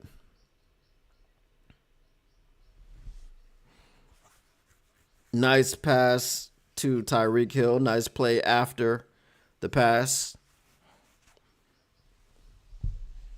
Miami is on the move, down 7-3. They just passed the 50-yard line, so they're in plus territory. Nice run by Devon Achane. He picks up a gain of 8 on the 1st and 10.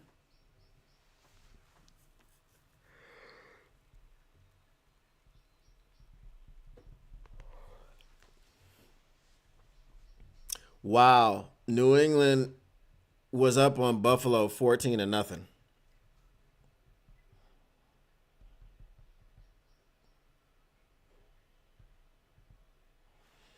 That just shows you that it was an emotional game, that they had to really get up for that Lions game, and they, maybe overextended themselves a bit.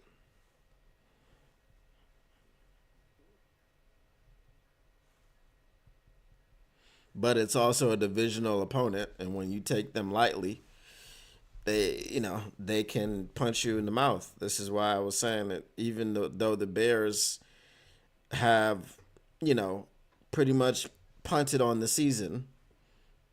You know, well, they haven't punted on the season. It's been mostly DJ Moore who's punted on the season. But even though it looks like they're, what would you call it? Very, very dysfunctional. Um, you know, if you play around with them, play with your food like we did on Thanksgiving, they can come back and bite you. Now they were just too dysfunctional to win.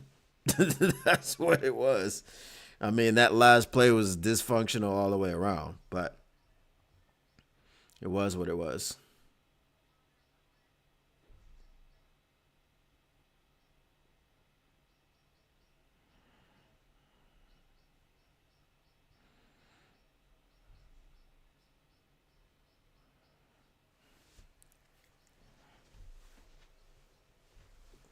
Third and 3 for the Miami Dolphins.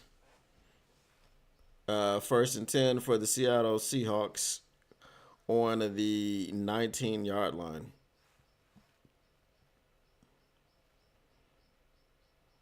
They had some sort of penalty on the kickoff. Nice grab by Washington, number 83 of the Miami Dolphins. I don't know who that is because I'm not a Dolphins fan, so he's not a household name. But that's going to extend the drive. Going to pick up first and 10 on that. Second and 9, Seattle from the 19 and a half. So he gained half a yard on that one.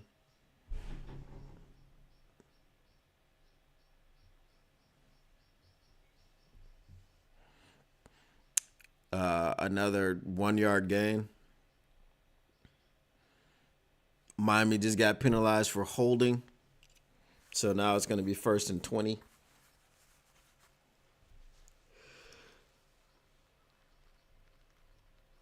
Third and 8 for the Seahawks from their own 21.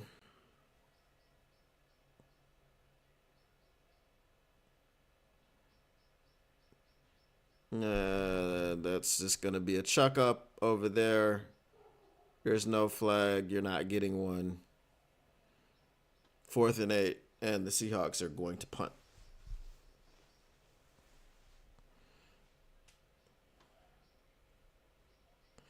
DK Metcalf was pretty far off sides on that one, so they're begging for a flag over there on the sideline, which, I mean, I understand why you would beg for one, but yeah.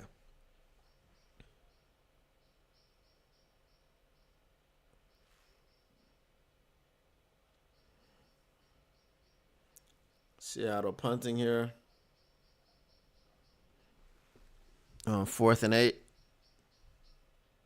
Fair catch. Back at the 27 by the Minnesota Vikings.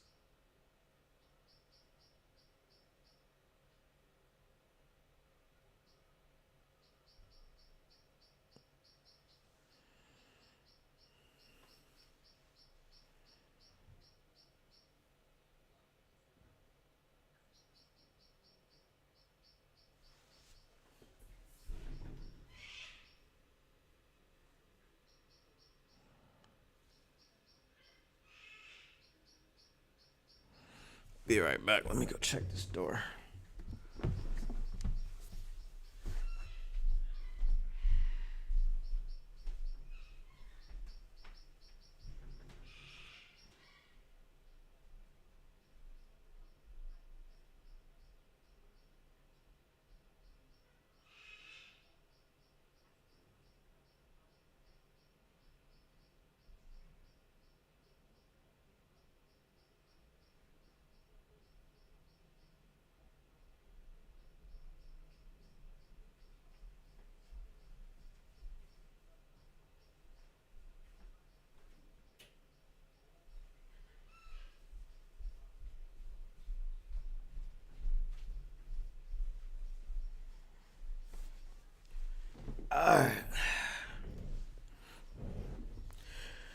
It's a great day. The Lions win. The Commanders win. And with that Commanders win, the Cowboys are eliminated.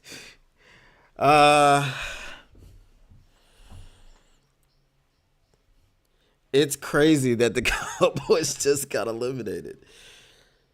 I wonder if we have these BK melts here in Australia. The crazy thing is that in Australia, Burger King is called Hungry Jack's. It's the same logo. It's the same everything. But apparently, a dude named Jack made a deal with Burger King to be able to change the name for the franchises in Australia to Hungry Jack's, but they're still under the banner of Burger King. So they same menus, same everything. So they probably do have. I don't know if they're probably called the Hungry Jack's melts, not the BK melts. But I'll have to drive down the street and check that out. Cause them melts look good. I'm not gonna lie to you.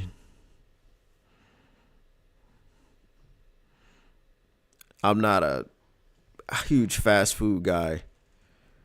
You know, I'll eat McDonald's breakfast mostly. But other than that, really, I just be waiting until I get home to eat. Not gonna lie to you.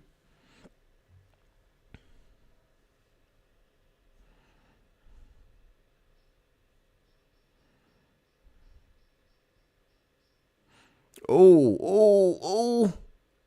That's gonna be incomplete.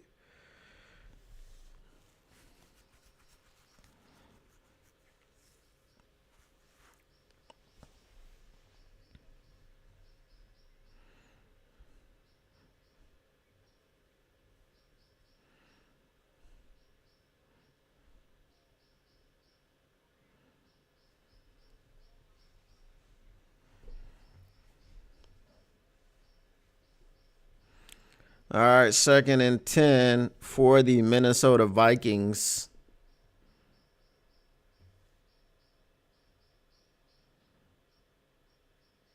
Darnold just stepped out of a sack. And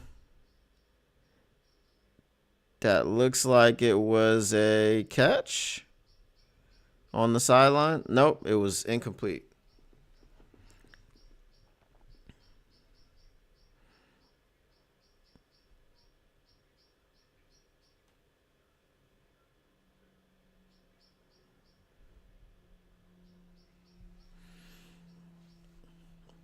All right, San Francisco has the ball again.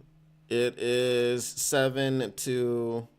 Oh, they're getting the ball again. So the Dolphins just scored. I think they kicked a field goal. Yes, they did. 7-6. That is going to be a catch, but it is going to be shy of the first down. It is 4th and, let's say, a long 3. What will the Vikings do?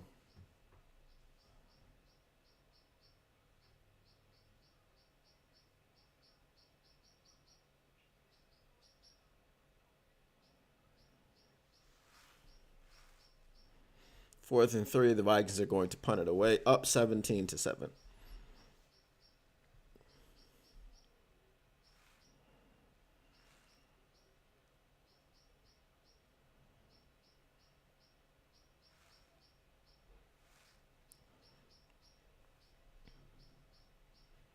He goes back to the 1-yard line, and he returns it to the 13.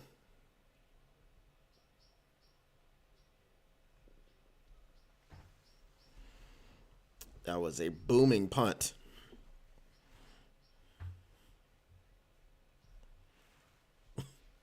Let's have the conversation about cheerleaders. Can we have it? Can we have the conversation?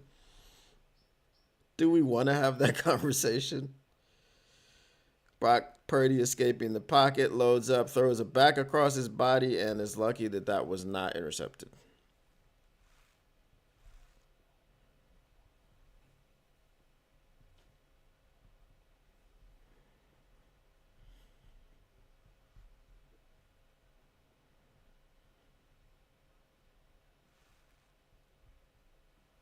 I'm just saying, when the camera comes in your face and then you start shaking your chest region, I don't know what it means, but I know what it doesn't mean. Oh, DK Metcalf with the tough grab over the middle. They are in 2-minute offense mode with 1 minute and 15 seconds left. San Francisco with a false start. So it will now be. There was a flag on that. Let's see what the flag is. 3rd and 14 for San Francisco. Wow, false start on the Seattle Seahawks, which wipes away that nice catch by DK. And it looks like the Seahawks will go in down 10 unless they get a really deep shot to DK over the top. And I'm pretty sure that the Vikings are guarding against that. Not going to allow that to happen. The Vikings aren't the Bears letting up, deep shots on to J-Mo. All right, well, they got most of it back. It's now 2nd and 3 after it being 1st and 13 or 17.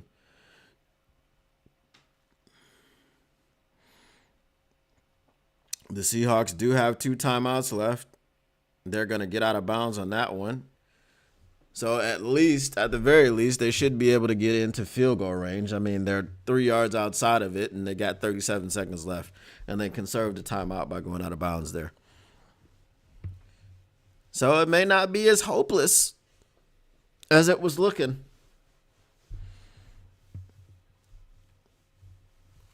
San Francisco just punted the ball back to Miami. Miami's still down 1, 7-6. They're not 3 yards outside of it. They're 5 yards, but not much of a difference.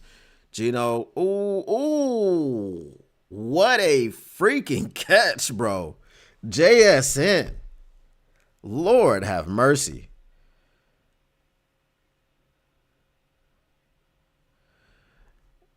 I mean, where Gino put that football is probably what we should be talking about, because that was wow.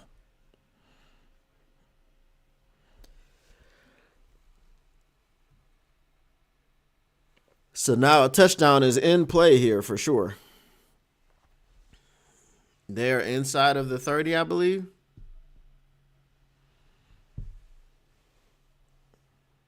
Yeah, they're almost in the red zone. They're on the 24.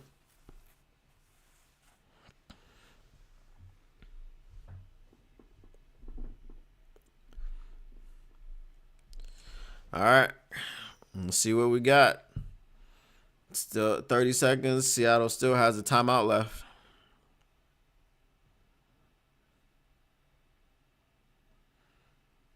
Gino climbs the pocket and throws to no one in the end zone. But will they have... What kind of flag is this going to be? This is going to be holding. Defense. Automatic first down. 24 seconds remaining. Stephon Gilmore was guilty of the hold.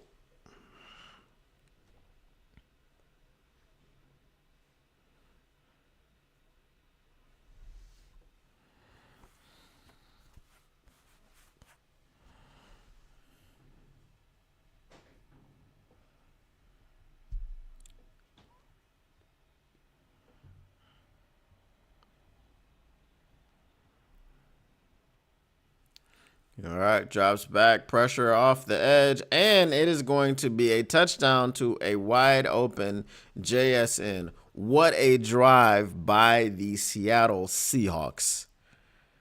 What a drive. There's 20 seconds left. It is 17-13. Let's see if they convert the extra point, which would make it 17-14 going into the half, down by 3.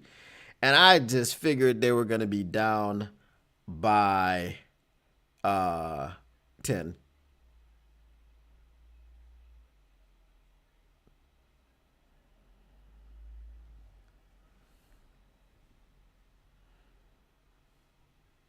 All right. And it's up. It is good. 17-14 is the score. And barring anything miraculous, that would be the score going into the half. 17-14. The Minnesota Vikings are up. I do believe the Seahawks get the ball in the second half. I believe. Yes, I believe they do.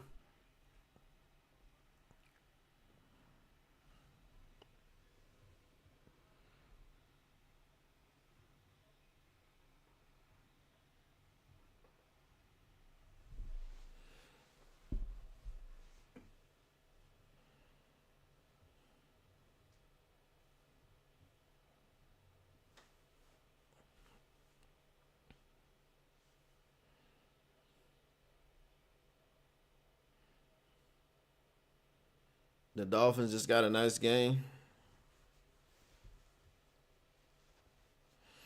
88 yards in 5 plays, 1 minute and 5 seconds.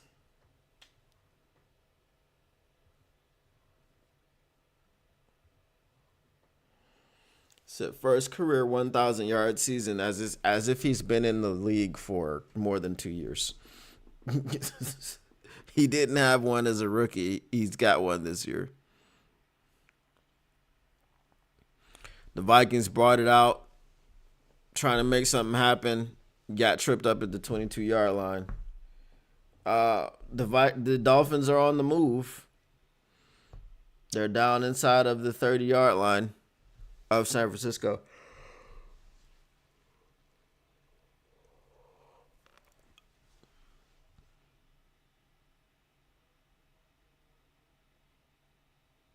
It was like a 20-yard run.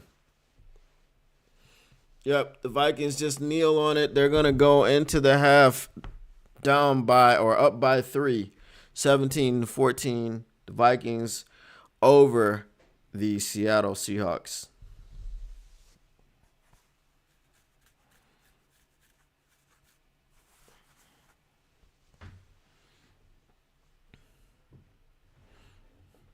All right, I'll be right back. I'm going to go grab something to munch upon. I shall return.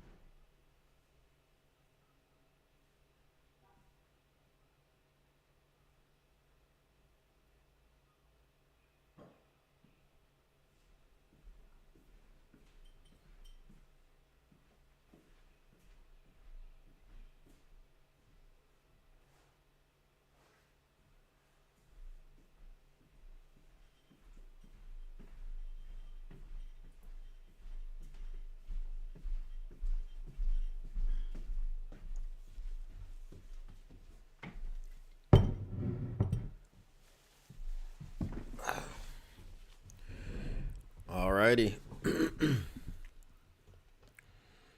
Miami is up 13-7. So Miami scored a touchdown, and it is a 2-minute warning now. And the San Francisco 49ers have the football.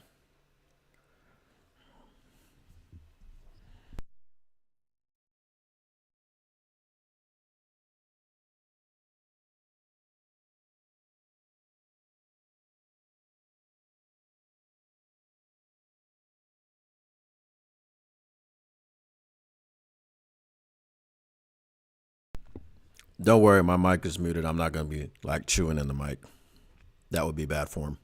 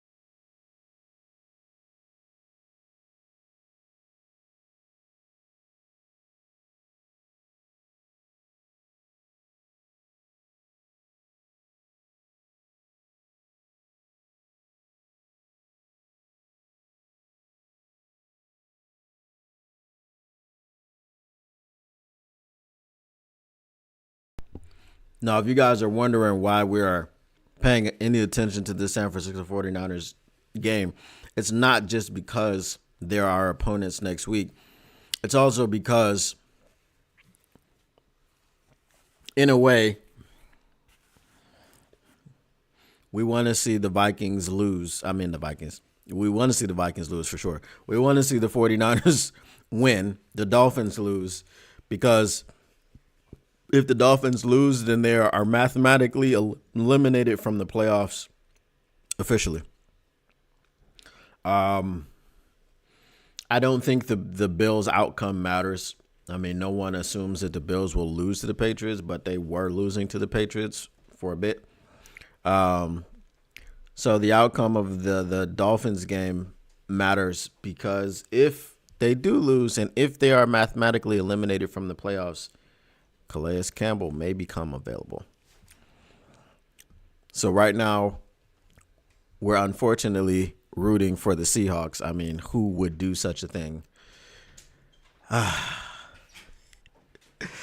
But we need them to win to beat the Vikings to give us that cushion. And then we also would like for the Miami Dolphins to drop the game and to drop Calais Campbell onto waivers where we could possibly pick him up.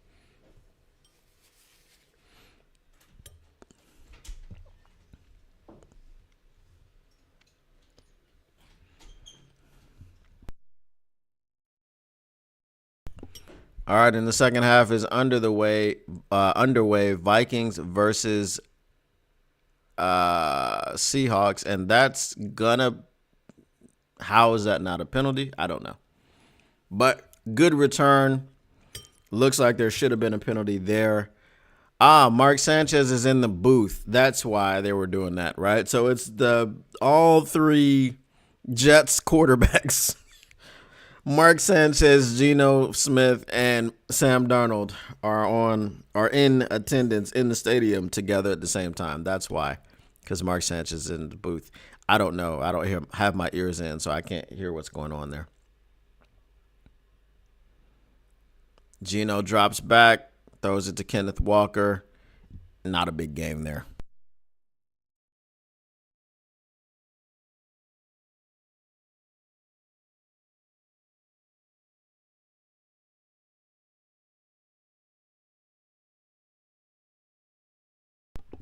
It does look like the 49ers are going to score before the half. So look for them to go up 14-13 and go in the half with at least, I don't know, maybe a 1 point lead. There's still a minute, 15 seconds left. So they might score with too much time, and then the Dolphins might get down there and do something. All right, Kenneth Walker picks up a first down on 2nd and 7 with a great second effort on the play. 1 minute left in the first half. Brock Purdy drops back, and he's going to have to throw it away before he gets sacked. All right, 3rd and goal now.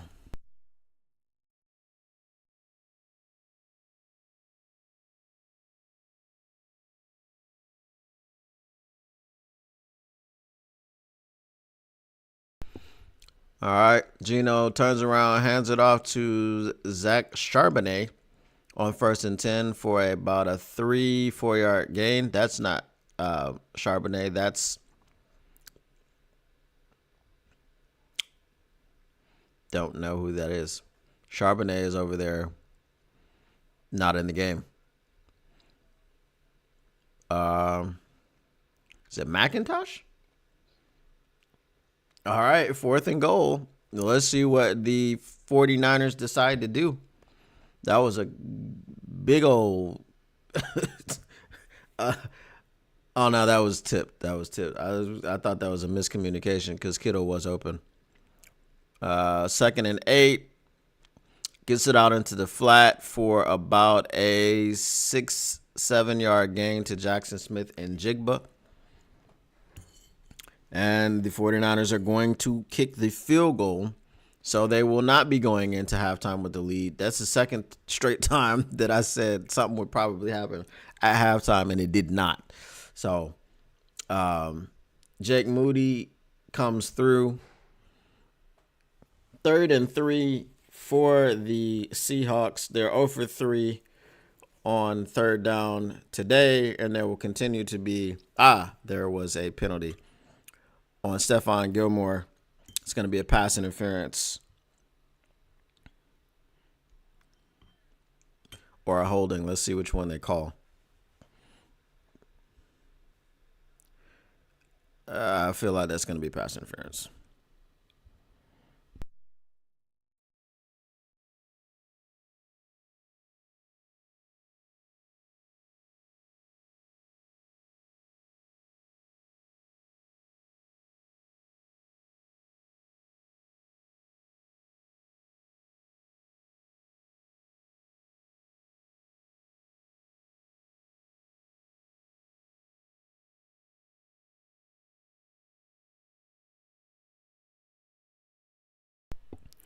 As I said, that was pass interference, but there's another flag on the next play as Kenneth Walker takes it up the middle for a couple yards, but let's see what this flag is.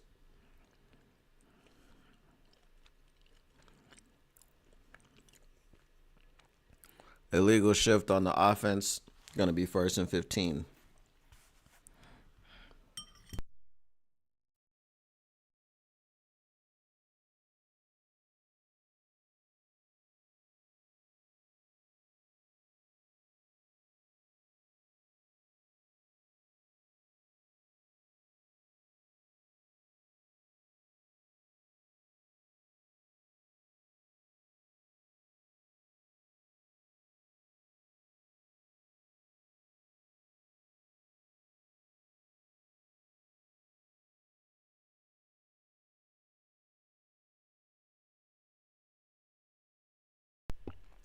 On what may have looked like a promising screen, they wound up not getting any yardage. Miami has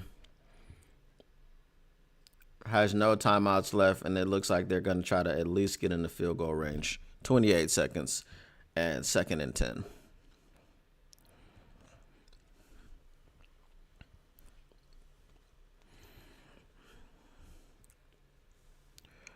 All right, Geno Smith dumps it off. He had pressure.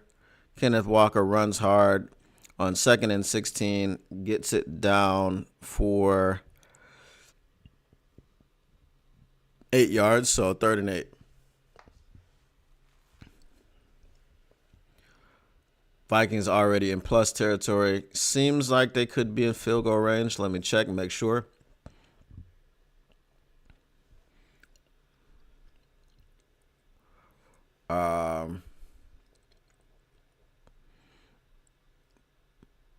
Yeah, they're on the 25-yard line, so they're in field goal range no matter what happens here unless they turn it over. And that's just, wow. They said that it's incomplete. All right, 4th and 8. It looked like an interception. I don't know what happened.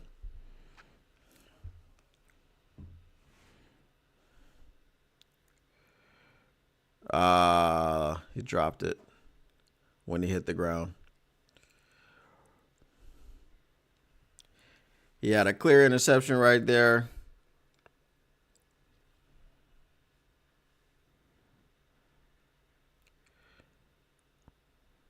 All right, 17 all tied up in Seattle.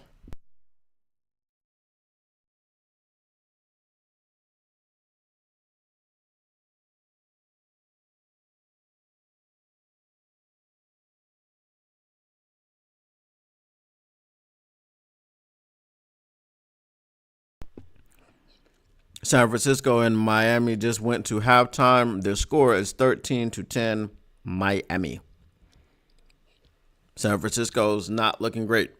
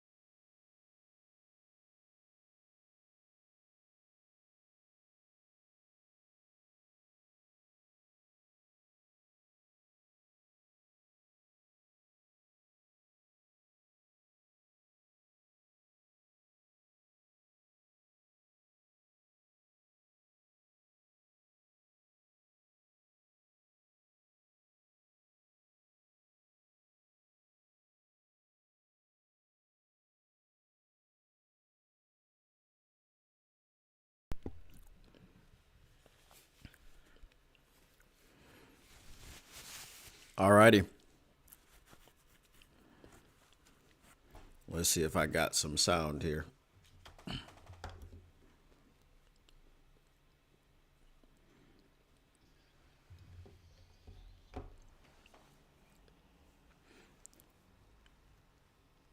Had to put the buds into the charger.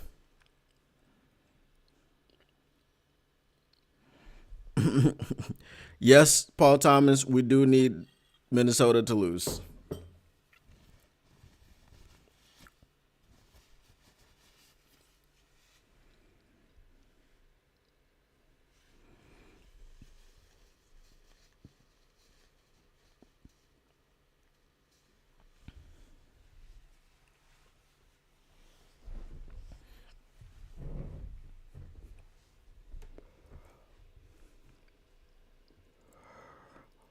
All right. So again, we just need to have the conversation about the cheerleaders, man. I'm telling you. I think it's a conversation that America and the world needs to hear.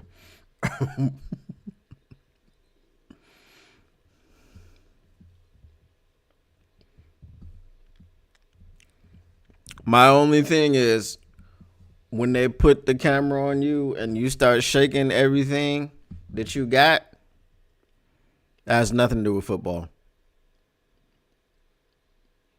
I'm just saying. It has nothing to do with football.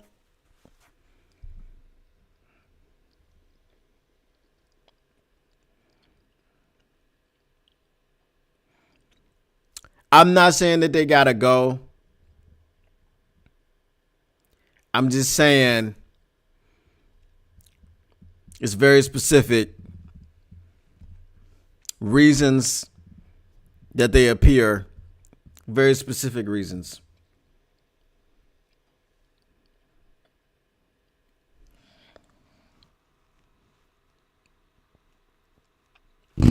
Holding on the defense. Oh, my God.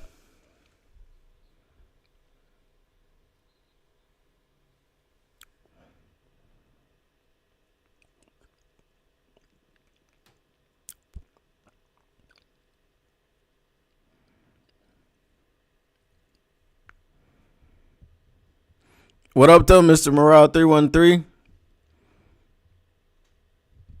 Hey, we're here to cheer for the Seahawks. So make sure you cheer with us. And we got to cheer for the 49ers just to try to get Calais Campbell released. I mean, Paul Thomas, I'm trying not to say too much. You know what I mean? I'm trying not to say too much. But like I said, the cheerleaders have nothing to do with football.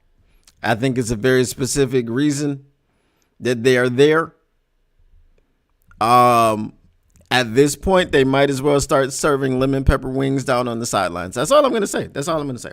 If you know, you know. Use the hashtag. Use the hashtag if you know, you know.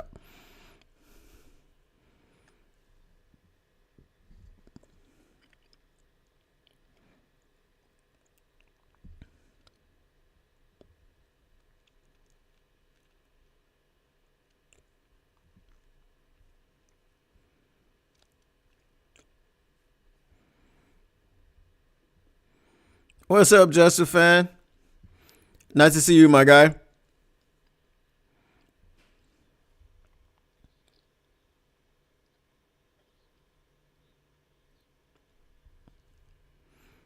I'm just going to say that was a great trick play. That fake trip. I heard people yelling fumble and all types of stuff with that one.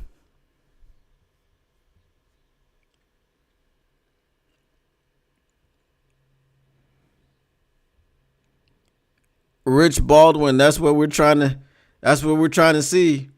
But there's lots of flags. Let's see. Somebody didn't report.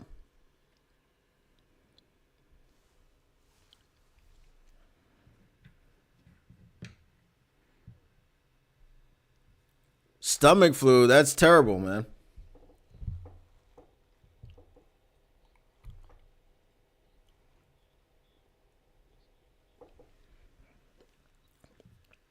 All right, let's go.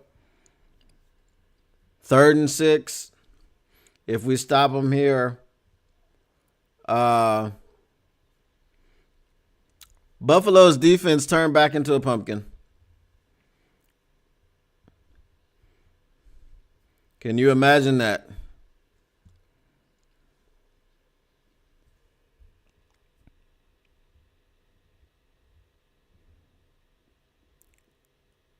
The stumble bum? I think they should have called it the stumble rooski. But boom. Stumble a rooski doo. Stumble rooski. Yeah, they, I don't. Listen, Justin Jefferson is a mutant. You know what I'm saying?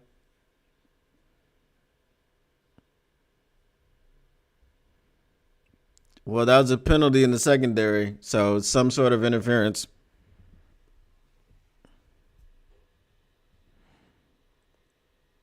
What up, Chim Rituals? Sinowaski says laughs in Andy Reid.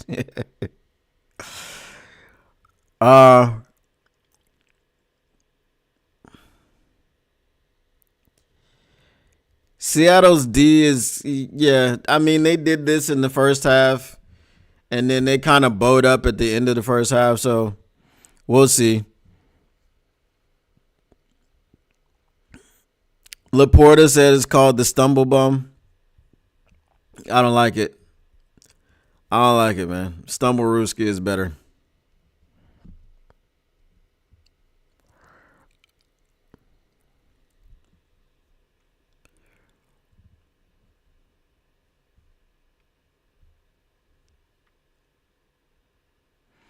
Come on. Ah!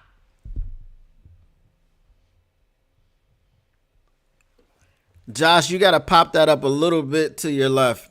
Just a little bit. Let Tariq Woolen get it. Go ahead. Boop. You got to pop it up in there a little bit. Let Reek run under it.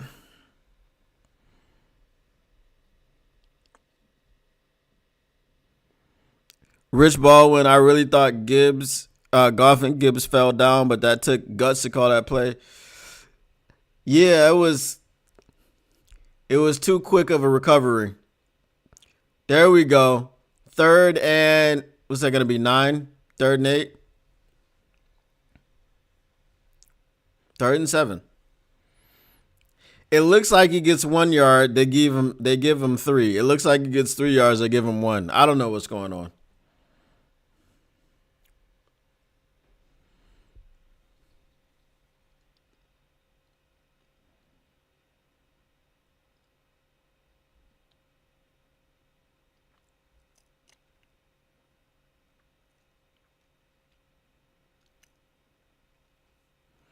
All right. That's what we need right there. That's what we need.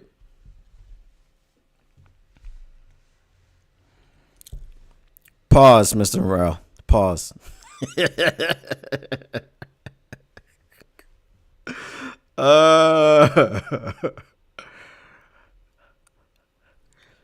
You got to say defense these days.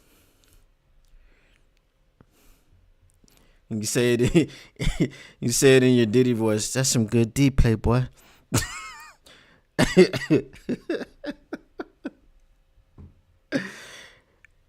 That's 100% Cambodian, y'all. If you know, you know. Hashtag. Use the hashtag if you know, you know. It's 100% Cambodian, y'all. I feel you, Mr. Brown. I feel you. But the same, I got to do it because the same way I can't have that cheerleader conversation. You know what I'm saying? Sometimes you can't say what you want to say.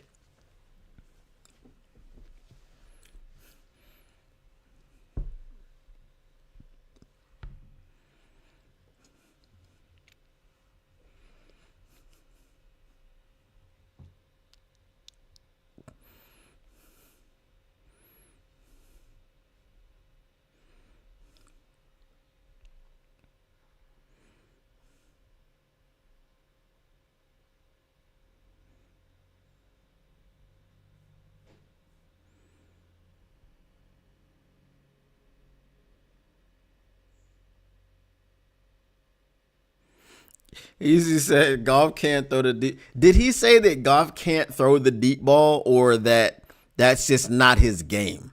I think he said that's not his game. We know he can throw it. But let's not forget that being able to throw the deep ball to J-Mo took effort in the offseason, them getting it together. You know what I'm saying?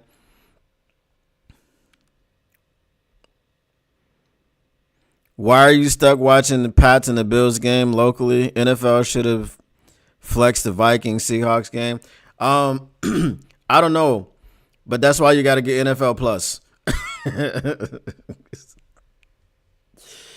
Because I got Game Pass, so I can watch all the games. That's why we're sitting up here talking about the Seahawks, Vikings, and over here we're talking about the Dolphins and the 49ers, which is about to kick off the second half, by the way. Oh, my goodness. Hey, I made it. I got a bot.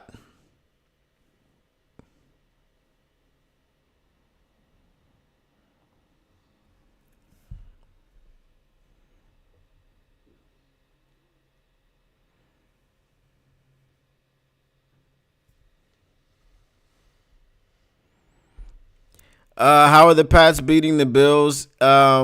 Two things. It's a divisional game, and the Bills emptied out all of the emotional bullets in the chamber last week against the Lions. It's like it's like you have a 3-week window for the Lions game, right? The week before, you got caught in a trap game because you were looking ahead to the Lions. Then you come out and you do beat the Lions, and you come out with all of that attitude, all that energy, and then you got to get up for the Patriots next week, which is like it's a letdown, right?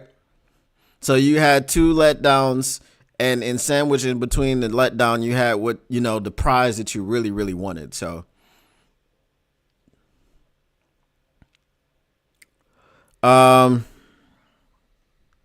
Mr. Morale, you're on red zone right now? Yeah. You said, I think J-Mo was shocked that Goff was able to throw the ball that far. I don't know that he was shocked. I'm pretty sure they've done it in practice. They were doing it in training camp, all training camp. They were throwing deep shots, so I know he knows he can throw it. It almost slipped through J-Mo's hands, so credit to J-Mo for, squeezing that thing. And that was an all-hands catch. Somebody told me he could only basket catch. Ooh, that was a nice catch, but he retreated. He retreated about 5 yards after he caught it. Just his momentum took him back.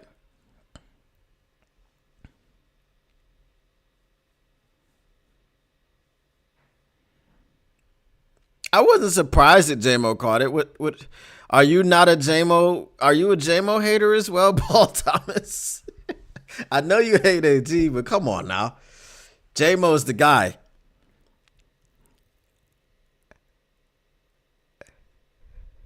Oh, okay. See, I see. All right, see. Pause. I did say he squeezed that thing. Pause. Ah! I thought he was going to come down with that one.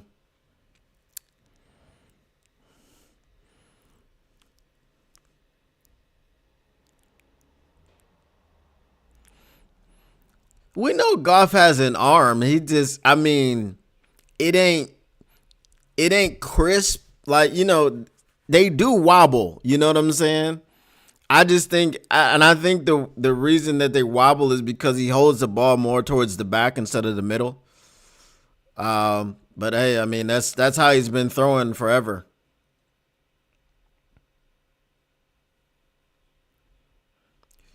All right, so the Seahawks punt it back to the Vikings inside of the 20-yard line.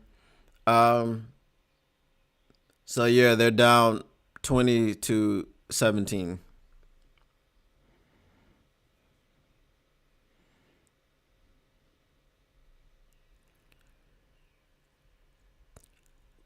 Ball knowers, no ball.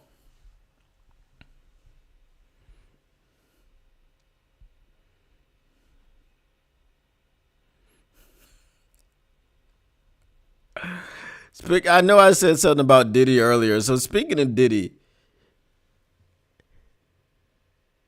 how has he made it this far? Jeffrey Epstein didn't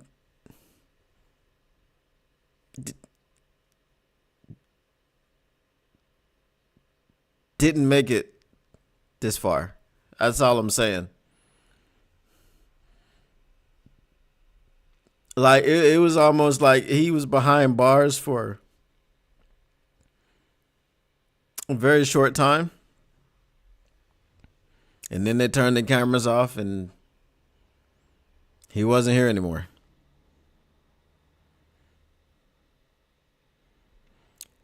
Rich Baldwin says Goff doesn't have the zip on the football that Stafford has.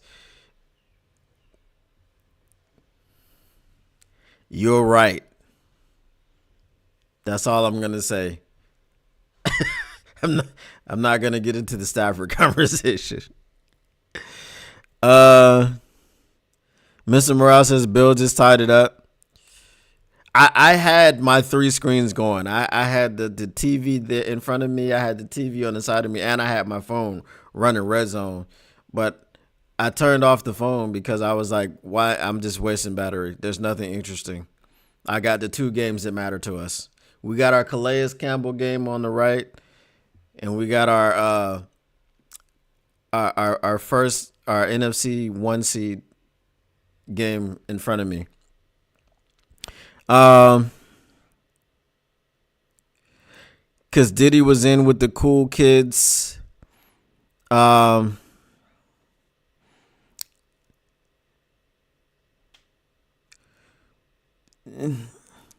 Epstein pissed off the Clintons. I know, but I mean Epstein was the same kind of guy that Diddy is. He had the same kind of information about the same kind of people. That's all I'm saying. Cool or not cool, I mean they had a run blitz, they had the penetration there, but didn't get through. Pause.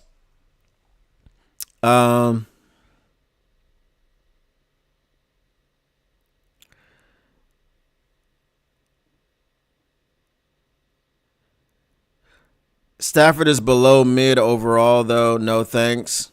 Goff just wins. Stafford got his ring. That's true.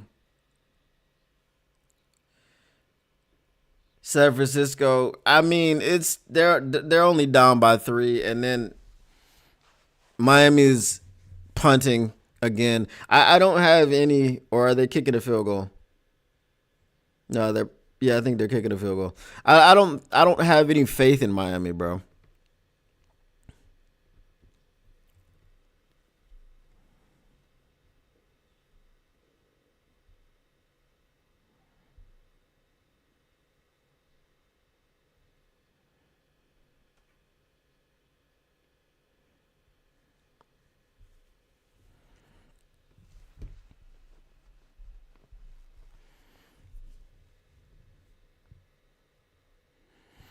No, Rich Baldwin, that's why we need them to lose this game, because if they lose this game, they'll be mathematically eliminated from the playoffs. So once they're officially eliminated, then we can hope for them to release Calais.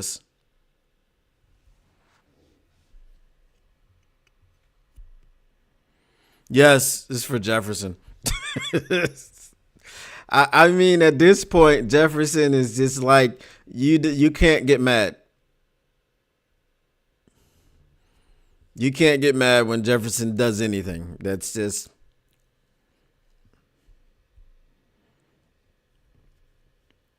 He's a very large beast. Pause. I don't have faith in... I guess they're 2 bad teams. I mean, yeah. I don't have a faith in either one of them, but we need San Francisco to eke this out. I mean, I didn't have any faith in Washington, and they pulled through. At least the thing I could hang my hat on with Washington, that's going to be a flag. Oh, okay, no flag. All right. The thing that I could hang my hat on with the Commanders was, 1, they were at home, and 2, it was a divisional game. And 3, Jalen Hurts went out. So, I mean, if that wasn't going to be a game that Washington won, they didn't deserve to be in the playoffs.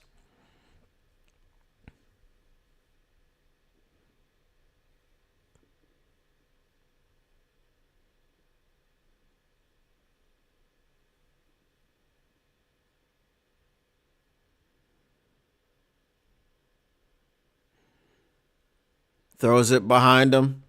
Let's go. Let's go. Said Johnny threw the pick to lose the Super Bowl, but it was dropped. I thought that was the NFC Championship game when he threw it to Jaquiski Tart, who has not been employed by a football team since then.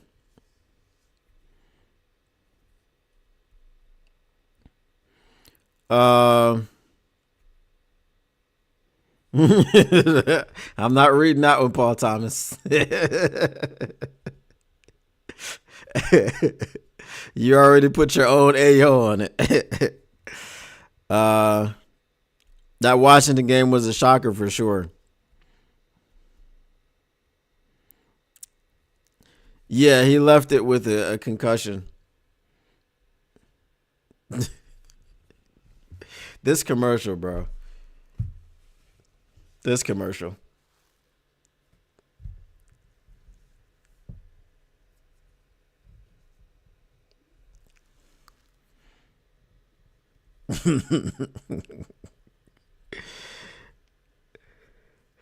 I mean, we talked about these drug commercials earlier about this, the side effects that they have they're just crazy. If you're taking Kisqali and you black out and can't remember the last 3 weeks, please call a doctor immediately. Oh my God.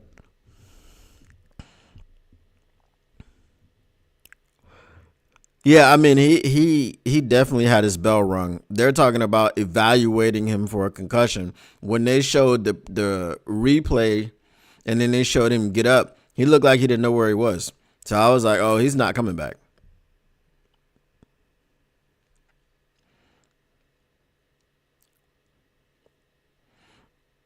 Yeah, small things like death, paralysis.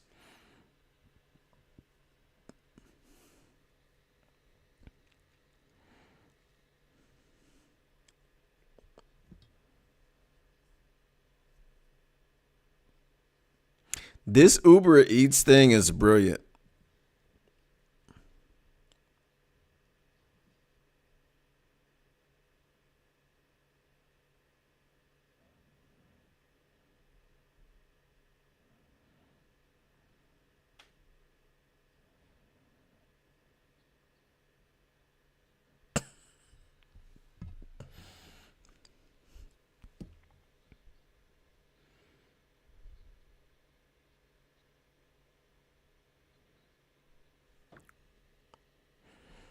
Cherry's eating rice.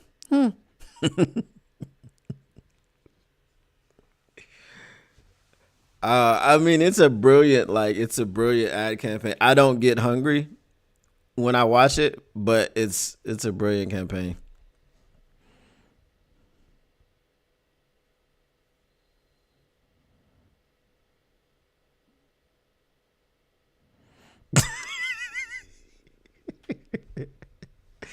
Uh,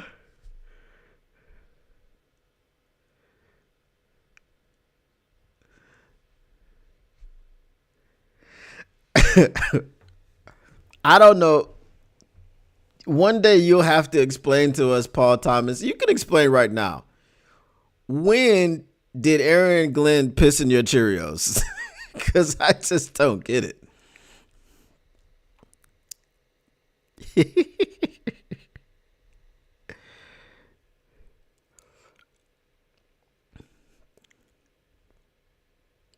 A lot of times those medications do more harm than good. And I mean, you're looking at, here's the thing. They talk about big pharma and all this other stuff. Why do they have such vigorous and aggressive ad campaigns? You know what I'm saying?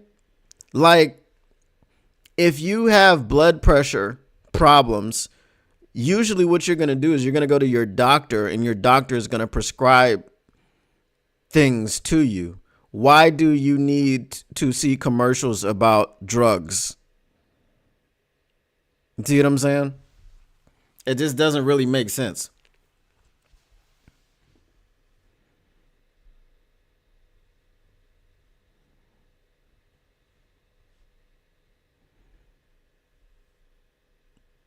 Yeah.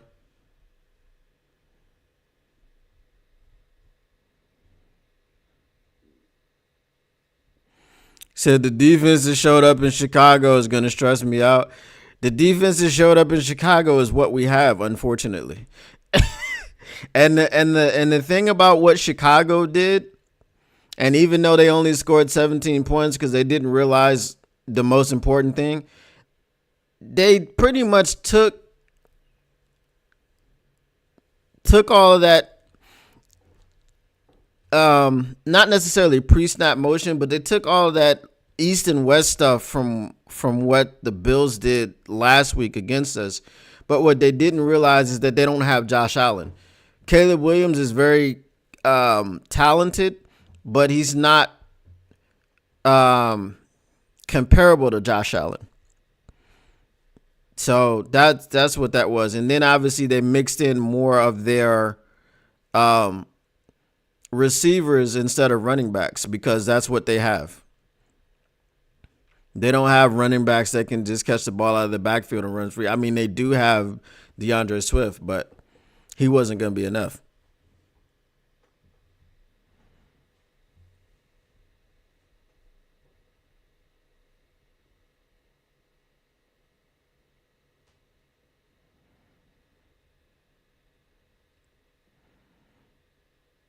Who's DP?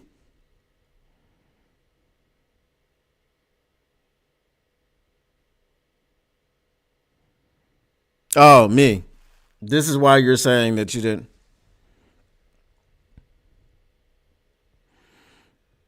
But they do run zone. It's not just man. It's hard to play defense in the NFL, dude. That's the thing that I'm saying. Y'all are looking like, oh, why don't you do this? Look at the touchdown that Ezekiel Turner gave up. That was all Ezekiel Turner because he couldn't recognize what was happening. He has an assignment. The tight end is your assignment. Za'Darius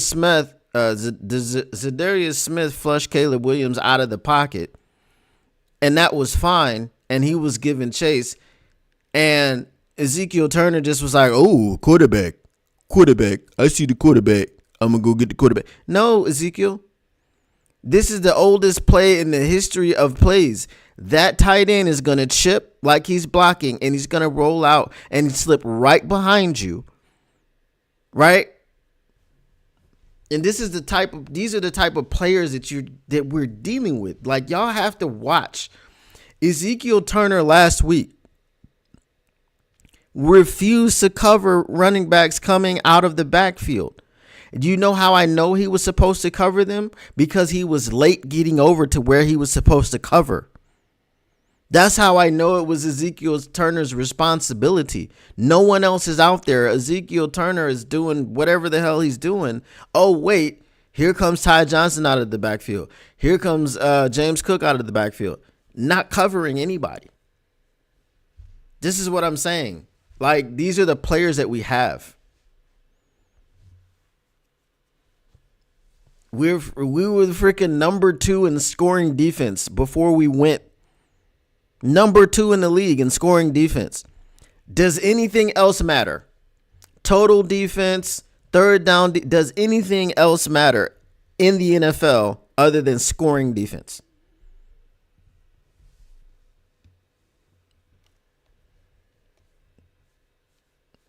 Nope.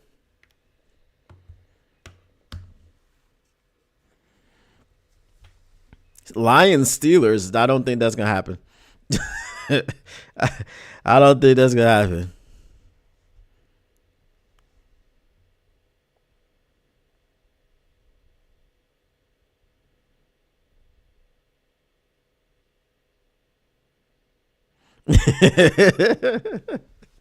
Mr. Morale, this is 10 years from now, are your eyes bleeding, fingernails falling off? You may be entitled to compensation. Oh, Gino, bro. Who were you throwing that football to?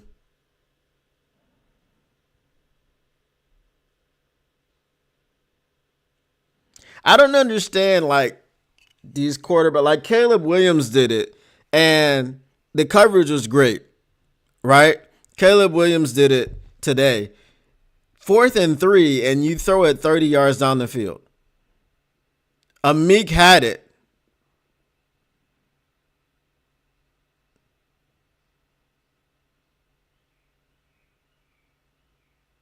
All right, they gave him the first down. Woo!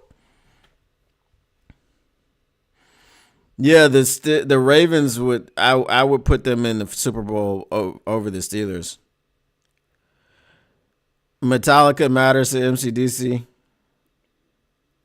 What do you mean? CK, this is just a bit now. This is just a bit.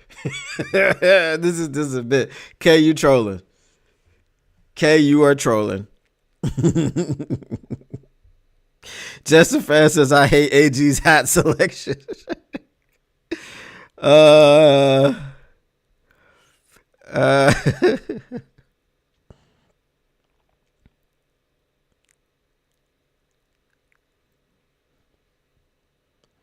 Seattle has a shot to win this game.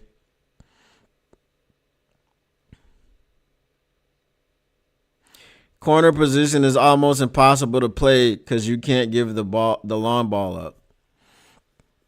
I mean, I played the cornerback position at a very high level. I gave up very few receptions. In man coverage, I don't remember giving up any, and no touchdowns. However, that was high school.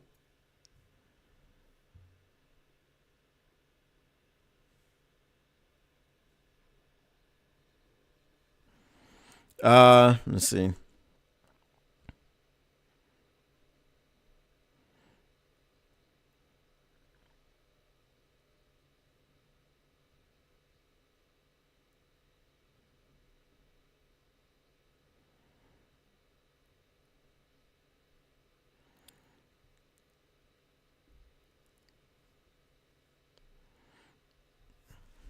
Well, Mr. Morale, Seattle has to win. I don't know what Gino is doing, bro. Bundele Save. Bundele Save. I don't like seeing that commercial. Because that's when both of his legs worked. And he was light on his feet and he was doing ballet.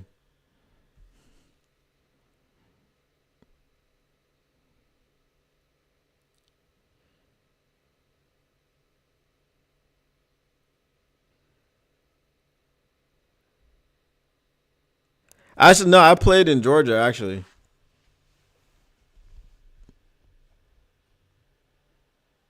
Oh, we're calling timeouts. Come on, man.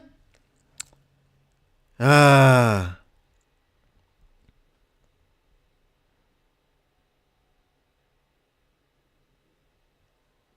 That commercial curse touch.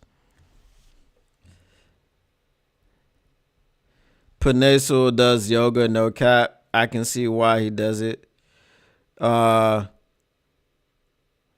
Drake just turned it up. Drake May. I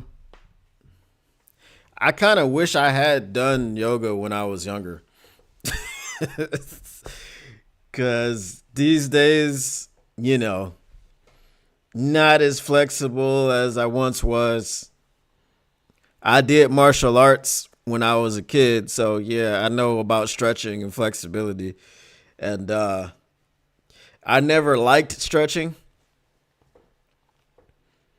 But sometimes you get up now and it's just like, you call a timeout and then you...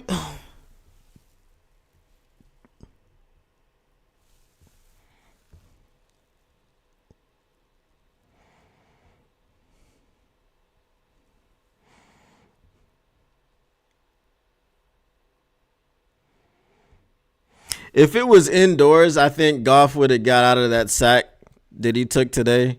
I just felt like he stumbled and, feet maybe a little bit heavy because it was cold out there.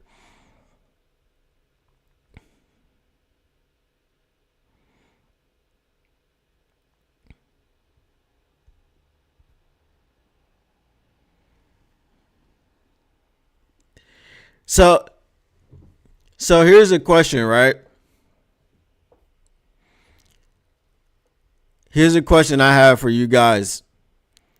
Do you think that Brian Flores would be able to come to Detroit right now with the pieces that we have on defense and run the defense that he's running right now in Minnesota?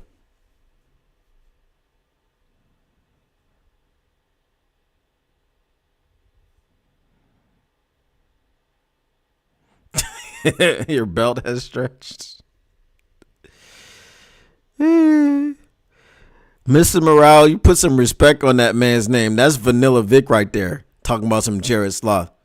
Vanilla Vic. Act like you know.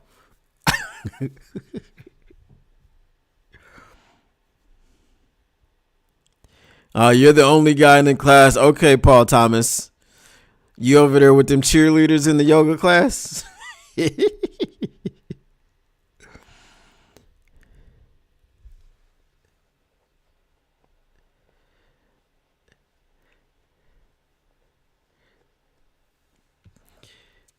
I hope the rumors about Busta Rhymes aren't true because he used to be like my favorite in high school. They say he's a super zest monster. Flores would adjust better than AG does, in my opinion, from zone to man and vice versa. We don't know that because we haven't seen Flores like. What the pieces that he just got this year to be able to run the defense, he's had them pretty much for the entire year. They have not had the catastrophic injuries that we've had in Detroit. They just haven't. But my question is, if he had these pieces right here, right now, would he be able to run the type of defense that he runs? And the only reason that he looks good with the type of defense that he runs is because he has those pieces. He has the pieces to be able to run an all-out pressure defense. If he didn't have those pieces, he wouldn't be able to do it. Blake Cashman has missed some time.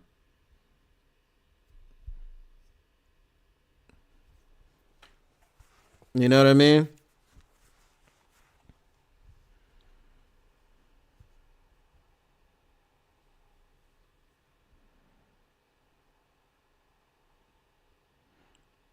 Great tackle.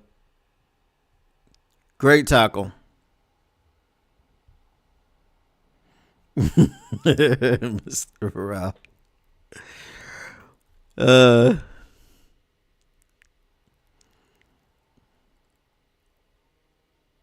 Never.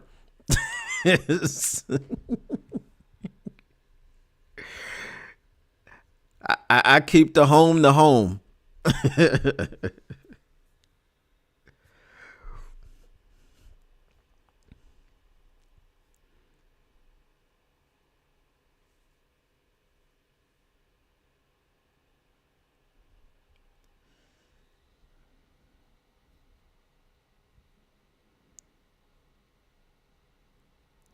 Yeah, but was that this morning?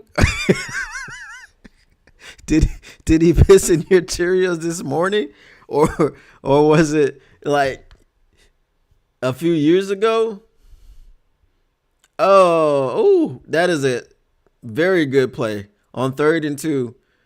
Breaks up the pass in the end zone because Tyreek definitely had it in his hands. San Francisco is still down 10-16, or 16-10, I should say.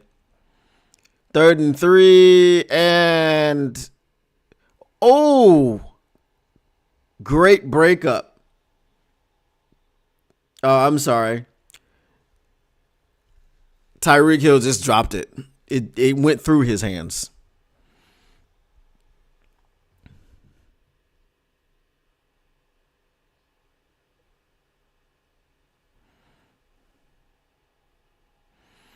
I mean, he had him. He threw a little bit behind.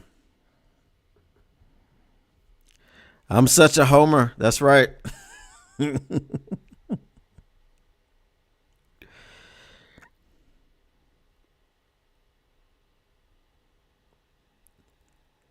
It's how you adjust to your person.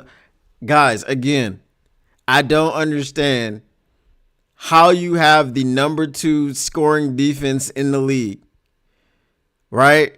And the number one is was ahead of you by 2.1 points per game. 2.1 points. They gave up 2.1 points less than you per game.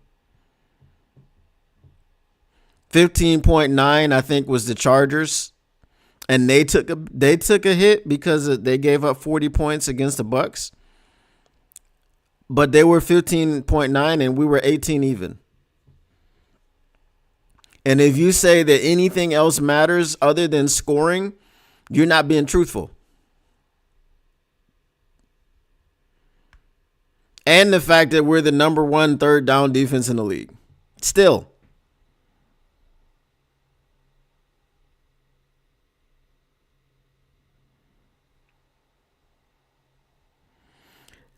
Mr. Morale says Mr. Morale 313 says Flores wouldn't make the Lions defense any better. Thank you.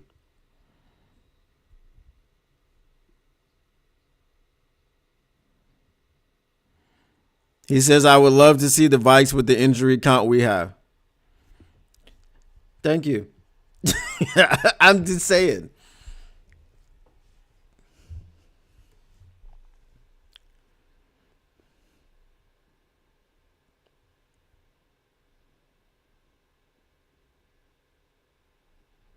There we go, baby.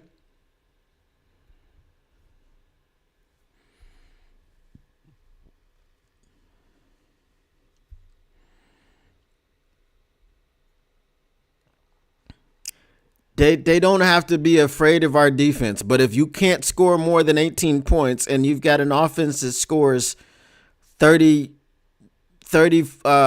points per game, what does that mean? It means wins. We're 13-2. It's meant wins every time we've gone out to play except for twice. We've gone out to play 15 times. The only reason anybody has any cause for pause about the Detroit Lions winning the Super Bowl is the injuries on defense. That's it. That's it.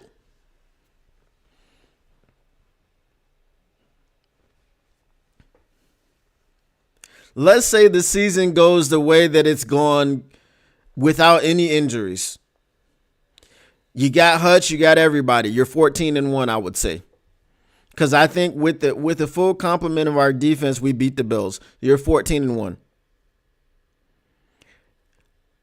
We've got a 1 game difference than what we probably would be because we saw ourselves lose. We saw ourselves lose to the Bucks with a healthy defense. So you've got a one game difference.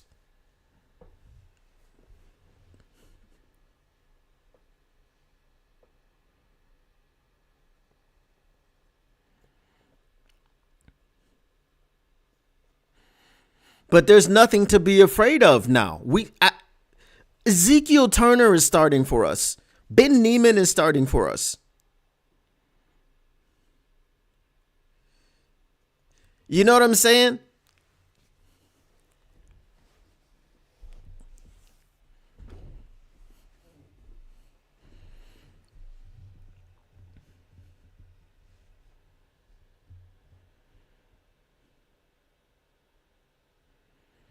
I mean, we have one starting linebacker that we started the year with. We have one starting lineman that we started the year with. 2 starters from the front 7 are here.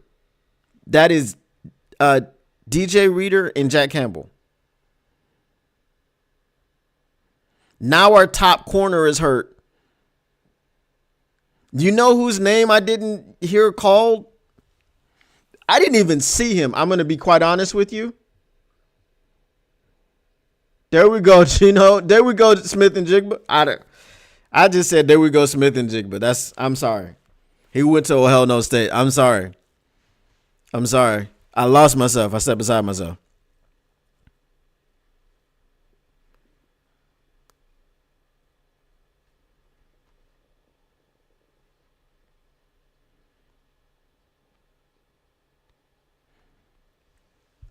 Thank you, Mr. Morale, 3-on-3.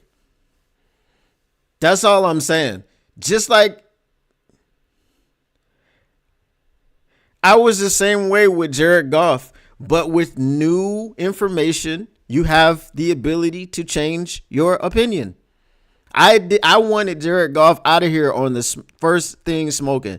Now I am a Goff guy. There are a few other quarterbacks that you would take over Goff just because of maybe their ability to work outside of the offense. But working inside of this offense, who are you going to take over Goff? Like, how many quarterbacks are you taking working inside of the offense?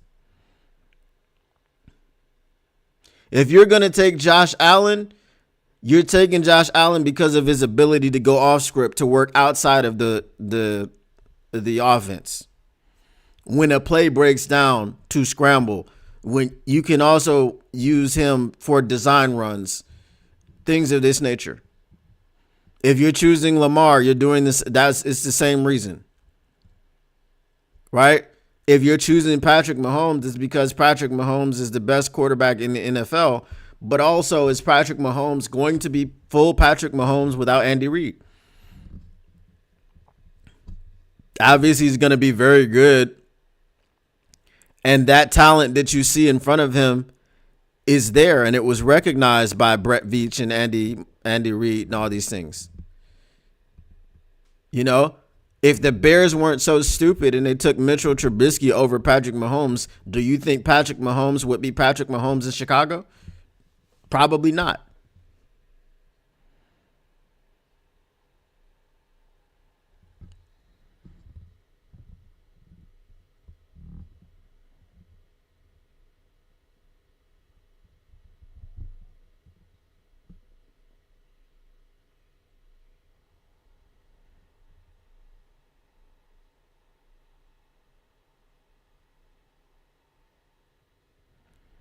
So 3 tops, right? And those were the 3 that I just named.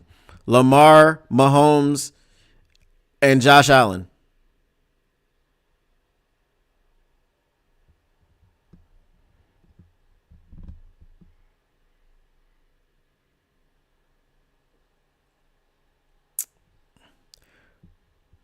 Bro, they're going to stack the line. Please score a touchdown. Please score a touchdown. I don't want to see this tied up. We're getting late in the game now. It's 5 minutes left.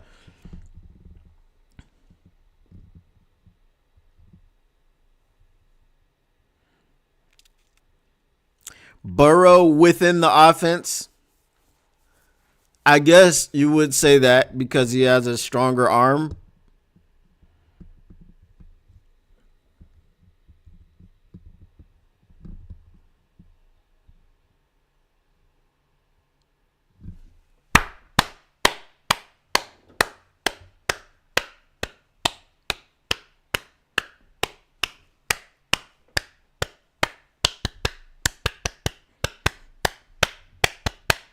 Should I put the big play buffs on? No. That's only for the Lions.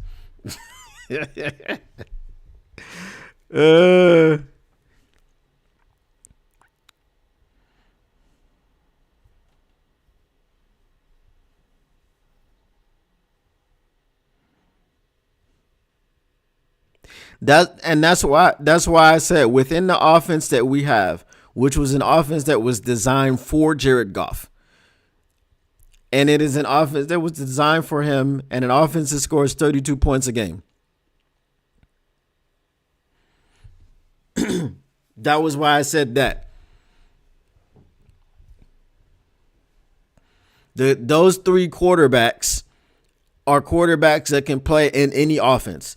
If you took Jared Goff and you put him in Josh Allen's offense, it wouldn't look the same. If you put him in Lamar Jackson's offense, it wouldn't look the same.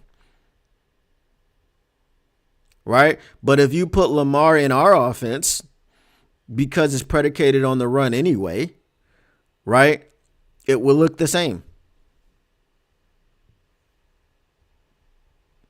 For Lamar, maybe it would look better.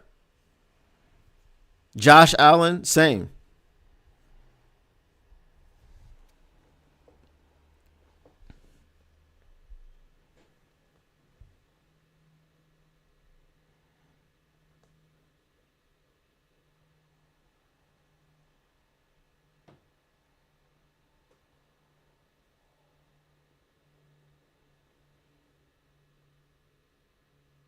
Lamar Jackson in Cincinnati's system would not be in your top 3.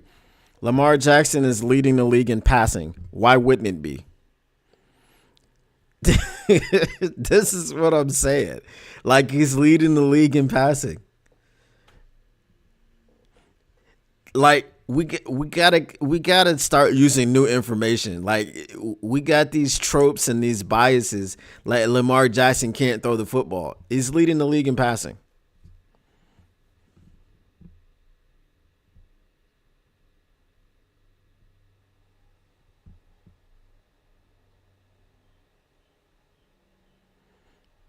Exactly, Mr. Morales. Same thing. I've grown to respect JG because of the new information. See, you're like me. You take new information and you change your opinion. I used to say that Goff could be my first string bench quarterback. He's a nice guy, but he can't be my starting quarterback. He don't have to go home. He don't got to get the hell out of here. But we need a starter, and he needs to be starting second string on the bench. I used to say all those things about JG. I don't say any of that crap anymore. Like I said, now it's to like, okay, who are you gonna take over Jared Goff? And then it's a very short list. His first year when he got here and he was running around throwing the ball out of bounds on fourth down and taking sacks on fourth down, wouldn't throw the football away, looking frazzled. That's not the guy that's here right now.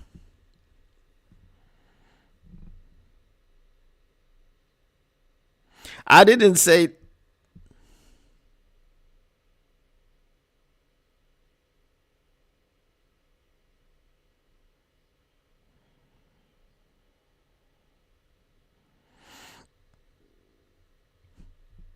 Okay. But Burrow won a Heisman, right? And so did Lamar.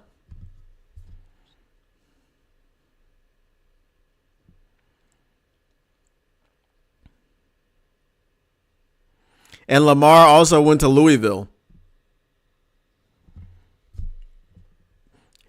Lamar didn't have Jamar Chase and Justin Jefferson either in college.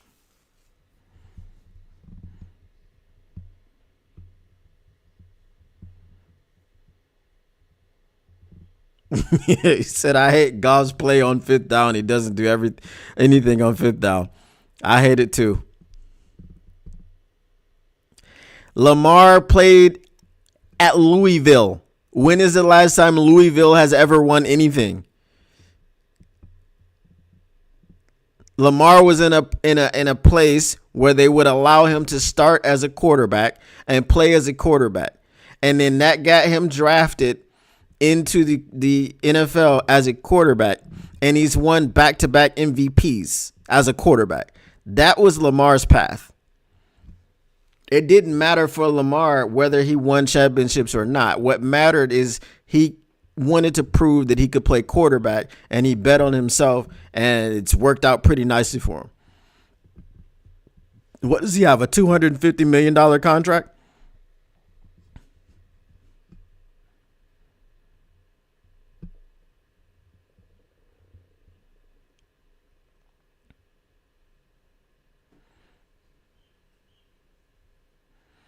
And now you have Lamar in a situation where he's more expected to win a championship than Joe Burrow.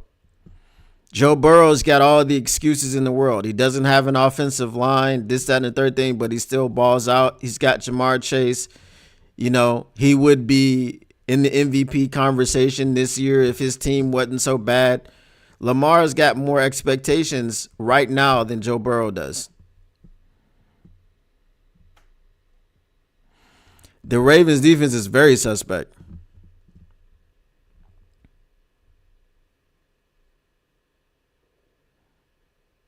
Throw that pick. Ah!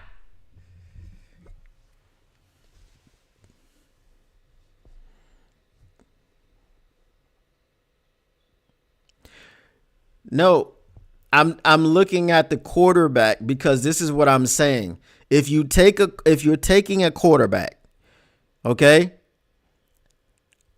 If you're taking a quarterback and putting him in a system, and I said, yes, because of the arm talent, you could say that you would put Burrow in this offense over Jared Goff.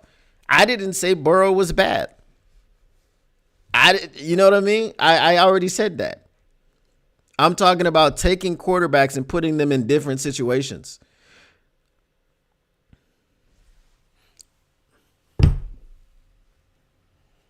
They sacked him too hard.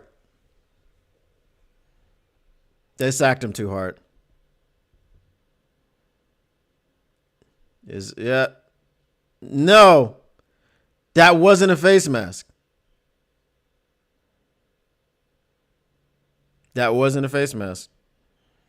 He touched it, but he dragged him down by the inside of his collar. That's ridiculous. You would take Burrow over Lamar? Again, Burrow doesn't beat Lamar. That's also a thing that we need to understand. Burrow doesn't beat Lamar.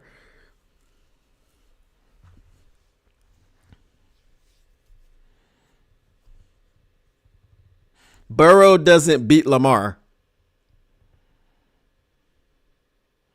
Burrow doesn't beat Lamar. How many Super Bowls have either one of them won? Because it doesn't matter. We're talking about the NFL. What you did in college and high school doesn't matter.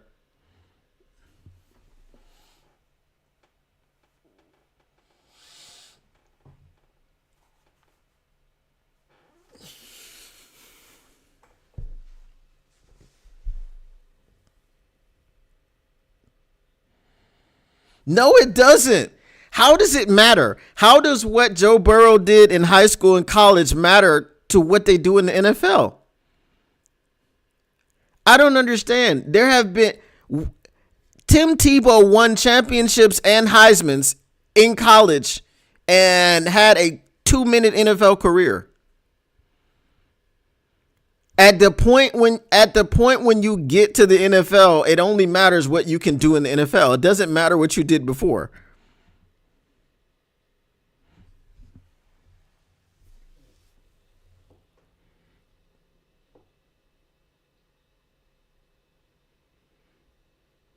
Michigan won the Natty last year, and look what they did this year. I don't understand how a national championship in college matters about how I look at you in the NFL. It's a different game in college than it is in the NFL. I'm not telling you that Burrow is a bad quarterback.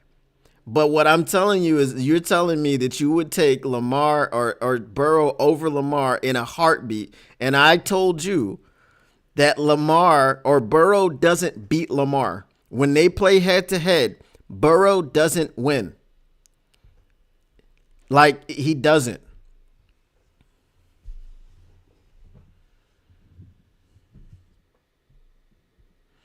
What do you mean winning mentality? There's only one champion in any league in any year. Winning mentality doesn't. There's a lot of people, a lot of quarterbacks out there that have a winning mentality.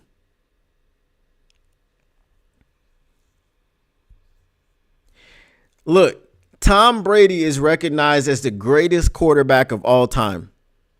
He has a half a championship in college, but he went on to win 7 in the NFL.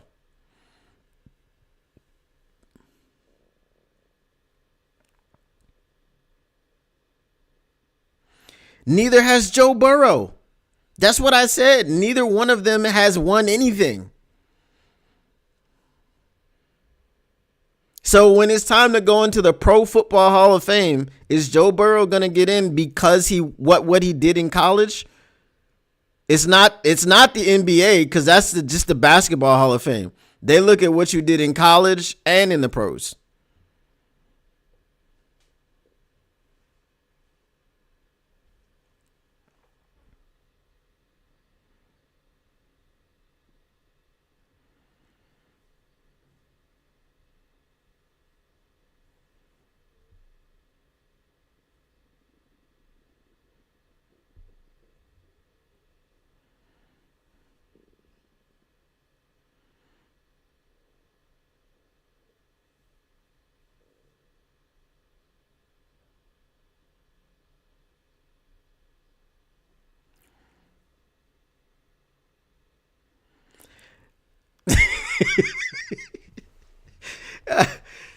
Somebody help me out in this conversation, man, because we're talking about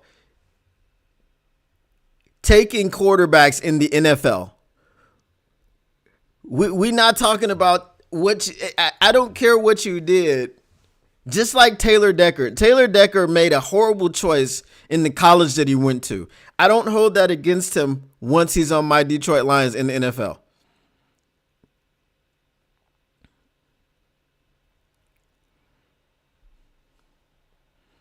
J-Mo is one of my favorite players in the NFL. He also made that horrible decision. Now, he redeemed himself because he transferred to Alabama.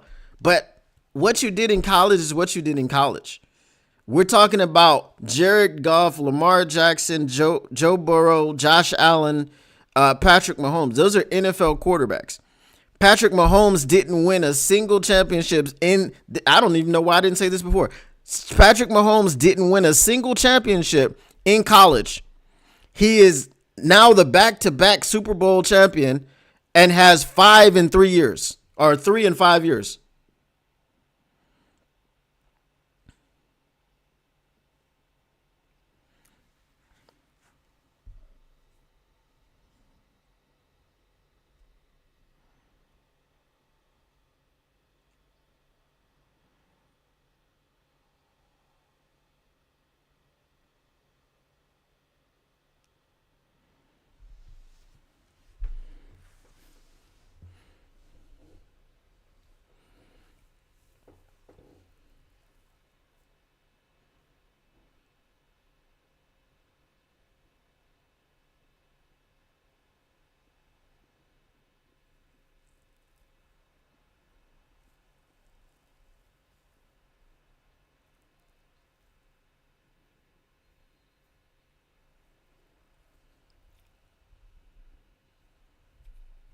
A 60-yard field goal.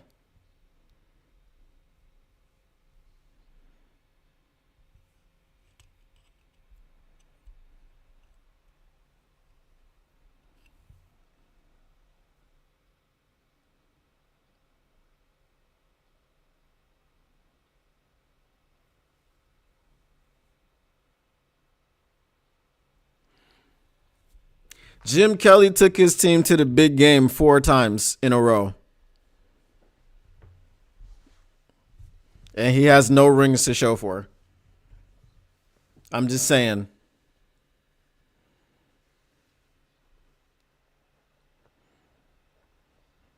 But the point about Jim Kelly, right, is that it doesn't matter until you do it.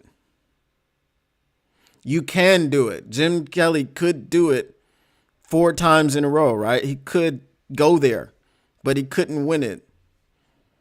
So Jim Kelly will never be recognized as a Super Bowl winner. Jared Goff also took his team to the Super Bowl, and he doesn't get credit for that. And everybody wants to say, oh, it was the run game and all this stuff, despite, like, they did it in spite of Jared Goff. Where is Miami going with Tua? They got a nice running game. Can the running game take the Dolphins to the Super Bowl? Nope.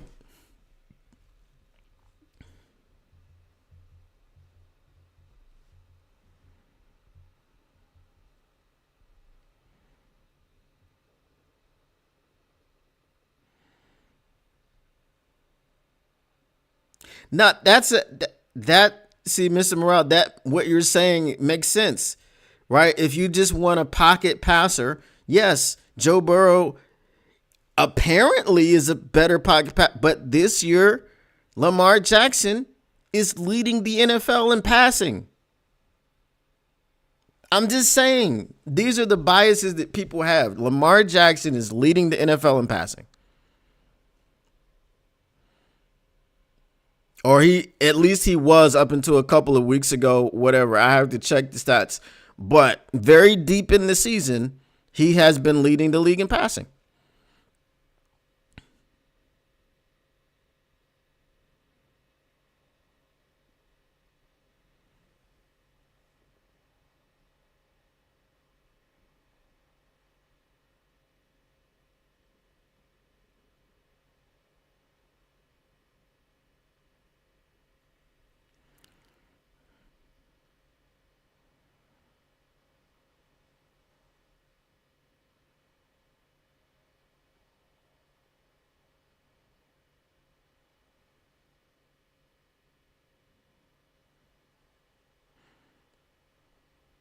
Everything you had, then why was it short?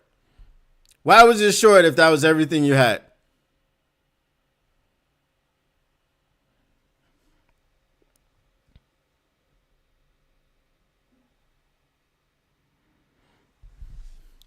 Well, now we have to now we have to freaking root for the Packers next week. Ah!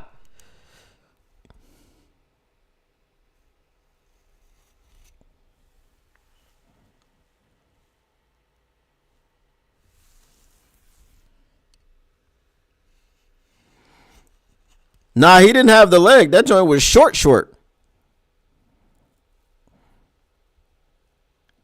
That was about 3 to 5 yards short.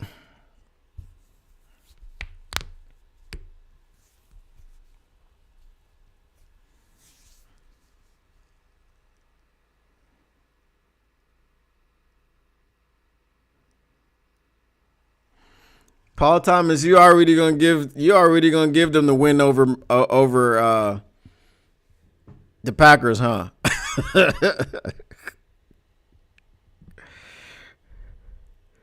Yeah, nah, that was short.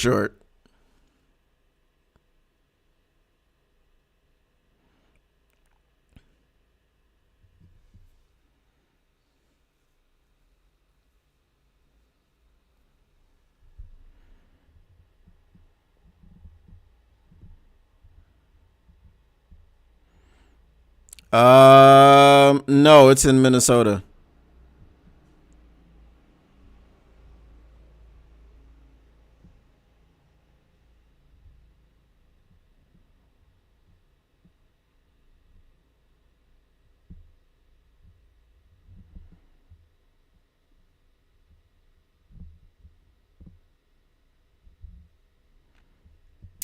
Um, I think they're gonna go gutsy and pass it.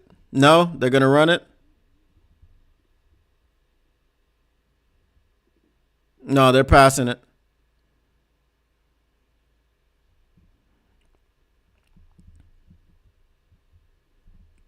That was smart by Darnold to just go down.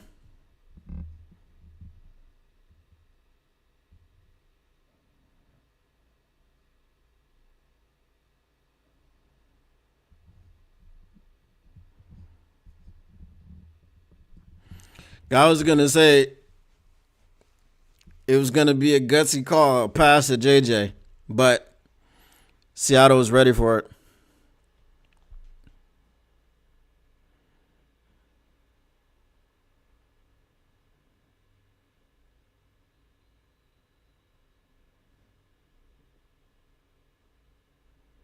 And it's gonna be like like a 90-yard drive that they're gonna need too. I mean, they're gonna play prevent, so they'll get some big passes.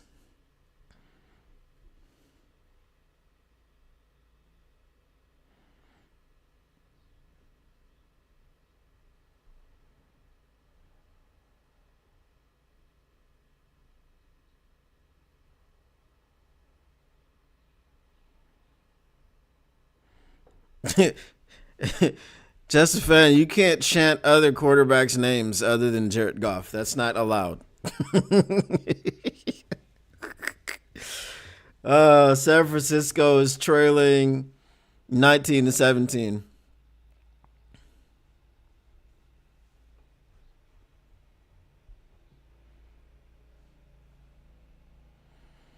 Gino just can't throw a damn pick, bro.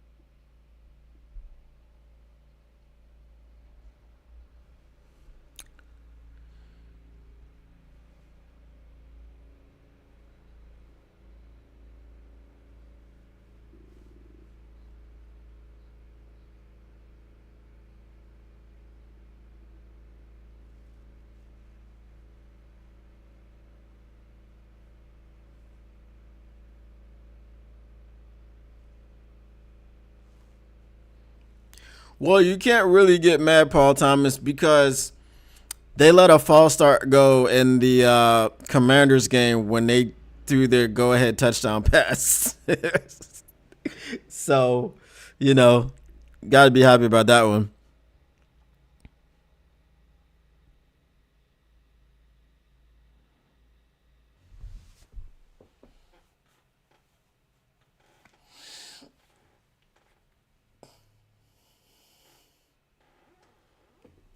I just said Gino can't throw a pick.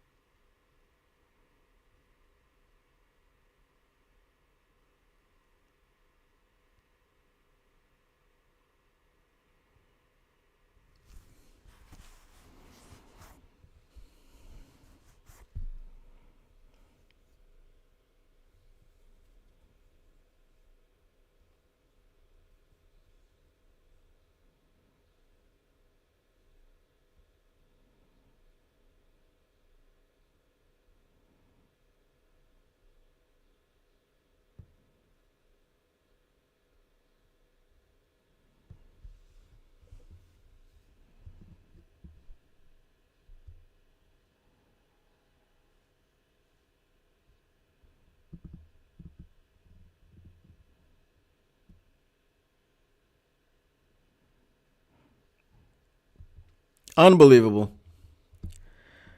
Unfreaking believable.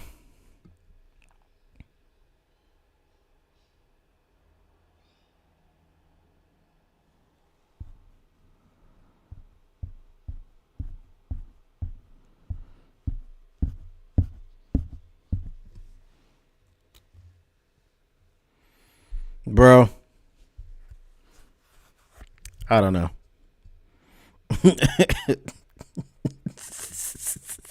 We sat here and we watched the whole Minnesota Vikings game. A whole game. Only that. How do you have that?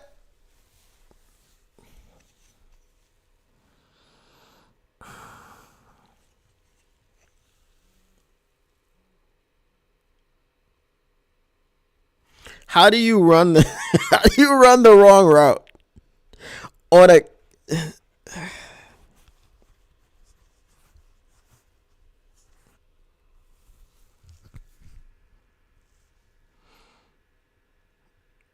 I just don't understand. I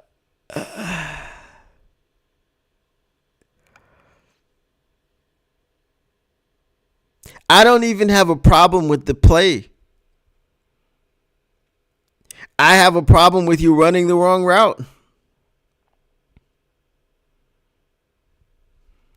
It looked like if DK just kept on running up the field, he beat everybody deep and you could have just gone deep. I understand that you can't change the route that you want to run, but he did that anyway. He ran the wrong freaking route.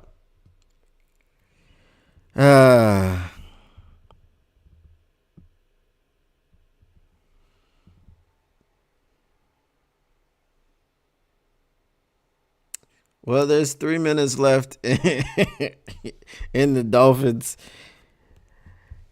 and San Francisco game. 3rd and 3 for the Dolphins.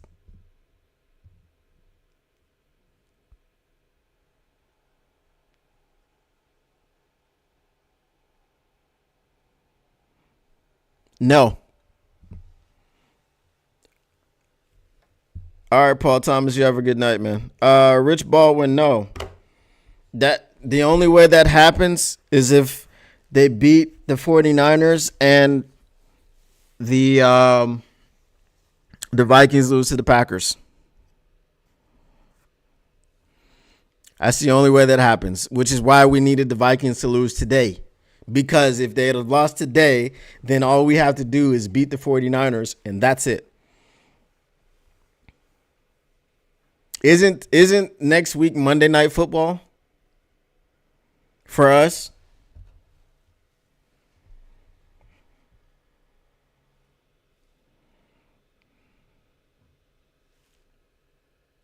All right, Justin Fan, we'll see you later.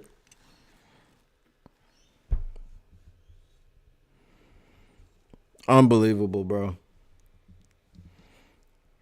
We gathered here today to root against the damn Vikings.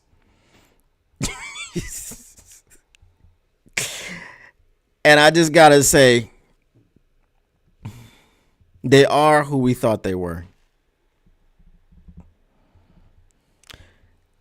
If you want to crown them, then crown their ass. But we let them off the hook. I think it's fitting and appropriate. I think it's fitting and appropriate to pull out the Denny Green pause.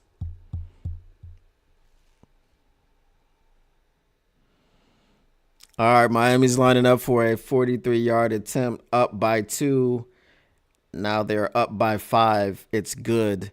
They're ahead 22-17. 2 minutes and 10 seconds left in the game. The San Francisco 49ers will get the ball and attempt a game-winning scoring drive. Unless, of course, Brock Purdy throws an interception a la Geno Smith. I'm guessing the Bills won. Does anybody know? I don't know if the game's over yet or not. I'm assuming that they came back and won. It's not hard to come back against the Patriots.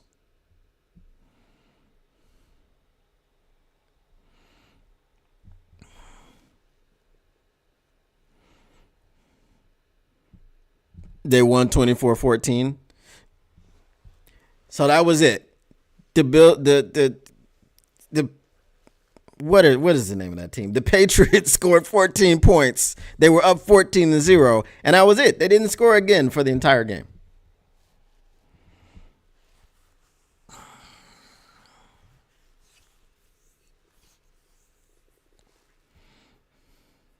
There's a lot of bad teams in professional football. A lot of bad teams.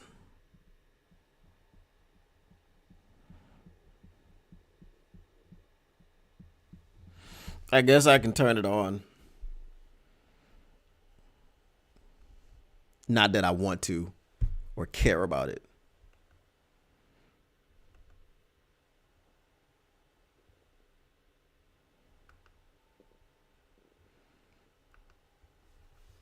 I forgot the Jags and the Raiders were playing. Like, nobody cares about that game. Oh, it's 3rd and goal. Now it's 1st and goal. Penalty. All right, see what the 49ers can do. Brock Purdy steps up, gets the pass to Juwan Jennings. He catches it at the, the 48-yard line.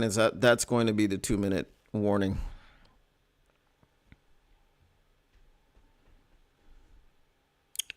It's crazy that both the Bills and the Patriots have the exact same uniform combination available to them. The only thing different is the helmets.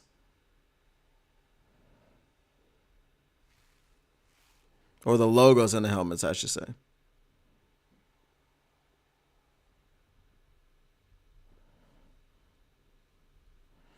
Like, when I'm looking at the Bills, I feel like I'm looking at the Patriots in the 80s.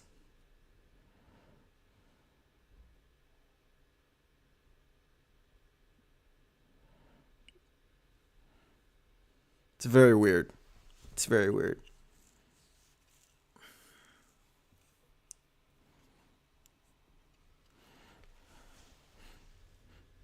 We need to have the conversation about women's WWE.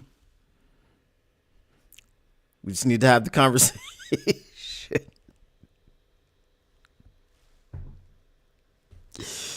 Oh, we need to have a lot of conversations these days. All I'm going to say.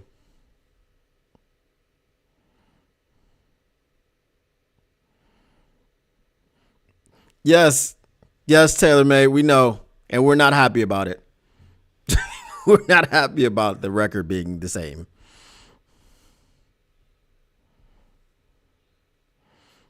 Yeah, the beef carver. Was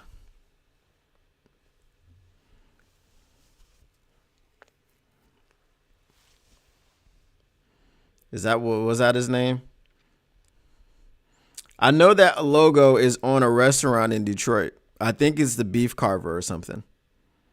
I remember I used to go to that restaurant with my grandma. It was Big Boy, and I think that's what it's called, Beef Carver.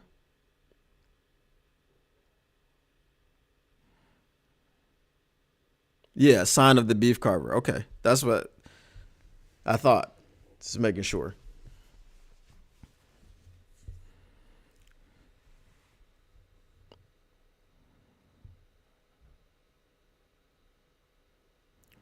Bills switched to red helmets in the 90s because all of the AFC East teams had white helmets. I actually forgot that they had red helmets.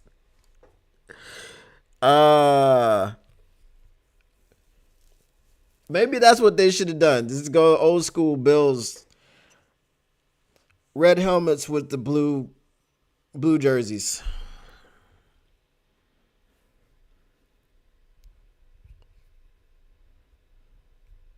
You know what I wonder, because I just saw a commercial for the Golden Globes, right? Because this game is on CBS. How many scandals now with the whole Diddy thing, right? And then obviously the Epstein thing and other things before. How many scandals do we have to have before people stop being surprised at the celebrities and then the allegations that come out?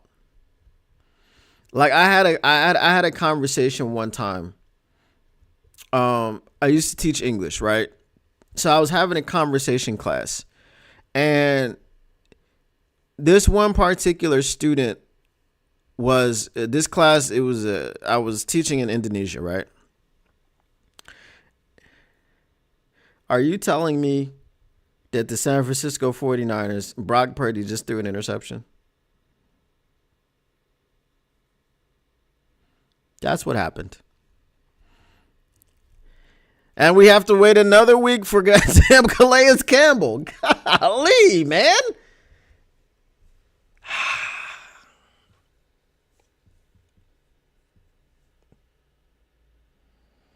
I mean, San Francisco does have 3 timeouts, but my goodness, bro.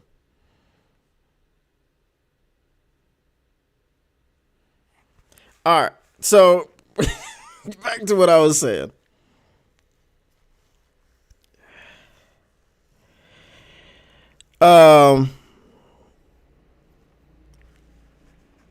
So she was talking about, I think it was Blake Lively. And she's like, oh, she's so this, she's so that, she's so the other thing. I was like, how do you know? Oh, because when I see her in the interviews, I was like, you do know that they have like PR people that tell them, teach them how to do certain things. And these people are actors. It is their job to lie to you.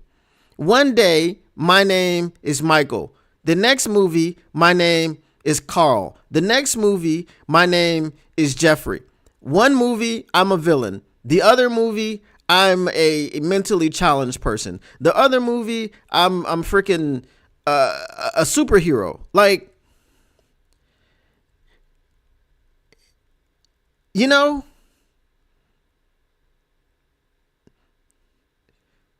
like, just when will people not be surprised? Rich Baldwin says celebrities used to have the Playboy Mansion to indulge themselves.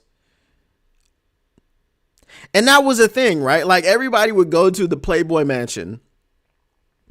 Everyone knows what Playboy is. No one would care. Right? But then when you go to a Diddy party, like, people are shocked. I don't understand. Somebody help me understand the psyche.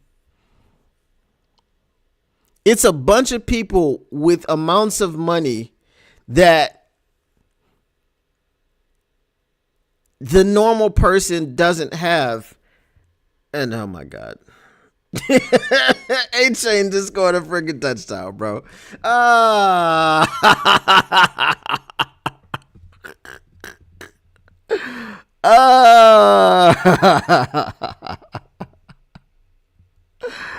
Oh my goodness. Devon H.A. just housed it from 50 yards out. On a freaking toss. Lord have mercy. JSJ says, just getting in, Chef. What up, though? How you think TA did and Iffy? TA had one big play that he let up, and then he had a good pass breakup in the end zone. So, I mean, the thing that seemed like what happened was that he learned how to look for the ball and play the ball while looking for it. It seemed like he learned how to do that this game. So we'll see what happens going forward. Mr. Morale says, I am never shocked by celebrity news or gossip. That's the thing. But it's such a big story because so many people are shocked. Like, so many people worship celebrities and they're just so, like, you look at Jay-Z and he's got allegations. Okay. Like, just because he's good at rapping doesn't mean he's a great human being.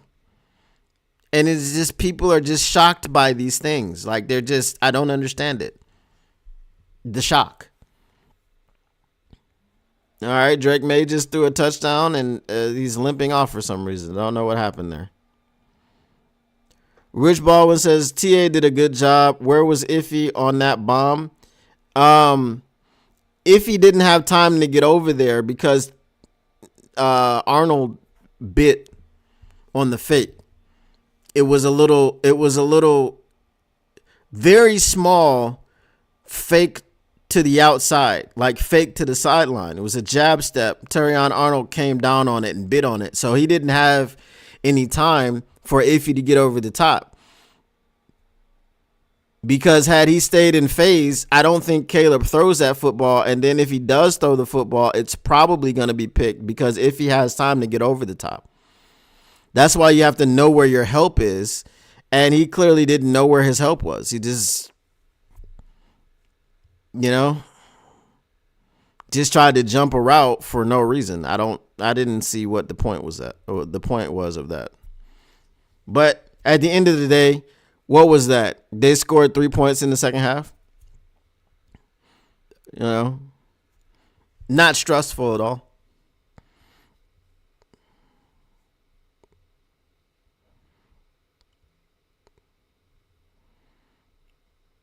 Yeah, it was impossible for him to get over the top. Yeah, it's like, it's not.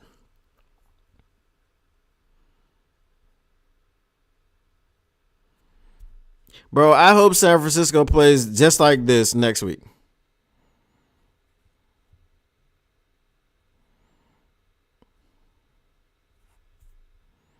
Because San Francisco is already out of the playoffs.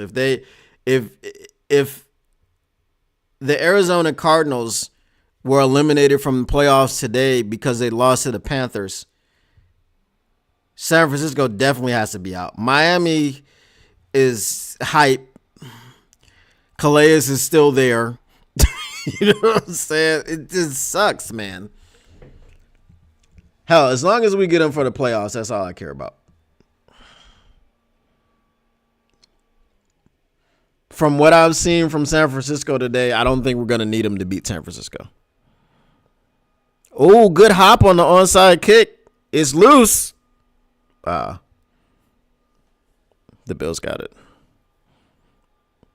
I feel like I've seen the Bills cover onside kicks before. Where have I seen that?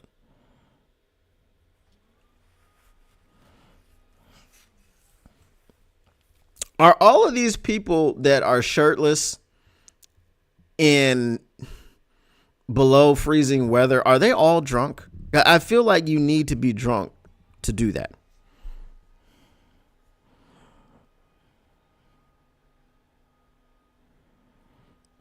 He should just ask to be released anyway. He's not going to ask to be released while they're still in playoff contention. That's what he said.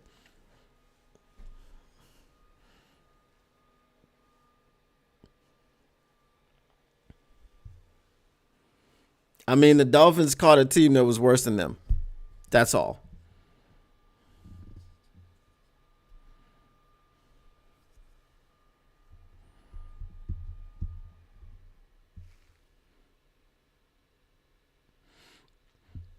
If the Lions beat the 49ers next week, they will be the first team since the 2020 Chiefs to go undefeated on the road in the season.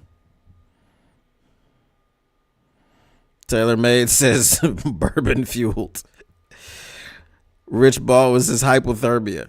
So they are already suffering from hypothermia and they just got like, it's just going to their brain and they don't know that they're dying of cold. The no shirt guys are practicing stoicism.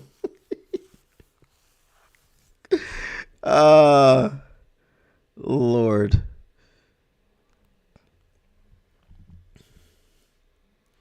He almost took another pick. Oh my God. Please, Brock Purdy, play this terribly next week. I'm just make it easy for us, Brock. You know what I'm saying? Just make it easy. That's all I'm asking you. My goodness.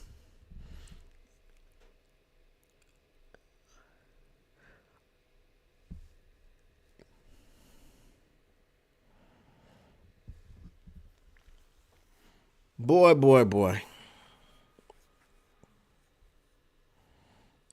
I'm telling you, New England only has one timeout left. So, I mean, it doesn't really matter what happens here. It's 59 seconds left. They're not going to throw the ball. That's clear. They're going to, on 3rd and 3. Oh, no, it was 2nd and 5. So now it's going to be 3rd and 2.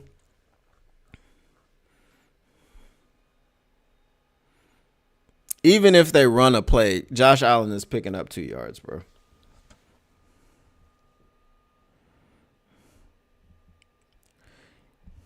The Niners don't have a ground game anymore. All of their running backs are hurt.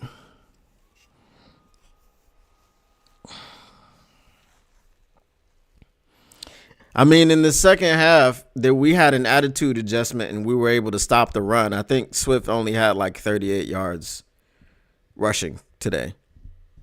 Or I don't think it was just Swift. I think Swift had maybe 35, something like that.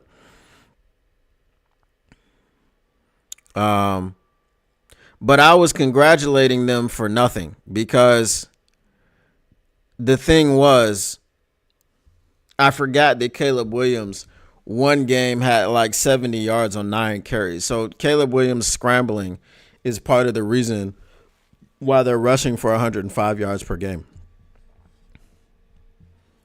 So we've swept the Bears. We've swept the Packers.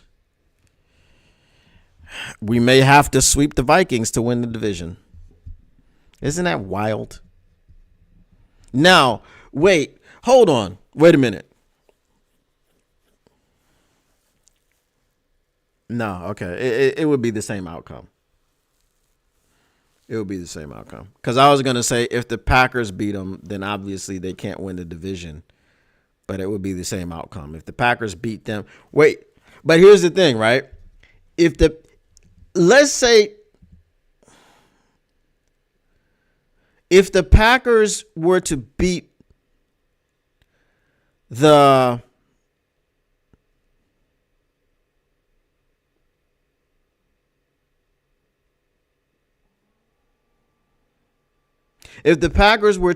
whatchamacallits,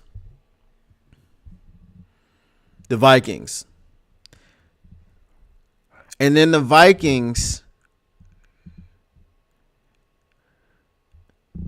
So let's say the Lions inexplicably lost to the 49ers and then the Vikings. The Lions would be 4-1 in the division. I mean 5-1 in the division. And the Vikings would be 4-2. Wouldn't we automatically then win the division? I feel like that's the way it should go, right? Well, both of these games are final now.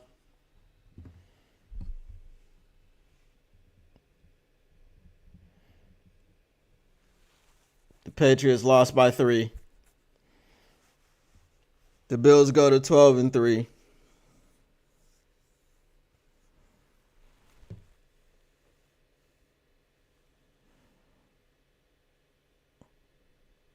The Packers-Vikings game is being played in Minnesota.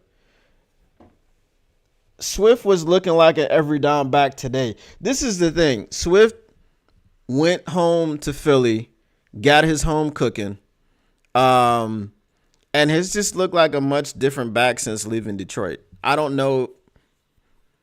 Maybe he just had a problem with Detroit, but maybe he doesn't like the city. Because it can't be the losing. I mean, he signed with Chicago.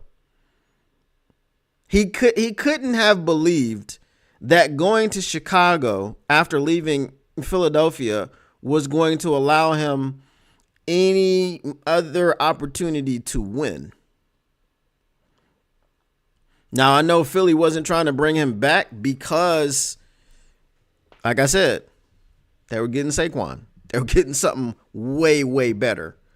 But Swift has looked a lot different since leaving Detroit.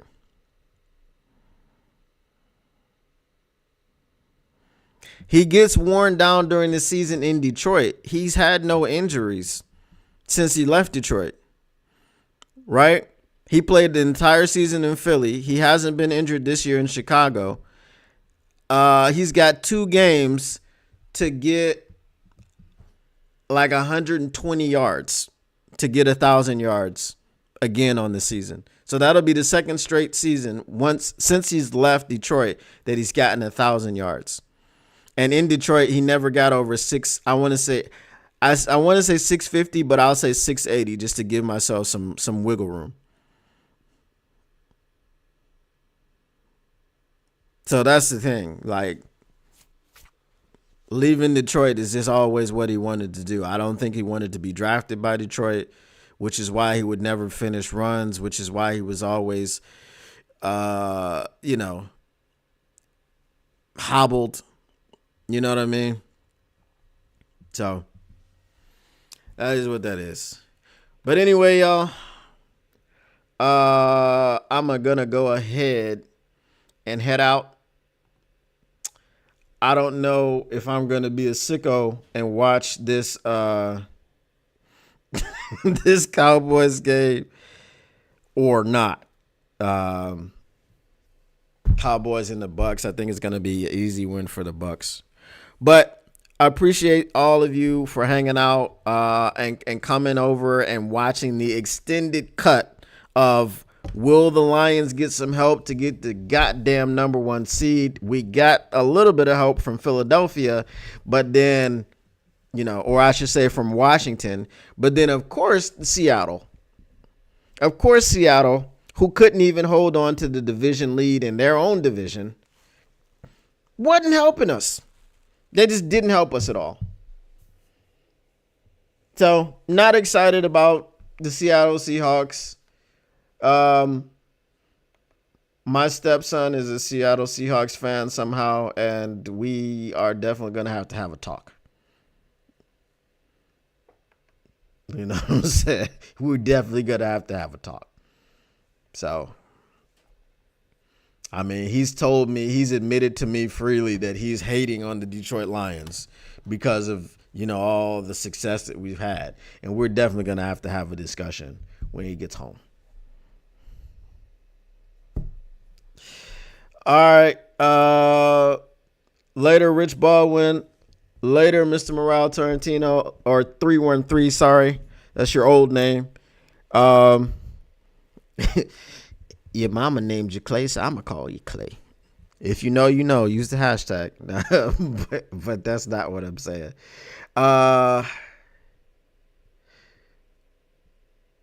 So what was his... Okay, he was 18 for 27. All right. So I'll holler at y'all later. Make sure you guys come through if you can tomorrow, 7 p.m. We will talk about this game, break it down, listen to all of the crashing out. I'm going to listen to some Chicago Bears podcasting, and I'll get back to you on all the crash outs and all the conversations that they're having. And are they longing for Ben Johnson, or are they going to talk about what happened with Ben Johnson saying good things about Caleb Williams? We'll get into all that and more tomorrow at 7 p.m. Eastern. Be there or be square. All right, y'all. Once again, the Motor City Cats back at it. Came to give you stats, not static, whatever you do. I can't tell you what to do, but if you want to listen to my advice, make sure you keep your Lions news pragmatic. Well, hold on. I got interrupted. Was it Mr. Morales says we need Green Bay to win. I just did the playoffs machine, and if we lose to the Vikes, they get the number 1 seed. Yeah, that sucks. All right. But keep your Lions news pragmatic, and we are out. Peace.